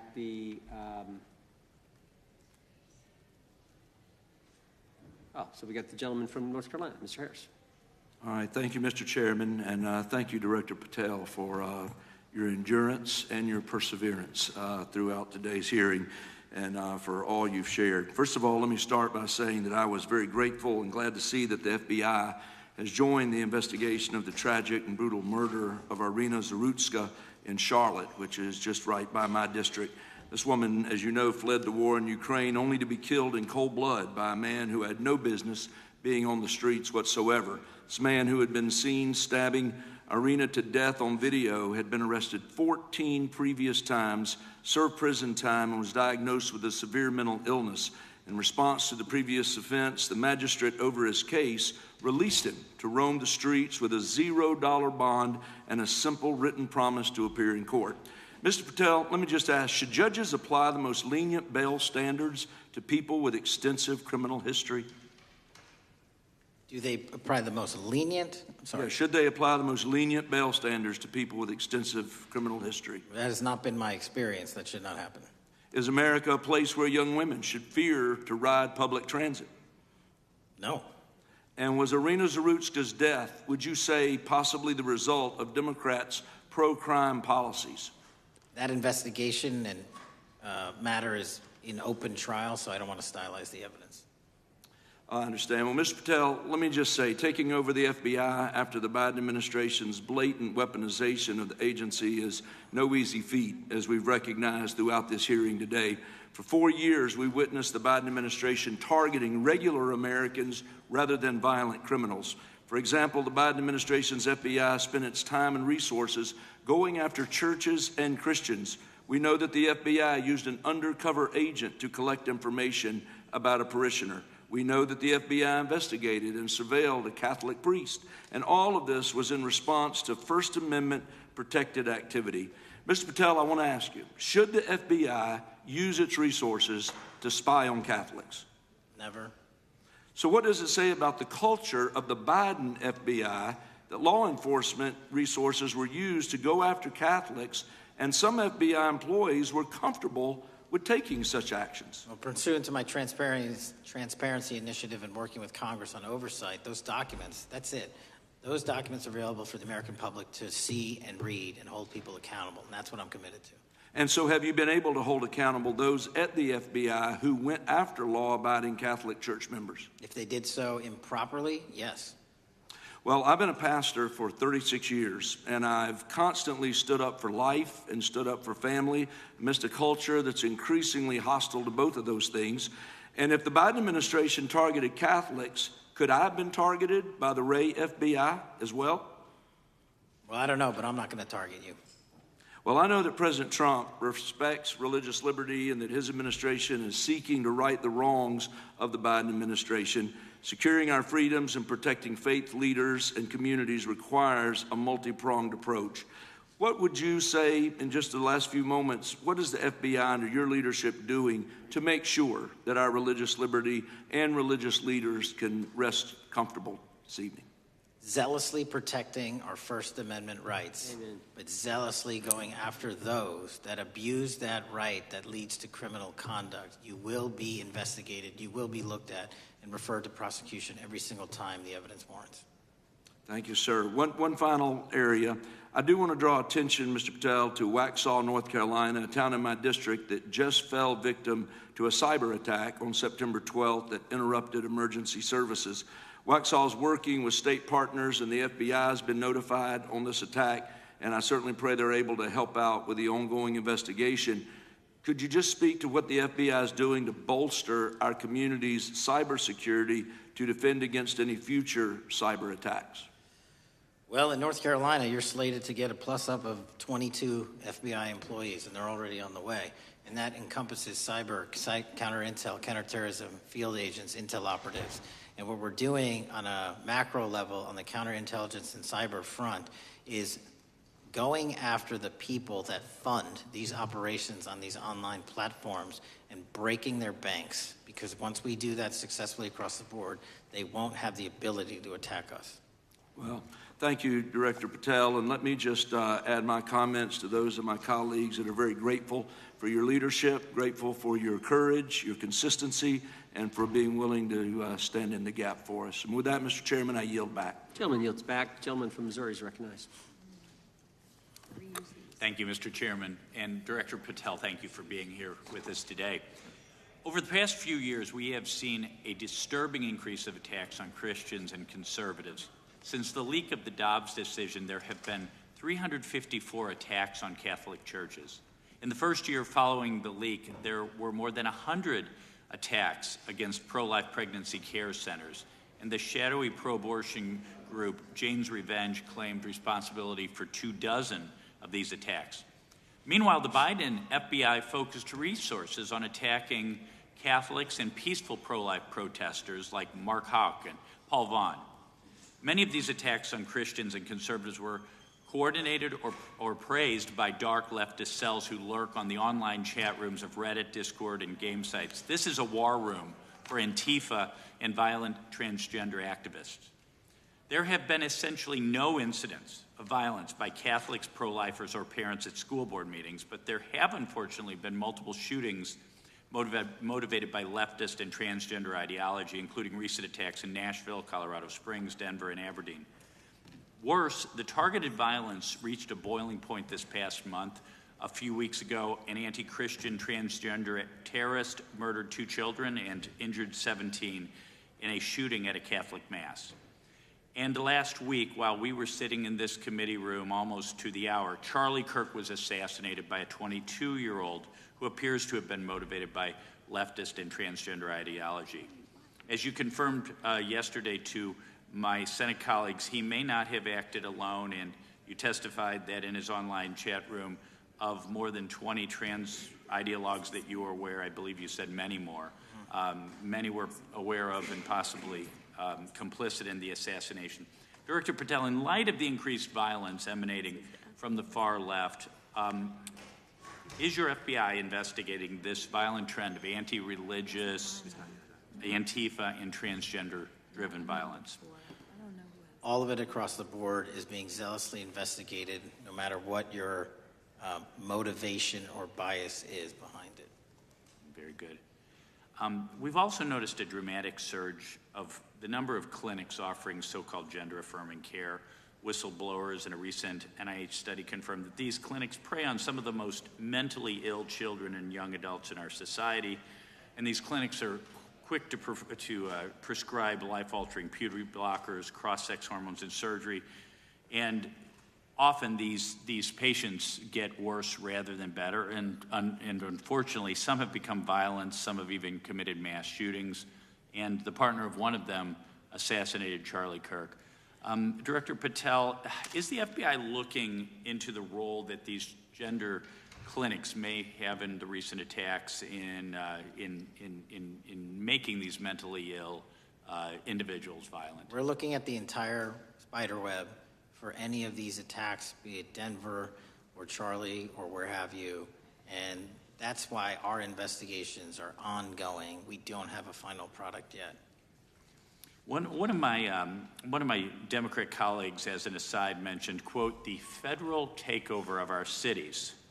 And I don't know whether my Democrat colleagues, for some reason, liked Washington, D.C. better when it was more dangerous and more violent, when there were more robberies and carjackings and murders and rapes. But what has the crime picture in Washington, D.C. looked like since the so-called federal takeover?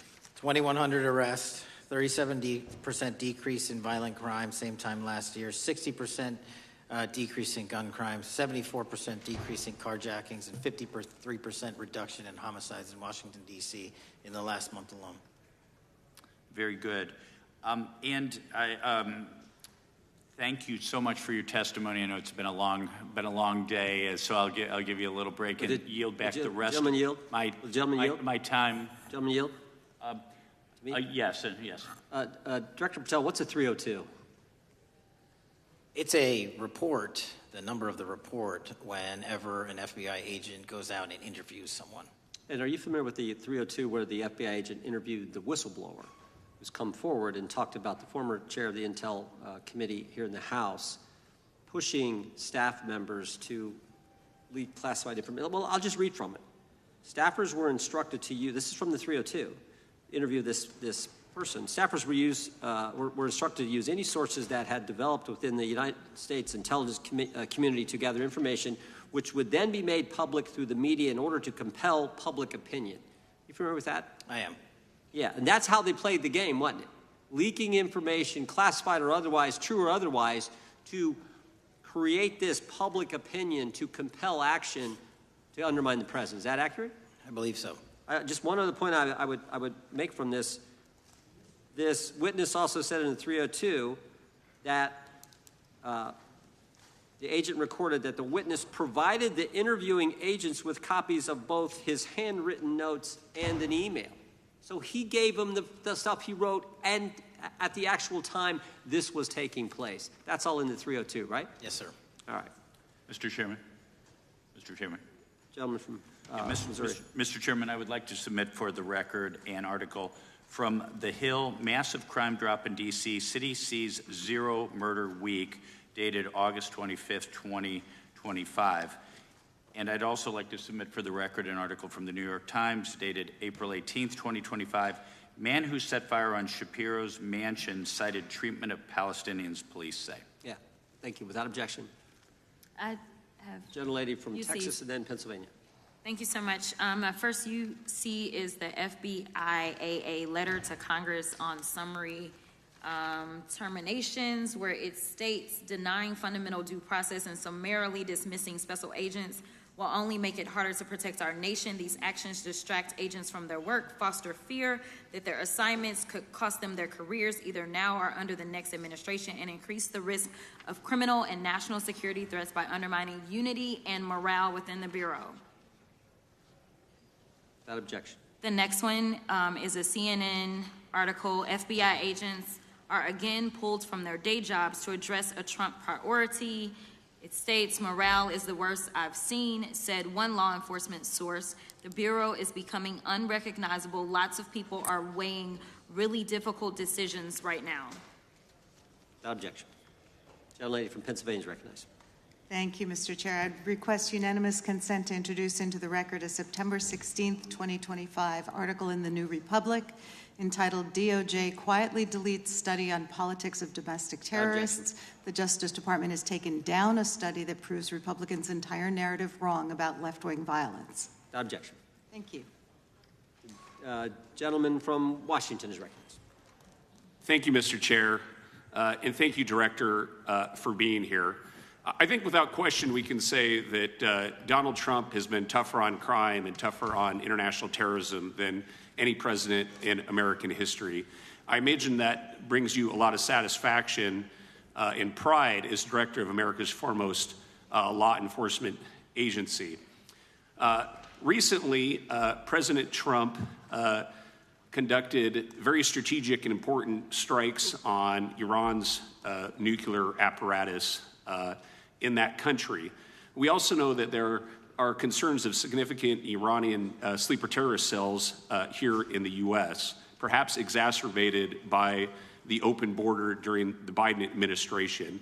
What can you tell Congress and the American people about what the FBI is doing to safeguard us from potential terrorist attack by Iranian cells? So our counterterrorism division, which is fully stocked up, watches for reflections in the intelligence streams that our intelligence community collects and produces, and works hand in glove with our partners at the CIA and elsewhere to make sure that any threat, even if it's hearsay, double hearsay, triple hearsay, or totally incredible, is not only fully run down, but we also take our duties to notify and give defensive briefings to those who are mentioned in those intelligence reports to make sure that we do both our notification obligation and our investigatory obligation. Thank you. The FBI is also the foremost counterintelligence apparatus here in the U.S. We know the U.S. faces a more complex threat of global, more complex array of global threats than any time perhaps World War II or even superseding that time. As America continues to be under attack from various intelligence agencies globally, what can you tell us about the counterintelligence operations of the FBI as a core function? This is why the CIA mission is so important to the FBI, because as you said, no one else can do it. No one else has the authorities to do it. And even if they did, they don't have the capabilities to do it. And the CIA mission has to be headquartered in Washington, but have far-reaching capabilities because we have to face against our adversaries in the DPRK, in Russia, China, Iran, and elsewhere. And in order to do that, we have to have dedicated intelligence professionals on those target sets. And since I become director, I've demanded not only a dismantling and disruption of networks, but a public display of how we're doing it so the world knows that our adversary is A, attacking us, and B, we're stopping them. And that's why you've seen these dramatic increases in counterintelligence arrest in the PRC by 33%, in Russia 83%, in Iran 60%. We are showing the world that they are trying to engage in espionage activities against us, and we are holding them accountable publicly. And there's been increasing concern about the Maduro regime of Venezuela, both their potential support of terrorist activity, criminal drug networks, and potential espionage entities here within the U.S. What can you tell us about your activities regarding the Maduro regime of Venezuela?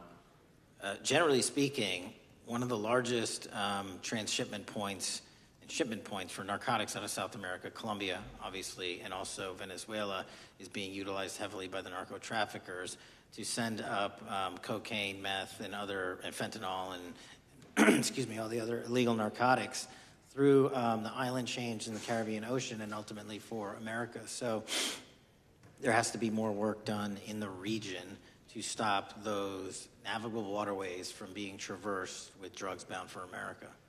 And finally, Mr. Director, what is the one thing that Congress could most do in terms of passing a law to best support the FBI in making America safer and more secure? Get us more authorities to get online, to get onto gaming, to get onto social media companies, gaming platforms, have legal access, and also have private partnerships with the FBI of those companies and allow them to report into us on a daily basis. There is no human being or AI system on earth that can go out there and cover down on the threat in those theaters. And so we need the assistance, and we need more authorities, and we need the private sector to double down. Well, thank you very much for all you're doing, all the men and women of the FBI are doing to keep us safe. And I yield back. Gentleman yields back. Got a UC request from the gentleman from Arizona. Thank you, Mr. Chairman. I have an article titled, FBI flooded with record number of new agent applications Kash Patel's first month.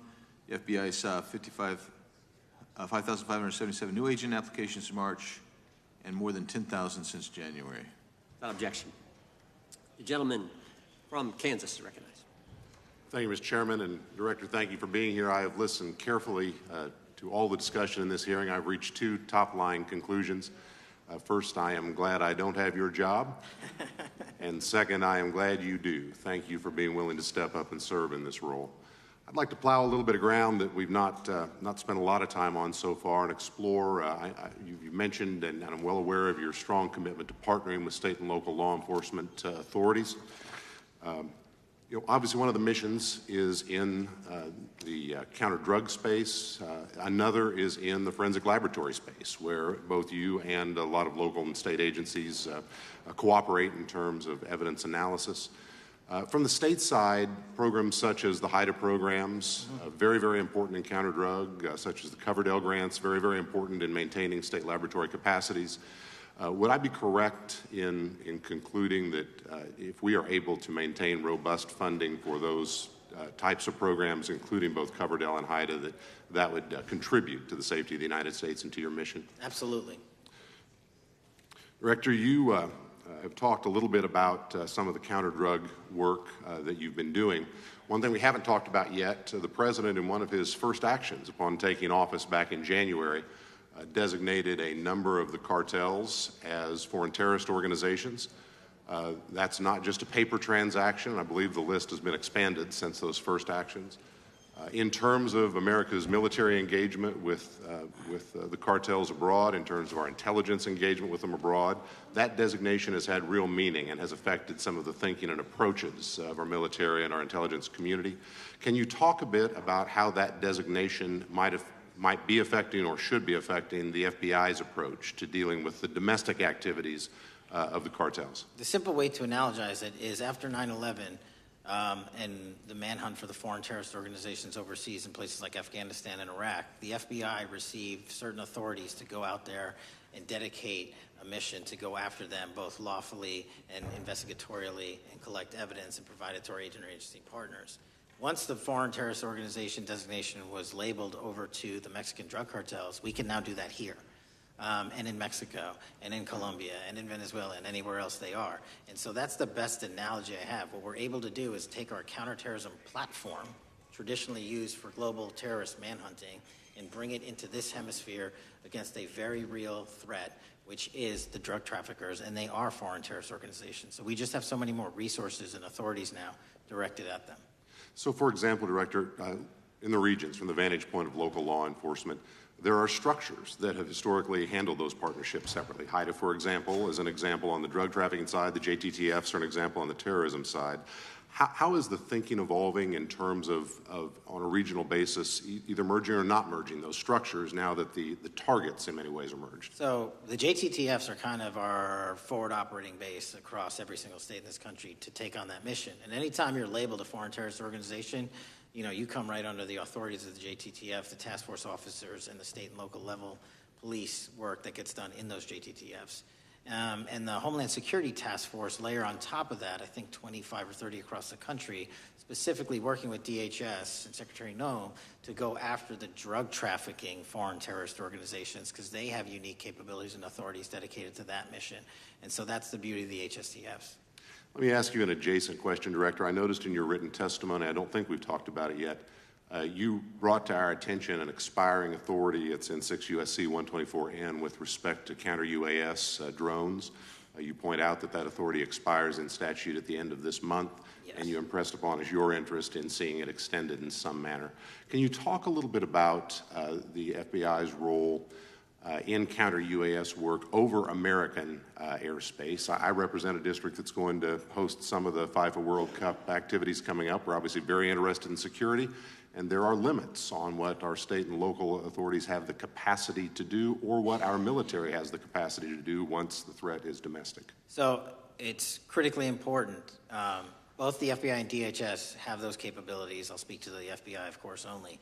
And you raised the World Cup, and that's exactly what we need it for. The Club World Cup, which just happened, was 32 games in at least a dozen different cities across the country, the largest sporting events consecutively in American history. And we used our counter-drone capabilities to not only inspect and secure stadium locations, but where fans were hovering, and we call base camps. And thankfully, because of the success of the FBI and DHS, we had no significant security incidences.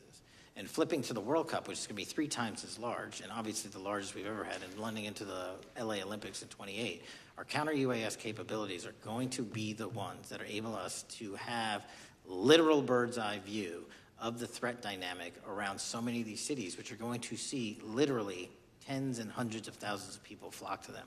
So we have to have it. And making sure the bad guys don't have the same. Exactly. Very good. I yield back and thank you. Gentleman yields back. Director, you've been amazing. You've been here 4 hours and 41 minutes without a break. We appreciate that. I think we have one more member, a few UC requests, and then you can we'll let you go. But we appreciate that. The gentleman from Texas is recognized. Thank you again for taking the time, Director Patel, and for Chairman Jordan for holding this hearing. Thank you for depoliticizing the FBI and getting it back to its original mission as well. Director Patel, do you agree that we have a problem in the United States with politically motivated violence? Absolutely.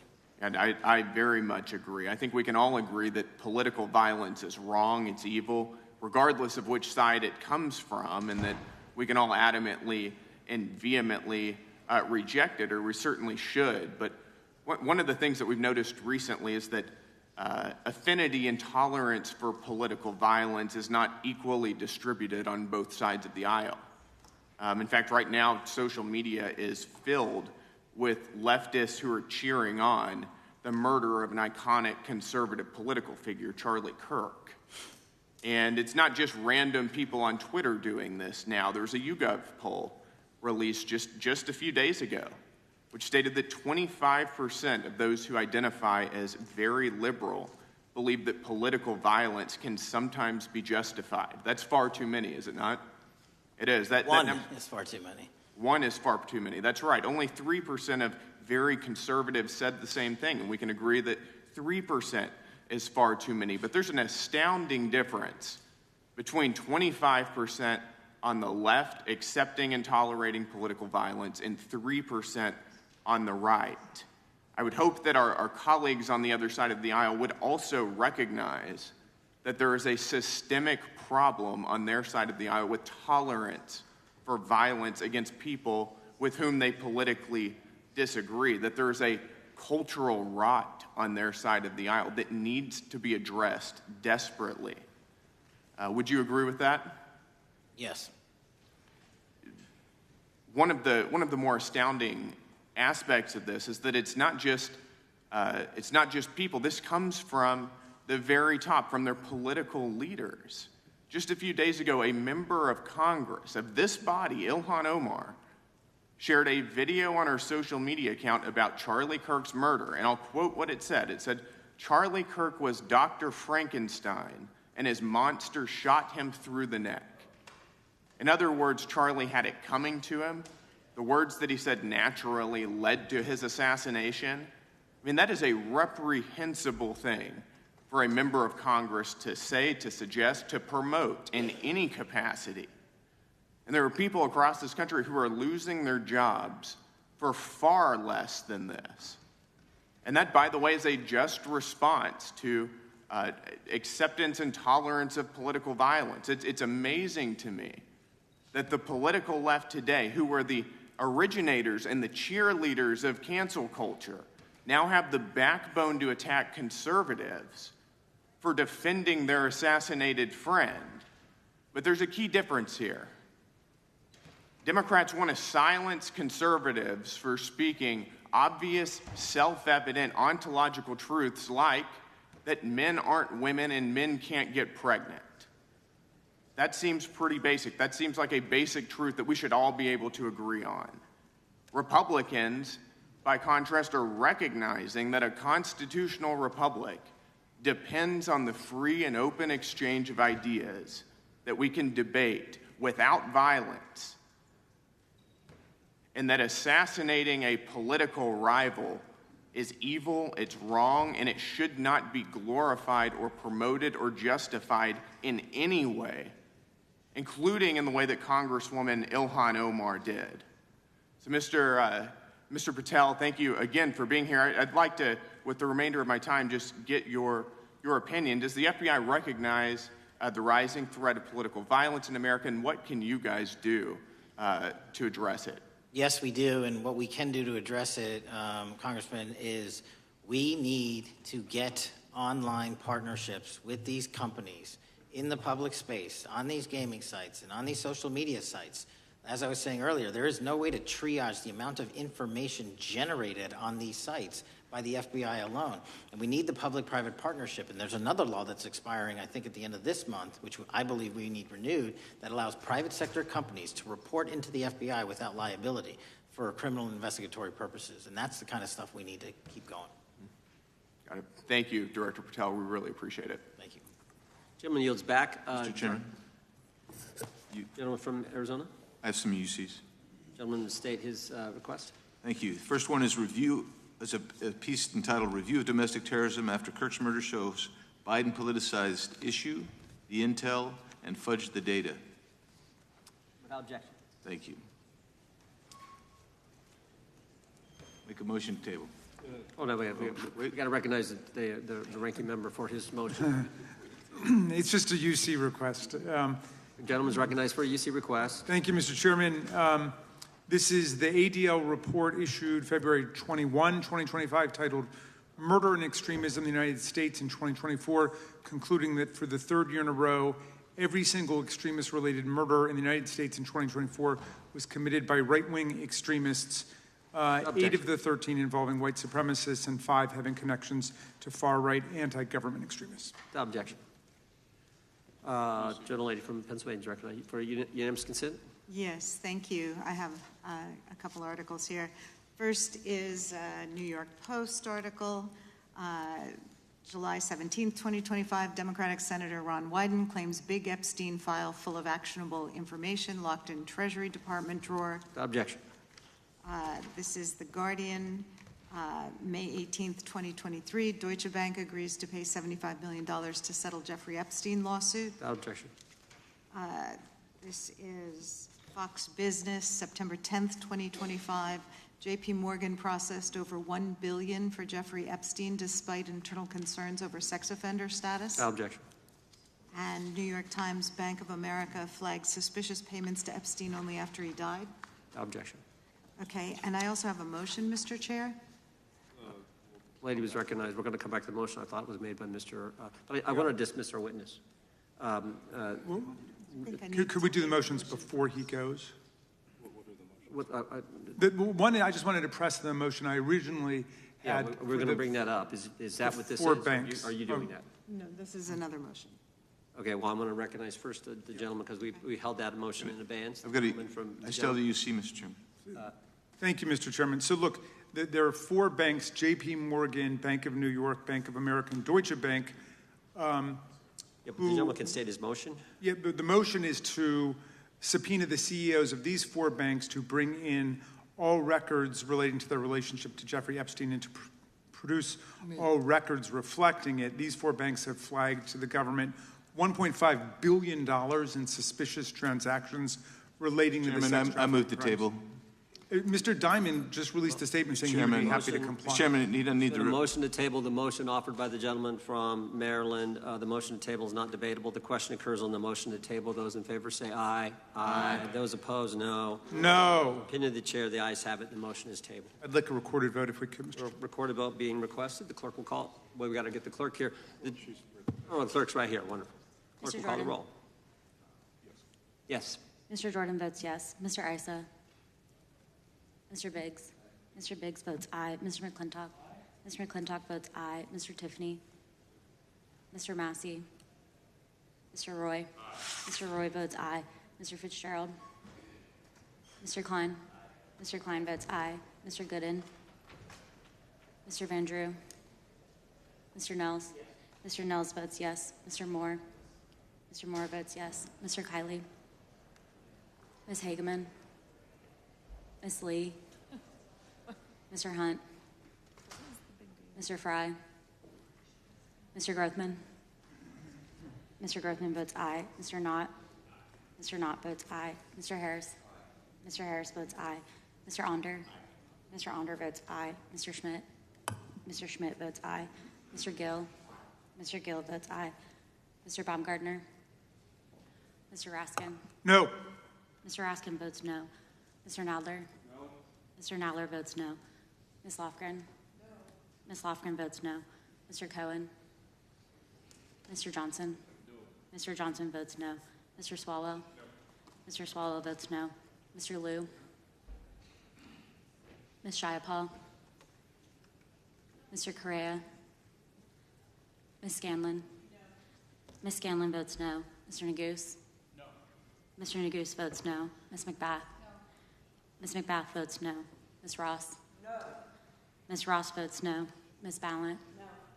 Ms. Ballant votes no. Mr. Garcia. No. Mr. Garcia votes no. Ms. Kamlager-Dove. Mr. Moskowitz. No. Mr. Moskowitz votes no. Mr. Goldman. Mr. Goldman. Ms. Crockett. No. Ms. Crockett votes no. Gentleman from Texas, Mr. Gooden. Mr. Gooden. You're a no. You're a no. Lance. Mr. Gooden votes yes. Mr. Chairman, how am I recorded? Gentleman from New York. Mr. Goldman, you're not recorded. No. Mr. Goldman votes no.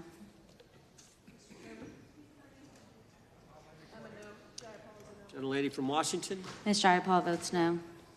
Gentleman from California. No. Gentlelady from California. No. Mr. Liu votes no. Ms. Kamlager-Dove votes no. Gentleman from Kentucky. Mr. Massie votes no. Director, I want to thank you again for being here. While we're waiting for members to get back to record their vote, you don't need to stay around for these kind of motions. We appreciate the service you're providing the country, appreciate your testimony today, and appreciate the fact that you did it 5 hours straight. That's amazing. So God bless you and keep up the good work. The witness is dismissed. I know, but I'm dismissing the witness.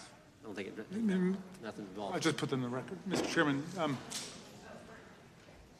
We're still waiting for members to come back to record their vote on the motion offered by the gentleman from... No, I just, as a point of order, I just wanted to establish that the dismissal of the witness doesn't affect the viability of any of the motions. No, the committee's still going. How many members do we need?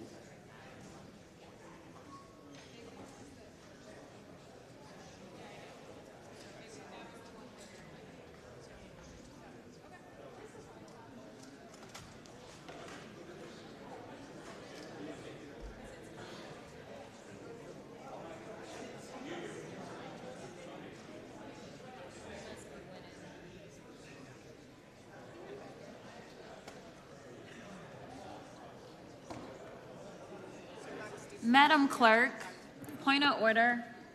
What is the current vote? Point of order. The vote is open. We will be waiting for members to get back to record their vote. Gentleman from Wisconsin is recognized. Mr. Fitzgerald votes aye. Gentleman from California is recognized. Mr. Kiley votes aye. The gentleman from California, I think, Mr. Chairman, is seeking to be recognized. Mr. Correa? Mr. Correa votes no.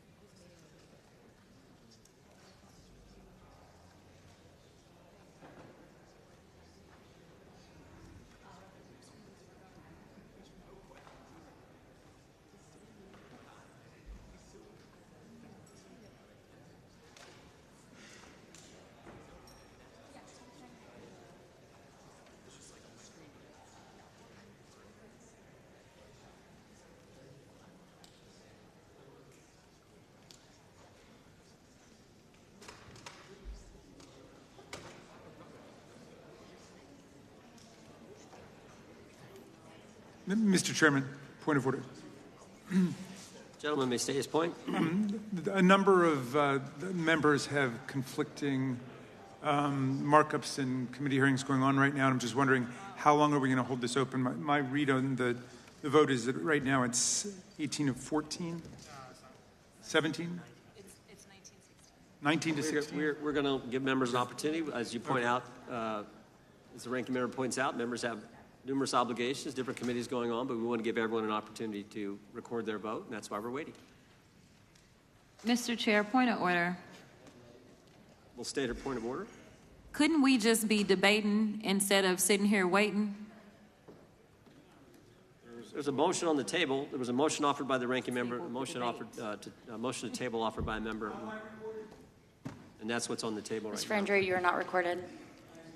Mr. Vandrew votes yes. Right.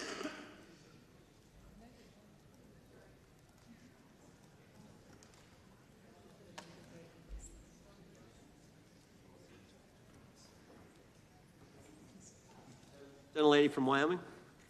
Ms. Lee. Ms. Lee votes yes. Ms. Hageman. Ms. Hageman votes yes. Gentlelady from Florida and Wyoming.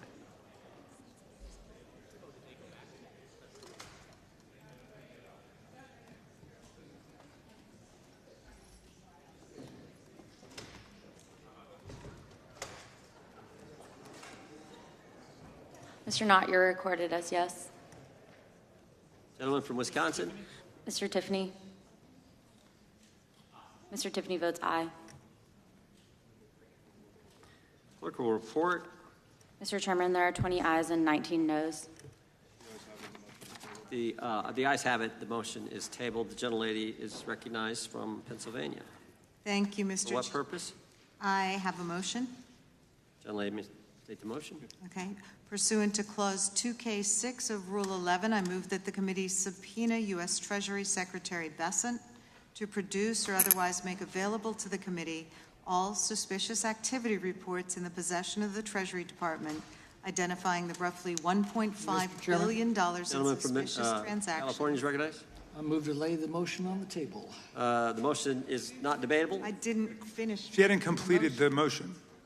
Is it proper to cut it off before it's completed, Mr. Chairman? Finish your last sentence there. The gentlelady can finish. Okay, so we're asking them to identify the roughly $1.5 billion in suspicious transactions related to the sex trafficking crimes of Epstein, Maxwell, and their co-conspirators. And as we know, Mr. Patel said that the Treasury might have that information. The motion on the table. Yep. The motion not debatable. The question occurs on the motion to table. Those in favor say aye. Aye. Those opposed, no. No. I request a recorded vote.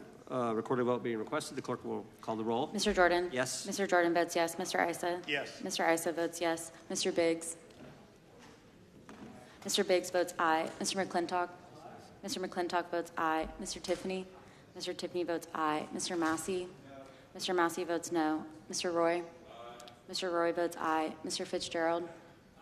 Mr. Fitzgerald votes aye. Mr. Klein? Mr. Klein votes aye. Mr. Gooden? Mr. Gooden votes aye. Mr. Vandrew? Yes. Mr. Vandrew votes yes. Mr. Nels? Mr. Nels votes yes. Mr. Moore? Mr. Moore votes yes. Mr. Kiley? Mr. Kiley votes aye. Ms. Hageman? Ms. Hageman votes aye. Ms. Lee? Ms. Lee votes aye. Mr. Hunt? Mr. Fry? Mr. Fry votes aye. Mr. Grothman? Mr. Grothman votes aye. Mr. Knott? Mr. Knott votes aye. Mr. Harris? Mr. Harris votes aye. Mr. Onder? Mr. Onder votes aye. Mr. Schmidt? Mr. Schmidt votes aye. Mr. Gill? Mr. Gill votes aye. Mr. Baumgartner? Mr. Baumgartner votes aye.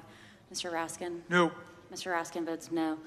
Mr. Nadler? No. Mr. Nadler votes no. Ms. Lofgren? Ms. Lofgren votes no. Mr. Cohen? Mr. Johnson? Mr. Johnson votes no. Mr. Swalwell? Mr. Swalwell votes no. Mr. Liu? Ms. Jayapal? Mr. Correa? Ms. Scanlon? No. Ms. Scanlon votes no. Mr. Neguse? Ms. McBath? Ms. Ross? No. Ms. Ross votes no. Ms. Ballant? No. Ms. Ballant votes no. Mr. Garcia? No. Mr. Garcia votes no. Ms. Kamlager-Dove? Mr. Moskowitz? Mr. Goldman? No. Mr. Goldman votes no. Ms. Crockett? No. Ms. Crockett votes no. Ms. Jayapal votes no. Gentlelady from California.